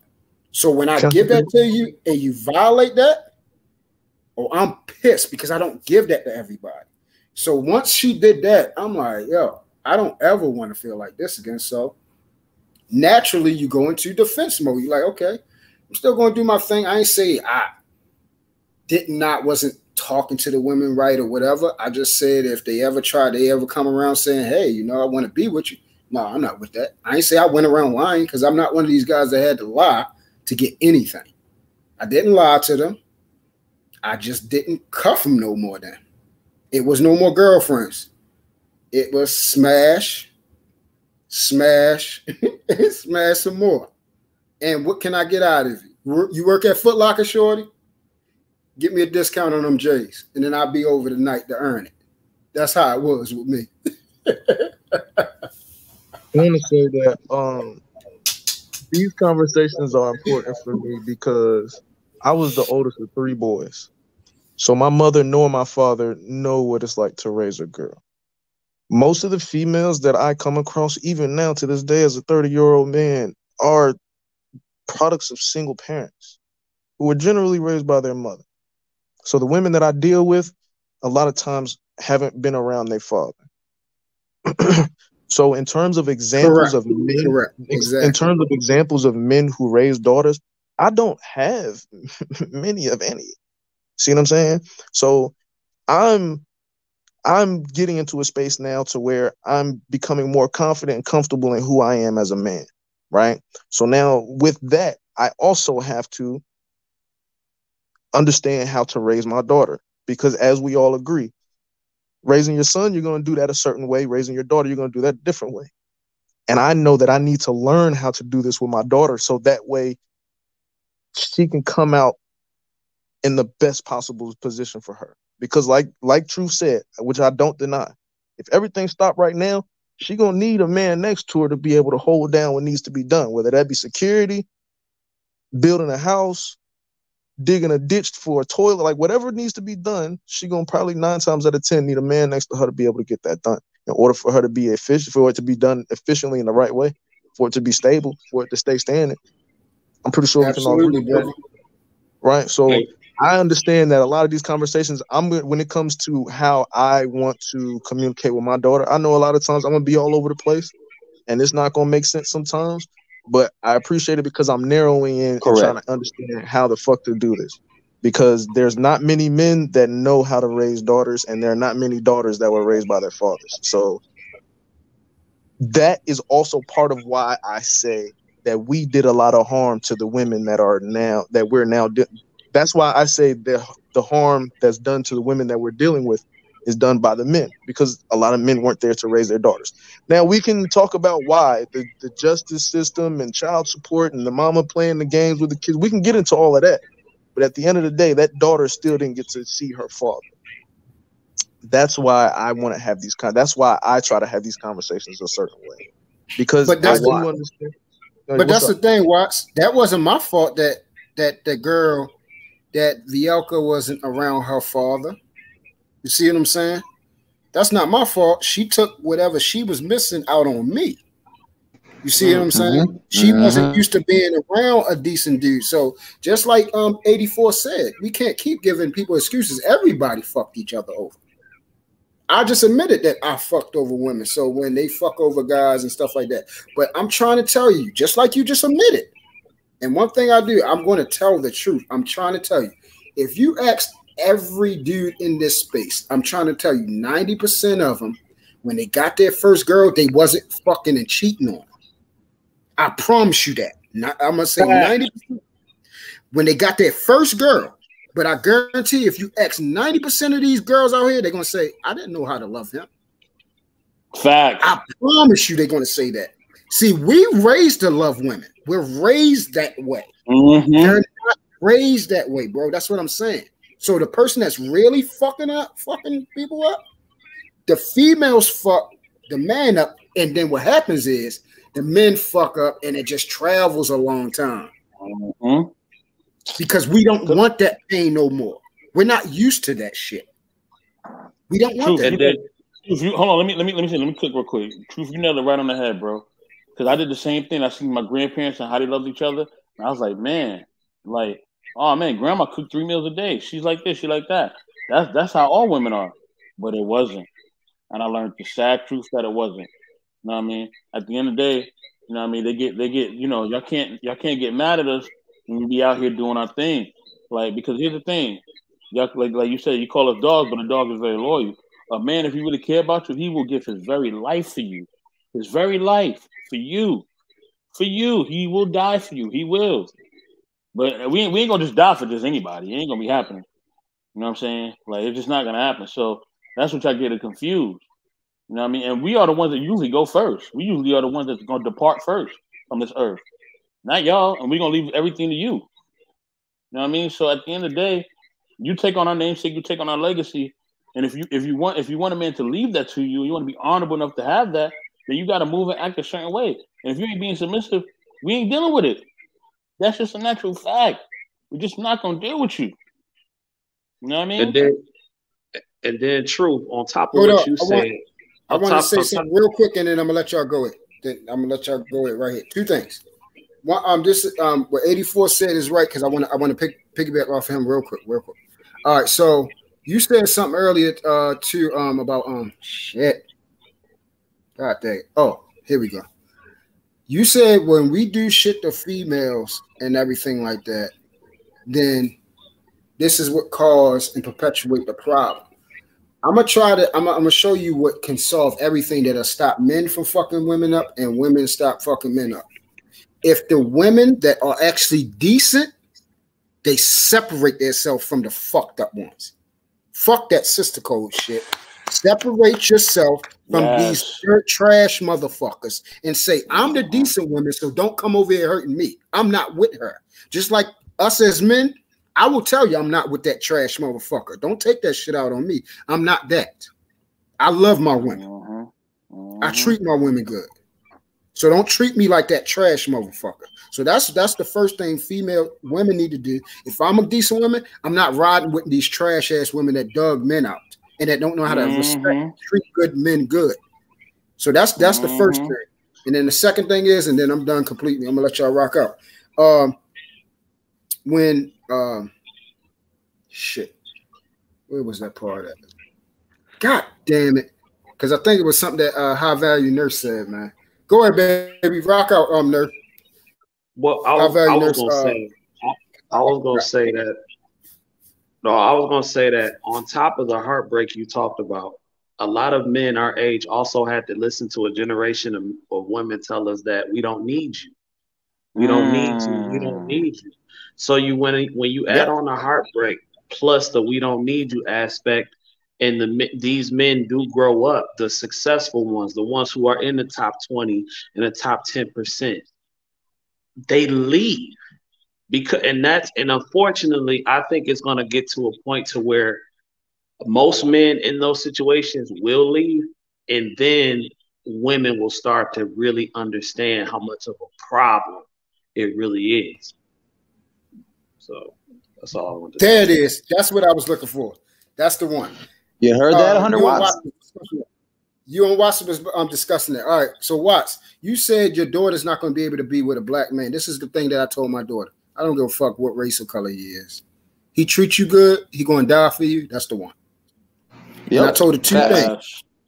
I said when you get older at 18. This is 2 more years from now. I said, because of what I'm doing right now, like I said, I'm actually raising her to be a wife. I'm teaching her how to cook. I'm constantly allowing her to cook for me and actually serve me, get her in the mood of it. We've been going to the gym together, so I'm getting her straight and everything like that. This is what people in different cultures, they actually get their daughter ready to be married, bro. We got to take this shit serious. We don't do this shit. So I know that I was blessed with God and birthed a beautiful girl. Like everybody, like people seen my child. My child is very gorgeous. Like she's pretty. She's pretty as shit. So I want her not to go with nobody that's not going to treat her good and nobody that's not going to deserve her. But I told her you got to keep yourself up, you know, everything like that. So you can at least get a certain type of man. And then at the same time, you want a man, most importantly, of integrity, not just money. Money comes and goes. And if you have a man that is willing to, like, if he love you, he's going to go get that bread for you. I'm trying to tell you. He's going to go get it. If he love you, he's going to kill himself to go get it. I'm telling you. So that's why I tell females they sound stupid when they tell me, oh, I need a man like this. I need a man like this. I need a man with this type of money. A man that loves you, he's going to work 2, 3 jobs just to get you anything you want if he loves you. If you're out here taking care of him, feeding him, nurturing him, keeping him strong as an ox, he's going to go out there and get that bread, man. And especially in today's society, it's not that hard. Back in the day, you had to work 2 jobs just to make $20 an hour. Now you can get 2 $20 hour jobs. You feel what I'm saying? And be making a heck of bread.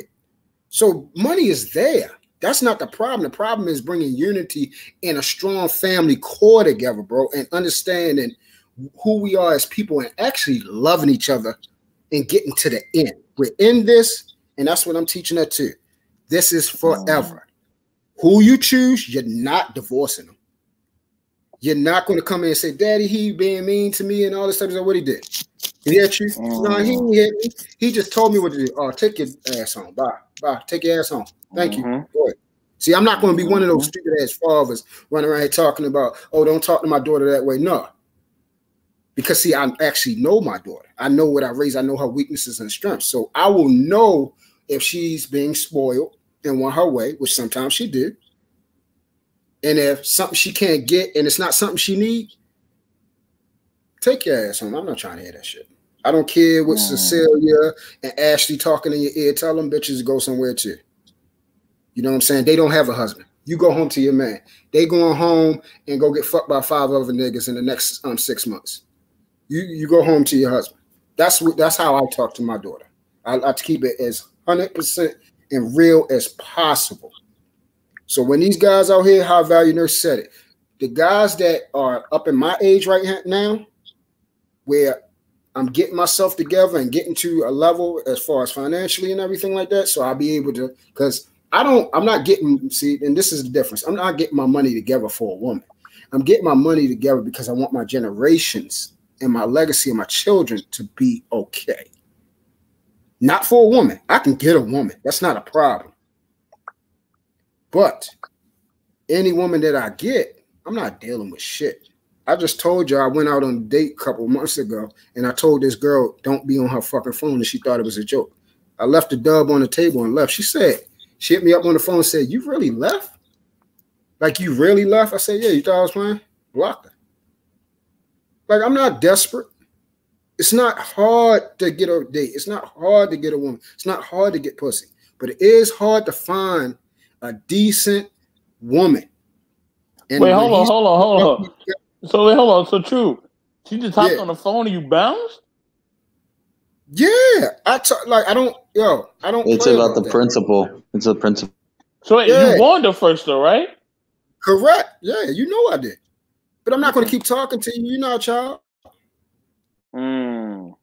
See, and that's the problem because a lot of dudes don't have They don't like the guys need to have limitation and boundaries and self-respect and some self-worth. Mm-hmm. If you're about it, that's why they're not. That's it. Yeah, they're not going to respect you unless you have yourself at a standard like that. Like, hey, my integrity, my respect, my time is important. That's what High Value Nurse is saying. These type of guys that's on that level, once they have worked their self to death, they're not dealing with that shit. I just got finished struggling and clawing myself to get here, and then I'm gonna have attitude instead of peace. Are you crazy? We ain't doing absolutely that. Not. Absolutely not. We ain't doing that. Let me build on this real quick. Here's the thing, and this is one thing that women got to learn too. And I'm so tired of women. Every time we on panels, when they on the panel with us, even when they on the chats with us, when we as men telling y'all what y'all need to do, listen. Just listen. Stop talking so much. Stop with the back talk. Listen and take notes. Okay. Y'all should be having a pen and a pad when we telling you as men what we need and what we expect from you as women. You should be taking notes. Okay? That's what you should be doing. Not talking back, not giving any pushback. Take notes. Okay? If you want to play basketball, Michael Jordan say, yo, this is how you play basketball. You gonna argue with Michael Jordan? Or you gonna get that ball and learn how to play? You know what I mean? We giving you the direct scoop. 84, I mean to cut you off. I just said that same analogy. Go ahead. I said it. No, I'm with you. You know what I'm saying? We give you direct scoop on how do you get a man. Okay? Be submissive. The rest will work. Okay? If that man is doing what he need to do, he actually do something. You better like as my grandma like to say, you better go get a move on. Not now, but right now. Okay? And I know y'all hate to hear that, but I gotta keep it 100. You know what's funny? Yeah, you know what's funny, Mr. Best? A lot of the women that I know that have asked me, man, or they say, oh, I want to get married so bad. You're just looking at the marriage, like you're looking at when you want to get married, like the marriage, the day that you get the wedding. They're not looking at the actual relationship after. But if a guy wants to get married, you know he has to have his shit together. Oh, you gotta be Superman. You gotta be Superman out here, man. It's crazy. You gotta be Superman. And we're giving no excuses. No excuses. A man could be sick. He could have mental health issues. He could have a whole bunch of stuff going on. He could have a parent not in his life. He could have a lot of issues. But there's no excuses for men. So that's why I don't give them no excuses. The same thing they want us to do, I want them to do too. Yes, what you bring to the table. Yes, darling, what do you bring to the table? Yes. I love that KS Rest of Soul brought that out. What do you bring to the mother table? Because y'all been asking for the table and the cloth and the spoon and the fork and the knife and everything and the steak to be served on it with the drink. But now we asking you, what do you bring to the table? You know what I mean? But you know what, Mr. Best in the World? Truth said something that really stuck out. The women are going to have to, two things have to happen. The women are going to have to separate publicly.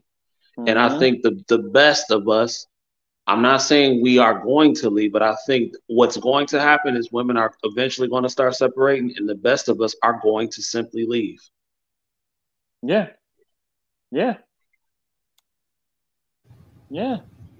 So Watts, that's the only thing. Yeah, right there. That's the only thing. It's not really, and this is the thing. I would see, that's the thing. When people, and I'm not speaking for everyone, I'm just saying for myself. Because people look at the type of women that I've dated and stuff like that, and they'll say, well, you just like foreign women, or what's the name? No, I just can get beautiful women. And they just so happens to be Asian, Puerto Rican, and stuff like that. A lot of guys can't get a lot of pretty women. It's not like I'm saying, what's the name? I just like something that looks good. You see what I'm saying? But everybody does, Truth. Anybody want anybody ugly? No, but the females are saying that we're hunting exotic women, and we're not. That's not that. If that's what around, and I like it, and I can get it, that's what I'm gonna get. Mm-hmm. Like for instance, well, if you look at my children's moms, they're brown skin, they black women, but if you get into their genes, you'll see that they're mixed. Like my son mother, she's Trinidadian. She's not fully black, but people will say that's a black woman. Okay, so it's black, but she's still exotic. You see what I'm saying? Mm-hmm. It's nobody's not hunting for it. if that's just what's like, because I'm multicultural, man. I've always traveled. I'm just not, even though I'm from the city, I'm just not like glued to it. I've traveled, so I've dealt with different cultures. I'm not 100% just black. That's what I'm saying. A lot of people don't know that. I mean, a lot of people can tell when they see me up close, my cheekbones, my structure, my hair. I don't have regular hair and everything like that. My hair is curly and everything like that. So when they see me, they be like, oh yeah, you definitely not just all black. And then when they see my grandparents and everything, they be like, oh damn. So now I know why you look a certain type of way, your hair. Like, so I'm multicultural myself. I'm just not all black. And it's a lot of people that's just not all black. So that's what I'm saying. That's what kind of bothers me when people talk about, oh, you don't want a black woman. If she's brown skinned, she black or she's not. But if she make me happy, why wouldn't I be with her? And I'm not just talking about happy. She's going to feed me. She's going to take care of me. She's going to love me. I'm not supposed to be with that because of a color. I'm sorry, bro. Color's not my God. I'd rather have joy in my heart. I'd rather wake up somebody saying they love me and I'm proud of you. And they be a opposite color than my skin. Than for me to be with somebody and be miserable. I don't want that. Nobody should want that. I never told a black woman, and this is me, never told a black woman, oh, don't be with no white guy. I just told you I don't give a freak if my daughter be with a white man. I really don't care. But here's the thing, Truth. Here's the thing, Truth, right? Here's the thing, bro. Not to cut you off. Go ahead, I'm sorry. No, you good. You good. That's what I was just, I'm using, because I heard when High Value Nurse and when Watts was saying, like, you know, if the people go to the passports and get these exotic women or travel or something, they're not running from the race, yo. They running from a headache, bro. They're running from the bullshit. Yeah, that's what people are running from. I'm trying to tell you, if they could find a gorgeous, all black American woman that is going to cook, clean, love you to death, we ain't going nowhere, and appreciate you, they're going to stay here. Why the fuck am I going to waste my money? Men are simple. Men are simple. Right here. Yeah, we're simple. We're not stupid like that. Nobody's that desperate to run across the seas to try to find something that is right here. But it's not. It's hard as hell trying to find it. Number one, they're not raised that way. And the ones that are good, they're taken, bro. That's why they're married, because they're good. Word. And let me say this. Let me say this too. You know what I mean? At the end of the day, everybody's gonna choose the best option. You know what I mean? So if you can eat at a 5-star restaurant, you're no longer gonna eat it. You're no longer gonna eat Hamburger Helper, okay? If you can afford to eat at 5-star restaurants whenever you want, Hamburger Helper is not gonna do you justice anymore, okay? You're gonna eat it. You're gonna eat the best food. You're gonna dress in the best clothes. You're gonna have the best cars if you're able to afford that. Everybody's gonna overchoose the best option if they're able to be around it and afford it. That's true. Hell, even if they're not able to afford it, they're still trying to have the best option. So especially if they're able to afford it, all right, that's just life. You know what I mean? So you want to be around somebody that looks good and somebody who's also submissive, Truth. Nothing wrong with that. Listen, if these women have a chance to choose between you and like a Denzel Washington in his prime, or Michael B. Jordan, or Odell Beckham, or any of these other guys who all these women be fawning after. Like I said, I know a woman who had 2 kids and she was married. And Michael B. Jordan came on the screen and she damn near broke the flat screen TV. Listen, women will also want the best options too. Don't let them fool you. Don't let them fool you with, oh, we just want a man that, you know, he can communicate and he has a good heart. No, that's bullshit. Okay, if that was the case, you wouldn't have all these babies. You know what I'm saying? If that's the case, y'all wouldn't be fawning over all these other dudes who are no good or whatever. Y'all wouldn't be fawning over Chris Brown and the rest of these guys and Trey Songz in the restroom. Y'all want somebody to look good too. Stop the bullshit. You know what I'm saying? But this is the stuff that they always say. This is the stuff that women say. You can't. That's why I don't listen to the bullshit they be saying, man. I really don't. A lot of them, they just say a lot of bullshit. So, can I ask a question? True. Do you think a lot of women a lot of the good ones won't speak out because it'll create more competition for the good men that are already scarce? You said, if the good women separate from the other females, would it create more competition for us? I'm asking, like, do you think the reason that a lot of good women have not spoken out is because it will create more competition amongst them for the good men? Because one thing I've noticed about a woman who is happy in a relationship, they are very quiet for the most part. They don't speak. Exactly. They're not really on social media because they know that if they flaunt their good man, it will create more competition, more than the competition that's already out there. Do you think that's the reason that they won't speak out like that? No, well, the first part I'm gonna touch on is because it's something that I said earlier about being on here. If you the only females that I've actually got in debates with, disagreed with, or even been disrespected with, majority of them are single. Majority of the women, and you will notice, I want you to actually look at that. When you go on these panels, and majority of women that are nice that you talk to, they got a husband, bro. They got one. That's why they're not mad. They know what it is to have a good man. They have one at home. He's right there with them. Miss Married. There's so many of them, and I don't have no problems with them. Like, they respect me as a man. They even said it. Oh, truth, you just like my husband. So that's why I don't have a problem with you. He talk just like you. He's straightforward, just like you. He's no nonsense, just like you. See, you could tell the ones that never dealt with a man, like an actual man, bro. They don't know what it is. Watts said something like they're not used to it. They're used to something that's a sucker and that's going to placate to them, because that's the one that their mother told them to use to get whatever out of them. But when they meet one that's really like they ain't for their stuff, they don't know what to deal with it. And the first thing they look at it as a challenge. So that was the first thing I was going to say. The second thing to your question about the good women, if they separate, bro, what happens is a lot of women don't want to feel like they're alone. And some of them actually, they are so emotionally driven that they still want to be part of that plight, even if they know that they don't have to be a part of it. You feel what I'm saying? And then some of them, if they single and I think it's a thing called now singly married or whatever people call it now. So you married, but you're not happy. You still living a single lifestyle. Those are ones that's coming out here. They got a husband, but they still want to fuss and talk about black men ain't shit.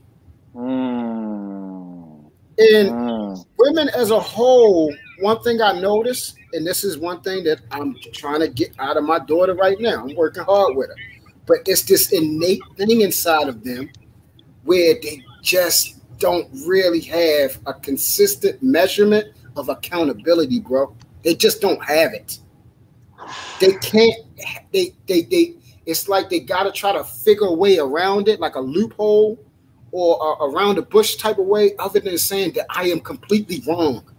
Because they're told no matter what they do, that it's okay. It's in all of them. It's like it's innately in them that they just can't say, yes, you're absolutely right. All right, and that's okay.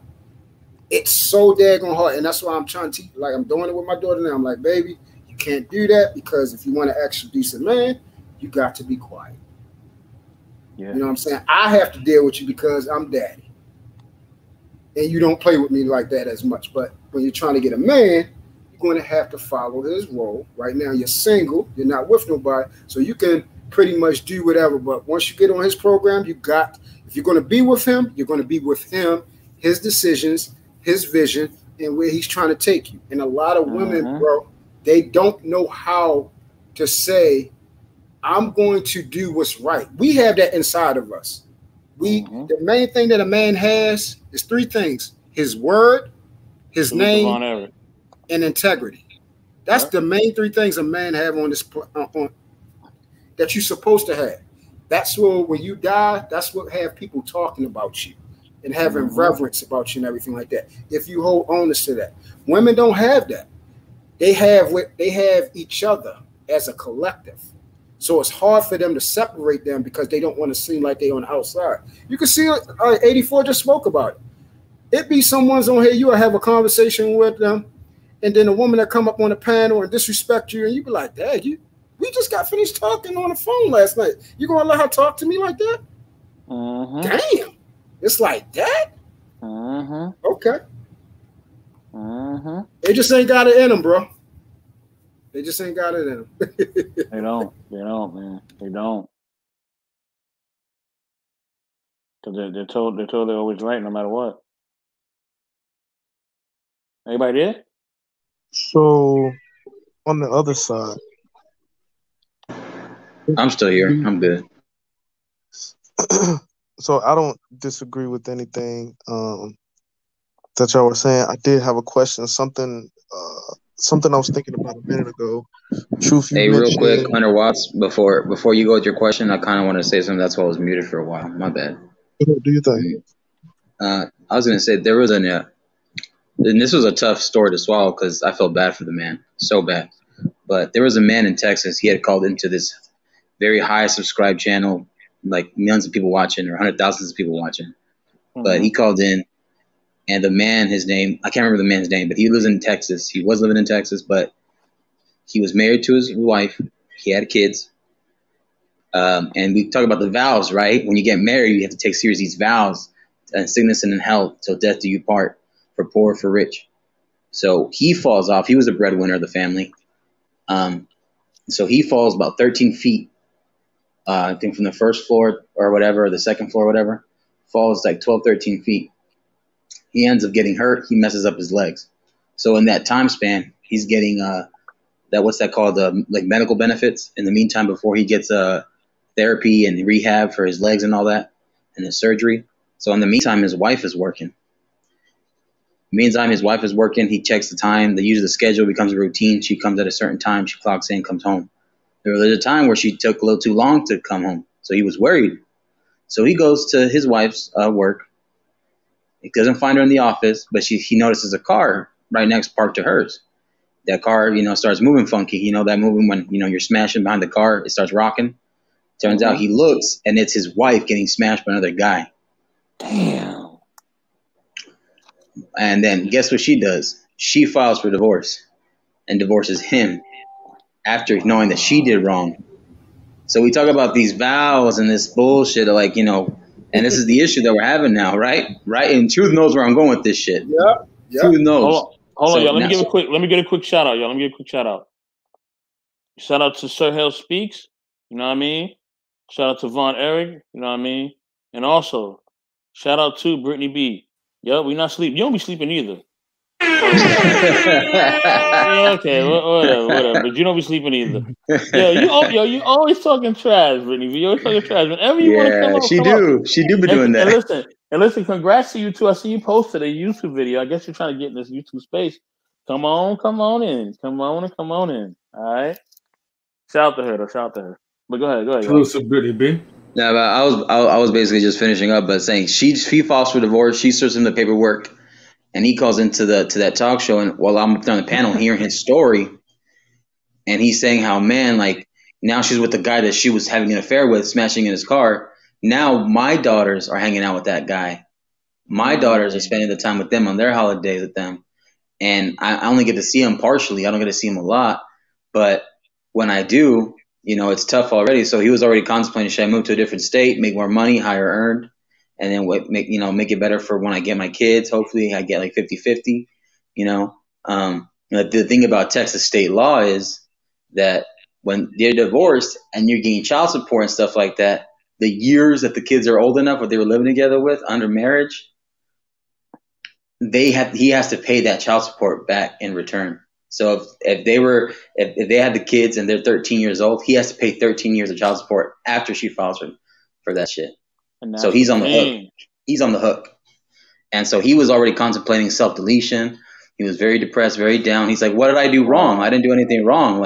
I thought the vows were serious.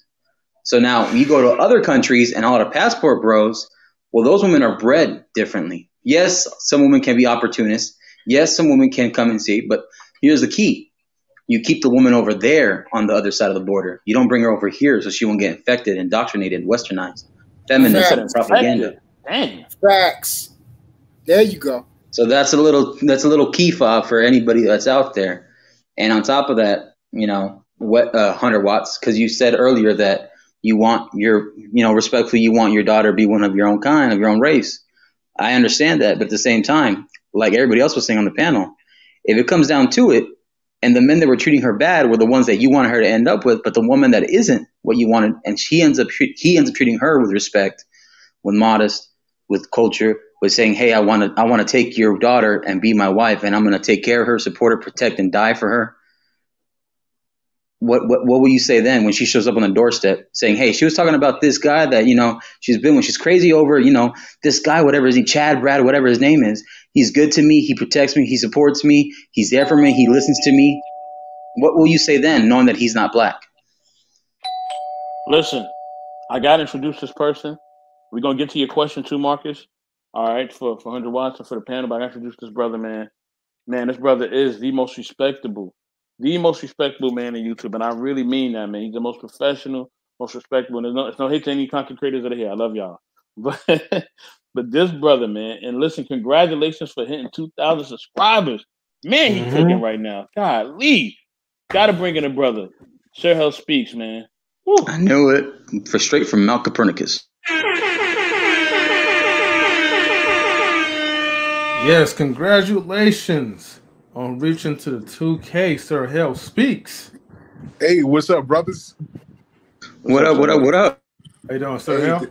Hey, good stuff. I just want to come through and say what's up to the homies. I saw the bros on, and I'm like, I got to jump on and say something.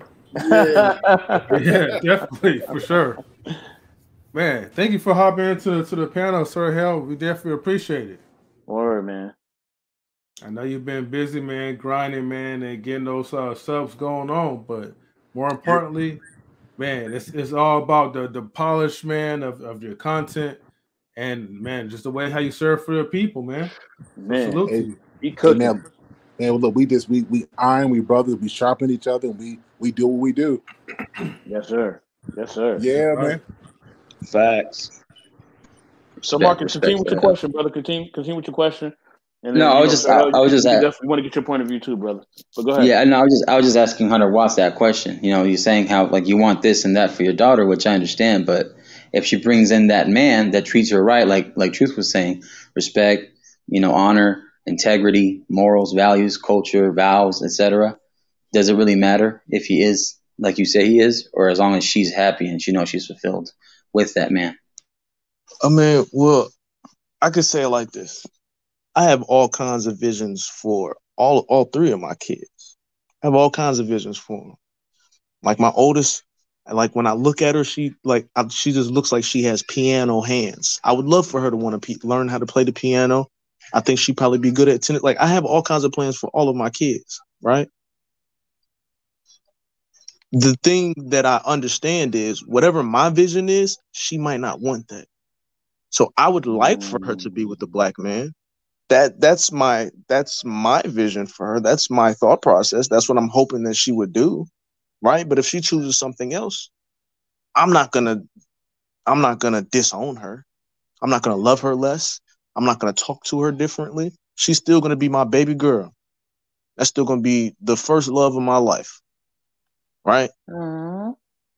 Now, what I try to my thought probably where my brain goes with it is I right now have no reason to believe that this country has changed in terms of how the country sees race and how this country sees interracial relationships.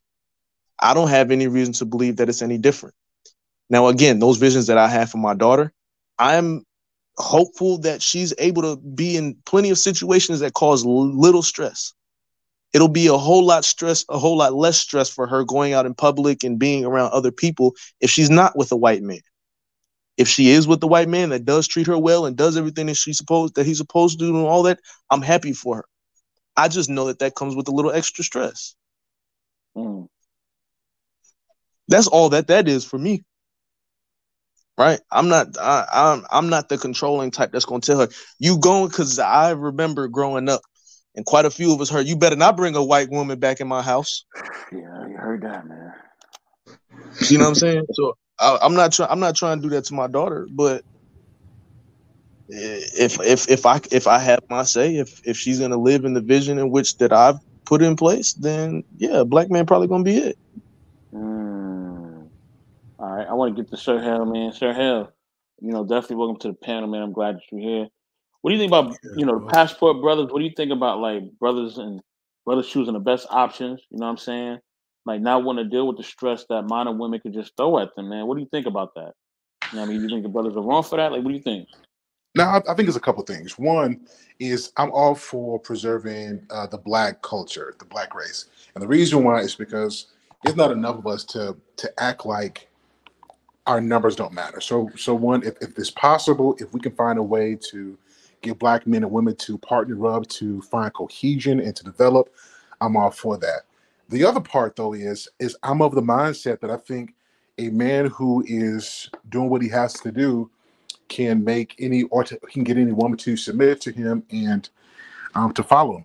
I just believe that, and I think too many of our brothers, a lot of us don't know how to be that. We don't know how to be those men, and we kind of wait for the women to be what we want before, or we wait for them for us to be what we need to be, or wait for them to become what they need to be so we can continue being what we need to be. And I think that men have to. We have to determine what we want and make that happen. And I think a lot of us, it is easier, to be honest, to go to other cultures who already have the mindset for relationships and submission. It is easier. It just is. And if I think about the lifespan of a Black man, you see a lot of us just passing away. I do want us to go for peace. But when I think about the numbers, particularly us in America, I do want to find a way for Black men and Black women to be in relationship. And if we can't be that, then to not have this vitriol and this animosity that we have toward each other. So that's my thought on that. Thank you, brother. Thank you. Anybody else can rock out, man. We listening. Yeah, Hunter Watts said what was the thing you was about to ask? No.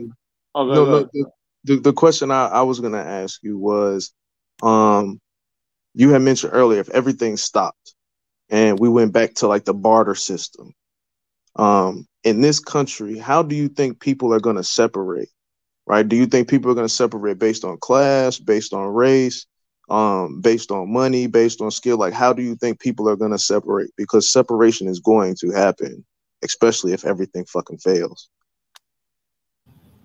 Great question. That's a great one. All right, so we already know cream rises to the top no matter where it's at, bro. And I tell people all the time, in these spaces, so many people talk about, so-called alpha men and all this type of bull crap, these different titles and everything like that. And all I knew is what an authentic man is. You see what I'm saying? I tell people all the time, my grandfather, he was a man of few words, and when you walked in the room, he cast a big shadow. And that's something that, through my whole entire life, any room that I step in, whether it's a panel, it's nobody else like me. So I've always casted my own shadow. You will always be a man amongst other men. You know what I'm saying? A lot of people, we get contentious on here because I'm just a leader by default. I don't follow nobody. I have my own ideologies and my beliefs. And I can walk side by side by somebody, but I'm never going to follow you. And if society falls down, then you're going to have people that, like you see now, certain people like certain things. Even if you don't know people, they will alleviate behavior just because they like you. You can be a screwed up person, but since they like you, you're polarizing. You have something that they like. They'll say that you God's gift, but you be looking at them like, "Dang, you like that person?" and their character messed up and all that type of stuff. So, if let's say martial law hit, and then now we're under the rule of the government. And then slowly but surely, certain things, the structures are like, the infrastructure shutting down, the electricity, the water systems, all these type of stuff, the things that they now for a reason. This is why they put prices on our natural resources. It's so that they even control the things that God has made natural for us to gain. They control these now and have put it under a money system now. So if they stop all that, we go back to like what I tell people, like how The Walking Dead is. If you ever seen that TV show, you will see the cream, they always rise. And they will be the people that galvanize people as natural leaders. Even if they weren't what you the so-called politicians and everything that we think they are leaders because they got there through either their bloodline, money, and certain things like that.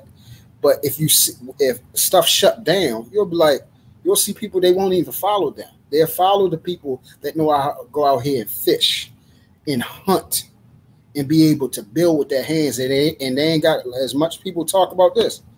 They'll follow the people that know how to use their hands. I tell people God gave me these two hands. And my father taught me what these two hands mean. It means to put objects together and to put people together too. Unruly people.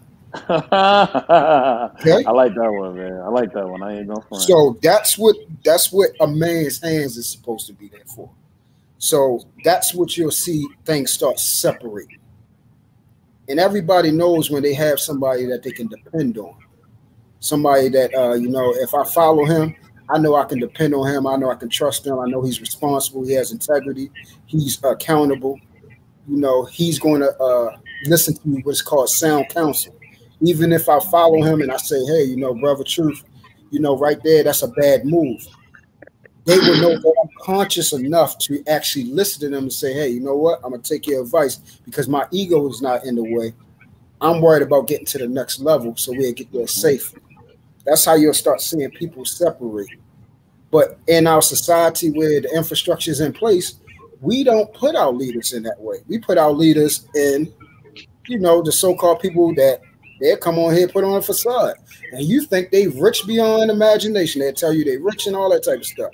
If you actually go to their lifestyle and actually sit in their house, you'll be like, well, damn, this is how you live. I live the same damn way. But if I take you to my uncle's house and he works for the Pentagon, you'll see how a rich person lives. And see, that's why I'll be on here just laughing at people sometimes, and they be talking about they're rich, they got all this money and stuff like that. But if you get around actual people that have considerable wealth, their attitude and demeanor is totally different. It's when somebody is used to money, it's nothing to them. It's just like drinking. It's just like drinking water. Because that's what they're used to. It's just they're accustomed to it. When rich folks call people that's brash when they have money, they call that new money. Because that means you just got into that, so you're not used to that yet. You're not used to that power. You're still a little pup. You feel what I'm saying? So that's why you're so brash and bragging about it. You ain't the big dog. Yeah, you ain't big like that.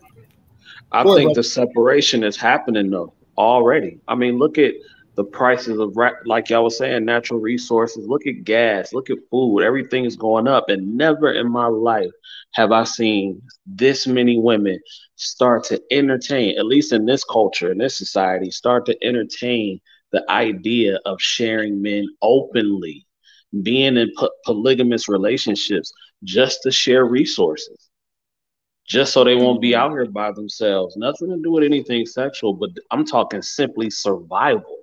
I think that separation is starting to happen already. I'm going to say this, man. Before we continue, salute to Vaughan Bryant. Salute, brother. I'm going to call you. Yeah, Vaughn, if you can come up, man, we would love it. If you can come up, the StreamYard is pinned in the chat. Please come up if you can. Come up. Yeah, everybody come up if y'all can. Come up. You got him and Sir Hell on the same panel. I'm winning today. Yeah, that's an all-star panel now. Man. So yeah, go ahead. How very nurse finished what you were saying? No, I was done. I'm just saying, like, I think the separation is already happening. I think most women, more than they will admit, they are starting to entertain the ideas of sharing men, and not just from some sort of sexual ideal, but more so for a resource situation. Because I don't care what none of these women say. A lot of them don't want to work. They work because they have to, not because they want to. And that's real talk. And like you said, survival. and men are built to work. Some men really enjoy being out here, being competitive, being in the grind. And I think more than ever, women are starting to realize that. I've never seen so many I wish I could split the bills type chicks in my life. In my life. And the reality is really starting to hit them. The average apartment is $1,500. 70% of people in this country can't even afford to live on their own. That is saying something. So you're seeing a separation now. It's just only a matter of time before it turns till it gets worse. I ain't gonna say turn into the purge, but before it gets worse. So wait, so should a woman should a women now consider a poly lifestyle just based on the resources being with you, or should you just consider it now? Should it be into consideration? For the men that can provide it, yes. I mean, let's just say they don't want to be alone. They want to be alone. Go ahead, Sir. Well, I'm just thinking. So when we say poly, like, so what's the aim? Is it just for men to have multiple women for the sake of multiple women?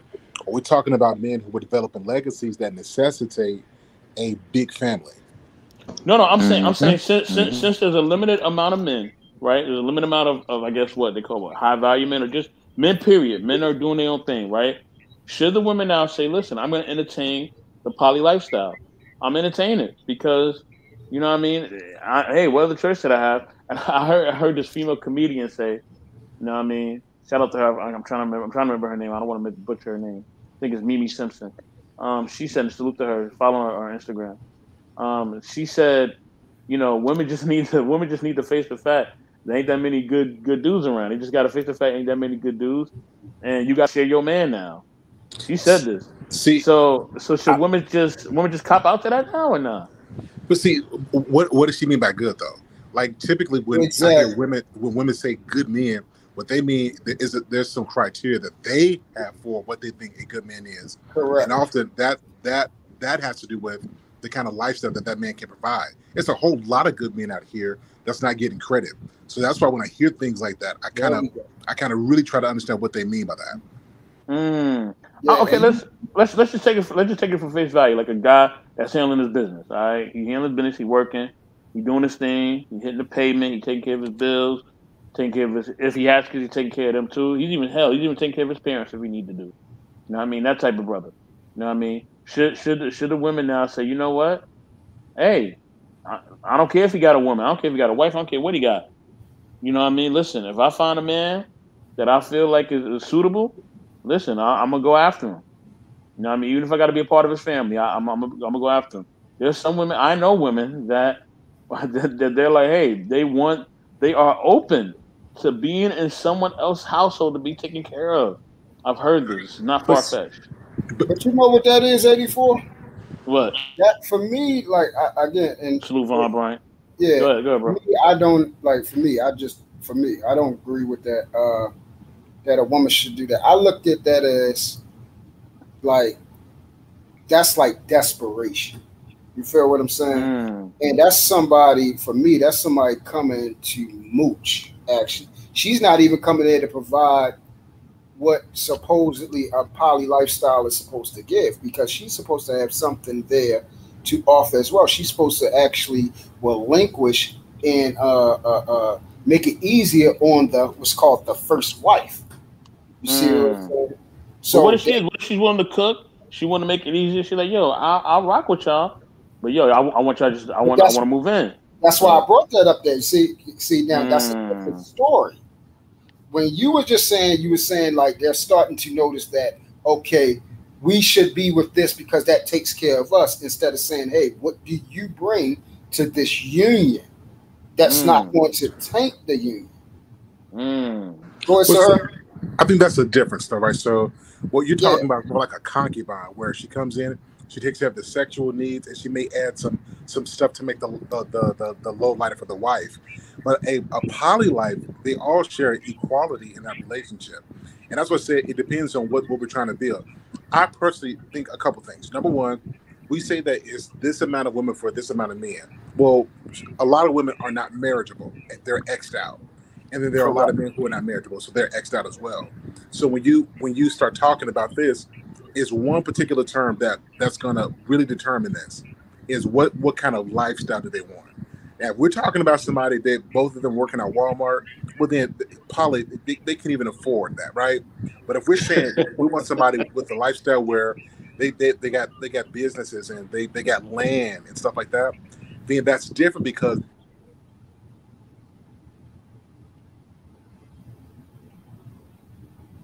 to build that business. The truth is, most people shouldn't talk about poly because they don't have the lifestyle or the busyness or the business of life to even need that. Well, when I brought up polygamy, when I brought it up, I wasn't even considering it from a sexual sense. Me personally, I wouldn't partake in that, but I'm simply talking about the sharing of resources, building upon the legacy, because that sexual stuff, it gets old. It's going to get old. It has to be built on something more than just that. So I agree with, I'm with you on that. Right. Yep.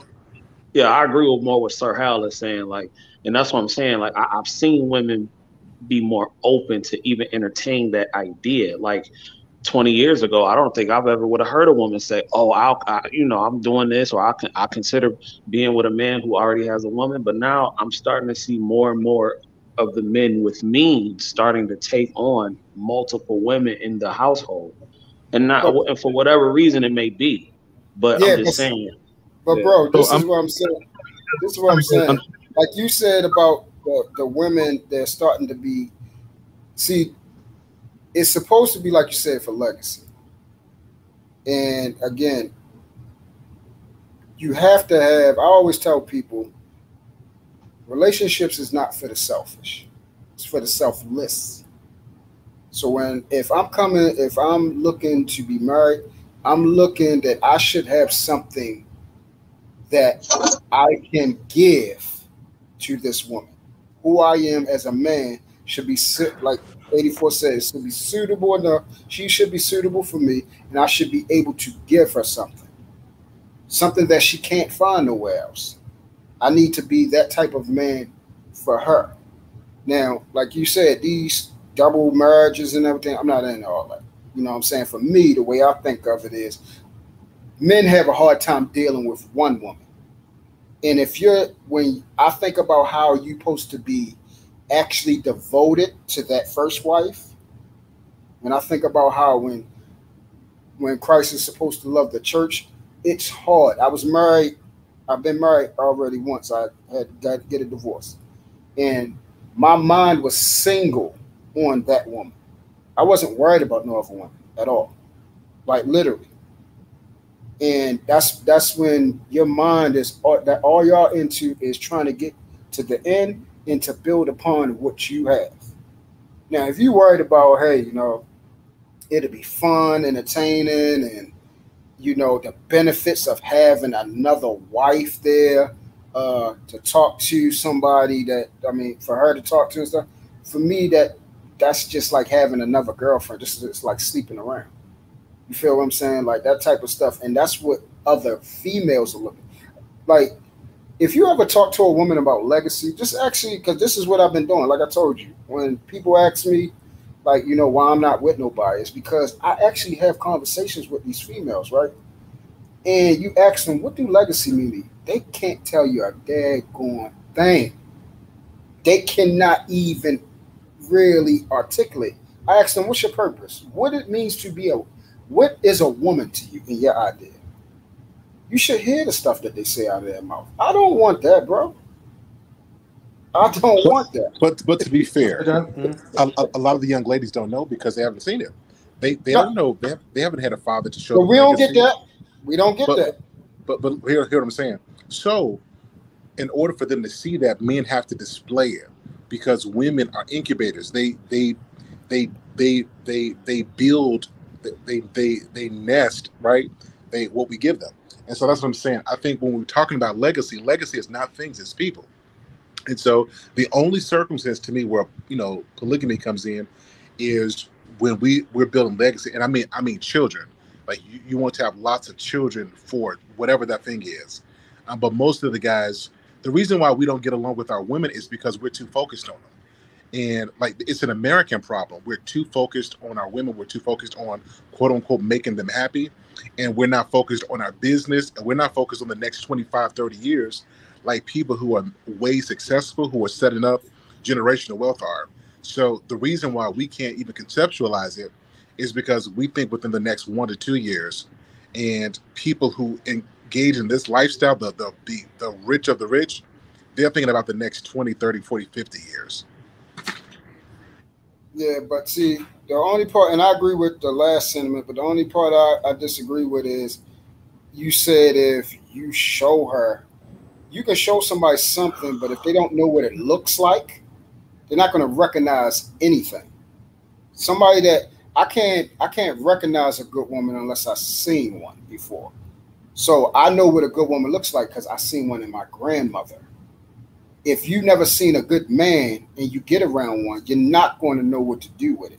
You can't just say, oh, I just innately know what a good man is. So innately I was raised to treat a man like shit. But since I'm around an actual man now, and he does what he's supposed to do, he has good work ethic, he has integrity, he's accountable, he's a man of a few words, he gets himself done, he takes care of children, automatically I'm going to just fold into this pretty Proverbs 31 woman. And I'm sorry, I have never seen no woman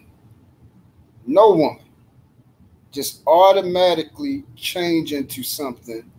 It has to be somebody that's willing to, like how Watts was saying earlier, that means you have enough time to mold and groom that thing into something different. And that's what you should do when you're young. When you're my age, you're 38. I agree with that.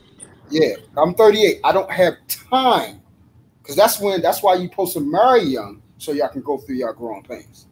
I don't have extra 20 years to teach somebody so we can just get to the basic level of saying, hey, we got to get to try to get her up to speed how I think. I need somebody that actually was brought up by a dad, knows how a man speaks, had an actual father that like you said, that's not a person that's glued in on a woman. He's glued in, like how you said, building. And a lot of women don't understand that. If you're not focused on them, they'll think you actually don't love them. That's what I'm saying. I ain't got time for a woman that think like that. I need one that understands I gotta go out here and do what I gotta do. You just play your role, I'm gonna play my role. My role is to protect the family. My role is to get us to a point, like you said, building generational wealth. But they'll look at it like if you're not centered on them because that's how they were taught, that a man is supposed to be all on you, bro, you in for hell. And that's what I'm saying. I ain't got time for that. I ain't got time for that at all. But brothers, it's late, so we about to close up shop. You know what I mean? Mm-hmm. I'm gonna highlight everybody, okay? You know what I mean? And we gonna close this out, y'all. All right, I'm gonna start off with brother Marcus. Marcus, man, let them know who you be, bro. No, man, I'm just here supporting. I'm a mod usually on certain streams and panels, but it was a good conversation. You know, good gentleman. Shout out to Queen. She was also here, so shout out to the ladies on the panel in the chat as well. Everybody that was here to support Sir Hill Speaks Network. Go subscribe to his channel. Hit the link, like, share, subscribe to his. And make sure to subscribe to Knowledge and Relationships, M3. Also, the Intellectual Soapbox. Make sure to subscribe to his channel. Also, shout out to DJ Eddie King, the music knowledge producer. Also, make sure to shout out 100 Watts of Finesse Visions. Make sure you shout out to, a high value nurse. He just tipped out. And also make sure to shout out Link and subscribe to Truth Is Never Favored. Definitely. DJ Eddie King, welcome to the show, brother. We about to close out, man. Welcome to the show, brother. Welcome to the show. The music producer, welcome, brother. Chip. All right. Hey, I just want to say peace and blessing to y'all, man. I enjoyed the show. I'm really feeling good. But I just came up here to give everybody a shout out, man. Definitely. Yeah, I'm definitely gonna pray for you, brother. I hear it in your voice. You in there? Yeah, man. Try to. Yeah. Thank you, man. Yeah, no problem. Get No problem get at all, better bro. soon, bro. All right. I'll see you. Get better, bro. All right. Thank you. Now we got Sir Hell Speaks, man. Sir Hell, what's going on, baby? Why you got your arm up there or like that, bro? Stunting on us like that. Look Straight at his from arm. Mount Copernicus. Ladies and gentlemen, I want to say shout out to my guys at Knowledge and Relationships. I appreciate you guys having me on. You guys always having dope conversations with an all-star cast, so really appreciate you guys. If you guys are just tuning in, those of you who watch this video later, show some darn respect for this channel. Hit that like button, that subscribe button, and make sure you patronize the channel for all this great content. Appreciate you, brothers. Over and out. Appreciate you too, brother. Have a good night, sir. Now we're going to bro Truth. Truth, what up, man? Let them know who you are. Let them know what you're doing. Already. This is the best show. Bar none. You already know that. This is my day one space. These are my brothers. Intellectual Soapbox. Best in the World 84. My man Rio. M3 Knowledge and Relationships. The best DJ Eddie Kane. We got my brothers that show up. You know, Marcus. We got salute to High Value Nurse that stepped in. Please come back, brother. It was great conversations. Who else was on here? You know, Sarah Hale. 100 Watts. I haven't spoken to him in a minute. Good to see you, Wattage. We had Sir Earl with his big arm on the daggone screen showing up. That's all right. I'm getting myself together. Short. I'm getting that Apollo body back. You feel what I'm saying? Damn. Body? Okay. Yeah, I'm trying to get up there too. But yeah, this is the best show, man. I appreciate you, brothers. You already know, family first, blood in. You know, you can follow me on Truth Is Never Favorite, but definitely please like and subscribe this channel because things is growing over here big time. You want to be a part of it. Yeah, come through. Thank you, Truth. Thank you. 100 Watts, man. Let them know who you are, man. Let them know what you're doing, brother. What's happening, what it is, I go by the name of 100 Watts, and I love those that love me. All right, man. You already know what it is, man. If you don't, please go and follow the YouTube page, Finesse Visions. I know if you go over there, some of the videos going to be a little older. Y'all do got to give me some time. I've been working on something amazing, something super amazing. It's life-changing. I'm locking it in. It requires a lot of my time, so I can't put the time in the content like I want to, but I will be back. As y'all see, I've been popping up here on these panels like here at Knowledge and Relationships, man. If you haven't already, make sure you subscribe to the page, tap that bell, hit all notifications so you know when they're going live and drop videos because it's always a good time over here. You never know how spicy it's going to be, man. Each and every one of you guys, man, y'all already know I rock with y'all the long way. Marcus always coming up hella petty. Truth, man, we definitely going to. But like I said, I'm trying to get life-changing shit, man. I got to get this locked in first before I get back to this YouTube content. Shout out to M3. Mr. Best in the World, a.k.a. Mr. Riding the Fence 84. It's been a good time, fellas. Oh, man, thank you, man. I got a special guest that just popped in, man. I'm going to give him some time. One Community. What up, baby? Is that who I think it is? Is that who I think it is? Yo, my Brooklyn brother, my Brooklyn brethren. Salute, bro. What is going on? I'm half bloke, half Brooklyn, man. You know, I've been in London for like 6 months, man. I was in London for 6 months. I know. So how you been, bro? What's good? Everything great, man. I just wanted to come and salute y'all because I was listening in for a while, man. I just want to come and salute y'all on the conversation. It's good to see brothers coming in and having these great conversations. Salute to you, Mr. Best. You know, it's my dog, 100 Watts. You know, we done came through the trenches and all type of thing. We done came through. Marcus, you already know the bot. So you already know how we get you know how we get it, man. We done been through the YouTube streets, man. But these kinds of conversations are needed. Especially to see us as black men, even Marcus being a Latin, right? A Latino. You know what I'm saying? You know the bot. You know what I'm saying? Us having these kinds of conversations are needed. You know what I'm saying? A lot of time when we chop it with each other and we poly in, it got to be a frustration. It got to be a fight. So it's good to see how brothers could come together, chop it up about different topics, whether we agree or not on certain points or not, but still have it in an orderly fashion. And these type of things are things that need to be saluted. So I just wanted to come and tell y'all, salute to y'all for having great conversations. You know what I'm saying? I'm most definitely going to pull back up a little bit more on y'all. I done left YouTube alone a little bit for a little 6-7 months. I've been chilling, man. You know what I'm saying? I know you've been doing your thing, baby. I've been chilling, man. You've been looking very comfortable too. When I see you on IG, you look very comfortable. I've been trying to stay out the drama, man. Because for me, you know what I'm saying, coming from where I came from, you know what I mean, selling drugs, doing all the things that I was doing, you know what I'm saying, wasting time and wasting my life doing when I do a lot of great things, musically, acting, and so many other things that I do. But I was wasting my life too, just like many people, you know what I'm saying? So, you know, for me, you know, coming into the spaces, you know what I'm saying, sometimes it just be really negative. Everybody just be want to dox people. Everybody want to bring everybody down, and there's a bunch of things like that. And everybody want everybody on their side when they on whatever they on, but nobody wants to be on nobody else's side when everybody on what they on. You know what I'm saying? Like, so we got to appreciate everybody in a lot of senses. That go for the Monique too. Same way. We got to appreciate the whole thing, not just part of it. You know what I'm saying? Because many people and many people's around it and supporting the thing. But people always want to create a narrative that we are not supporting something when we are the most supporters of anything on earth. We support everything. Everybody markets everything to us, and it's only us. You know what I mean? So me, I'm always going to think about how we bring us together, how we always go on poly.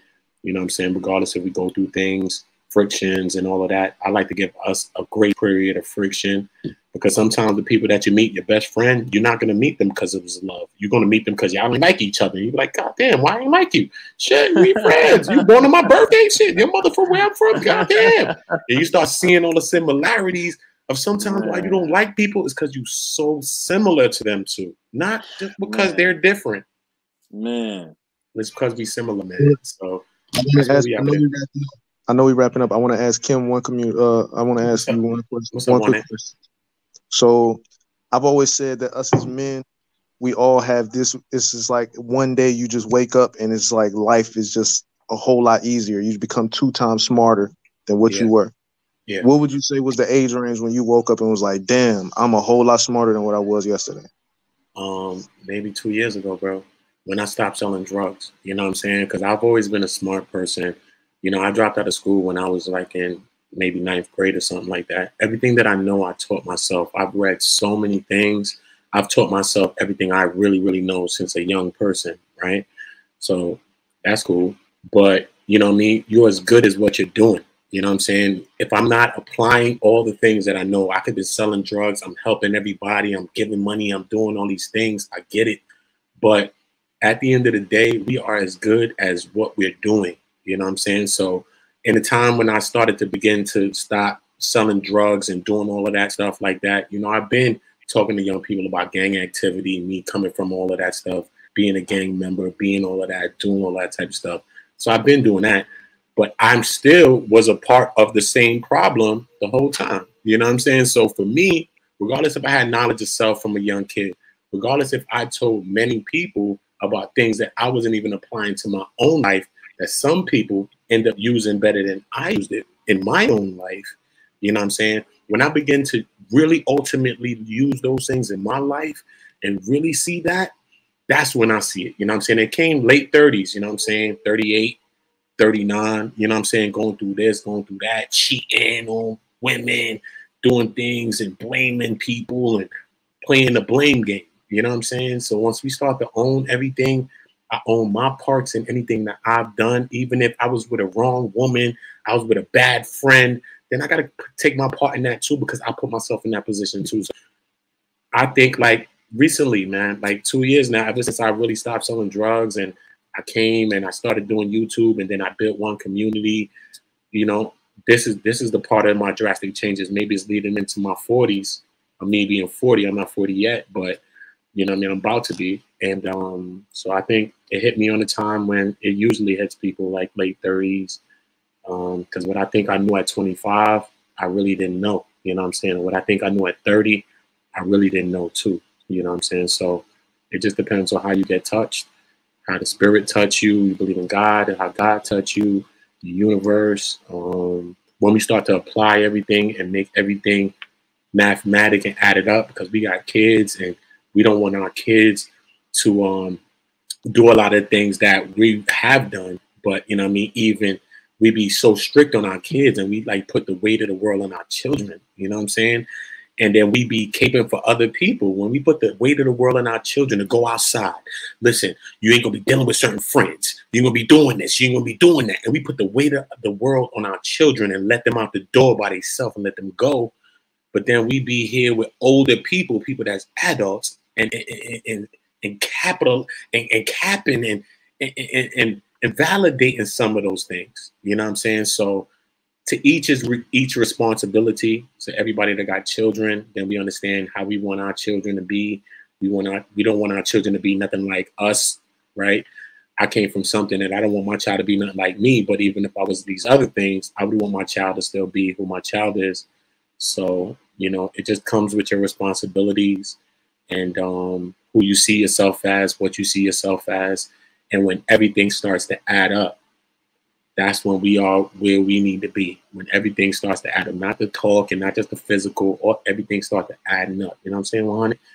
And that's what it is. You know what I mean? Because, you know, you got a beautiful daughter, things like that. You know what I'm saying? You're a great father. You know what I'm saying?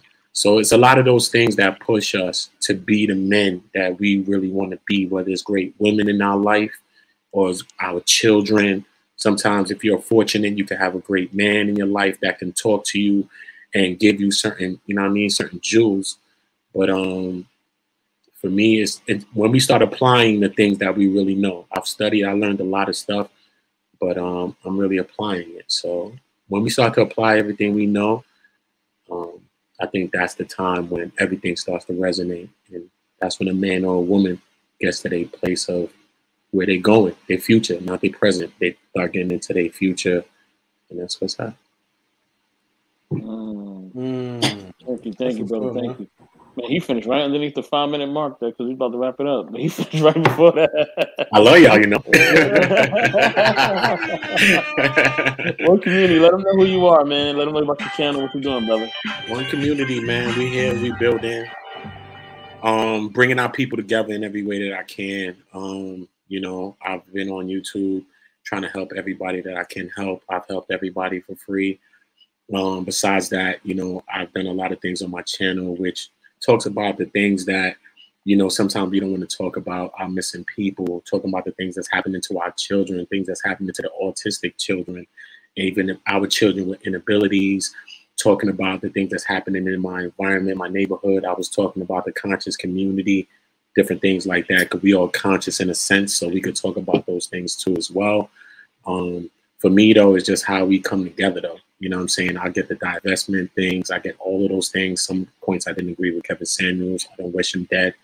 I didn't agree with Cynthia G with a lot of points as well. I don't wish her dead either.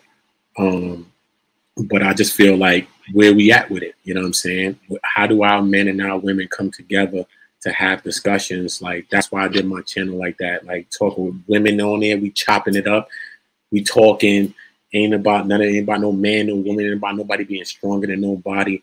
I think that we are all in a situation. It's not just a man or a woman situation. I think that we are in a situation that involves men and women. It involves all of us. I don't want to separate us to have the conversation. I want to have it with all of us, because that's all it's going to be. Because that's the only way we're going to be right for our children and for the children is when we get it together. So for me, it's all about how we bring it together. Whoever want to divest, whoever thinks that something else or some other way is a way, I agree. Then do whatever you want to do. You know what I'm saying? I'm not knocking nobody for feeling whatever you want to feel, but there's no limitation, and we can't just limit the quality of a man or a woman. And it doesn't matter what race they're from. A good man is a good man, and a good woman is a good woman. And I just want my people to believe in us a lot more, regardless of what you're doing. You know what I mean? I could date a bunch of women from everywhere else, man, but I'm still going to believe in my women. I'm still going to believe in my people. I'm still going to believe in it. I'm still going to bang for that. So we got to believe in us. And I'm going to be in an us situation, and only us going to fix it. How do we bring it all together, just like knowledge and relationships? How do we bring that unison between us as men and women? You know what I'm saying? We both different and we both the same. So we're going to have a lot of friction. But at the end of the day, there's nothing I could have did without great women in my life. You know what I'm saying? And a lot of great Black women too. I've met a lot of great women from many walks of life, but we're not going to limit the Black woman. We're not going to limit her effort and none of that. You know what I'm saying? We're not going to limit it. We all hearing this.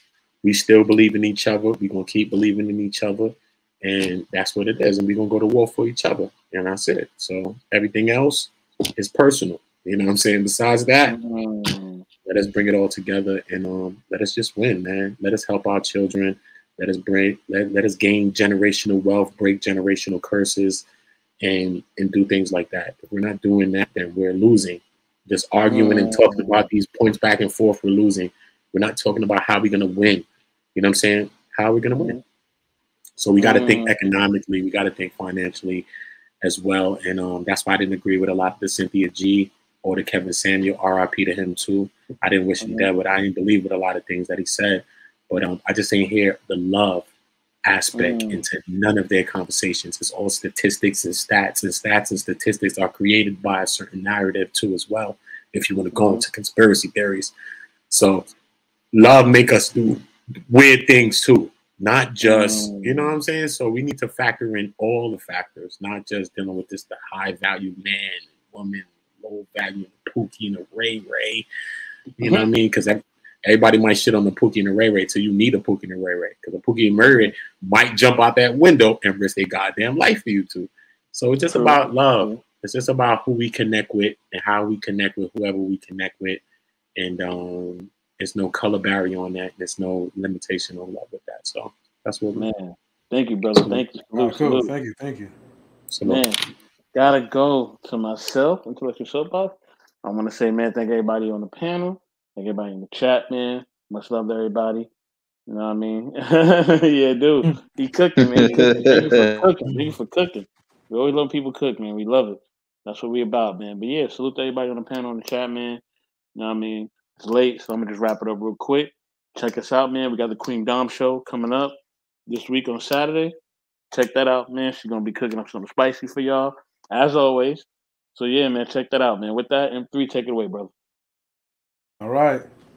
So thank you for tuning in to Knowledge and Relationships on YouTube and on Twitch and on Facebook as well, too. And look, man, tonight was definitely like a good conversation. And, you know, I look forward to many more pretty much. So with that being said, it is getting late. Your boy got to hit the hay. But anyways, thank you for tuning in and for everybody to participate. So shout outs to each and every one and help us to, you know, continue to grow. You know, we're trying to reach to like, you know, our first major milestone to get to like 1,000 subscribers. And, you know, we can't do it without your help.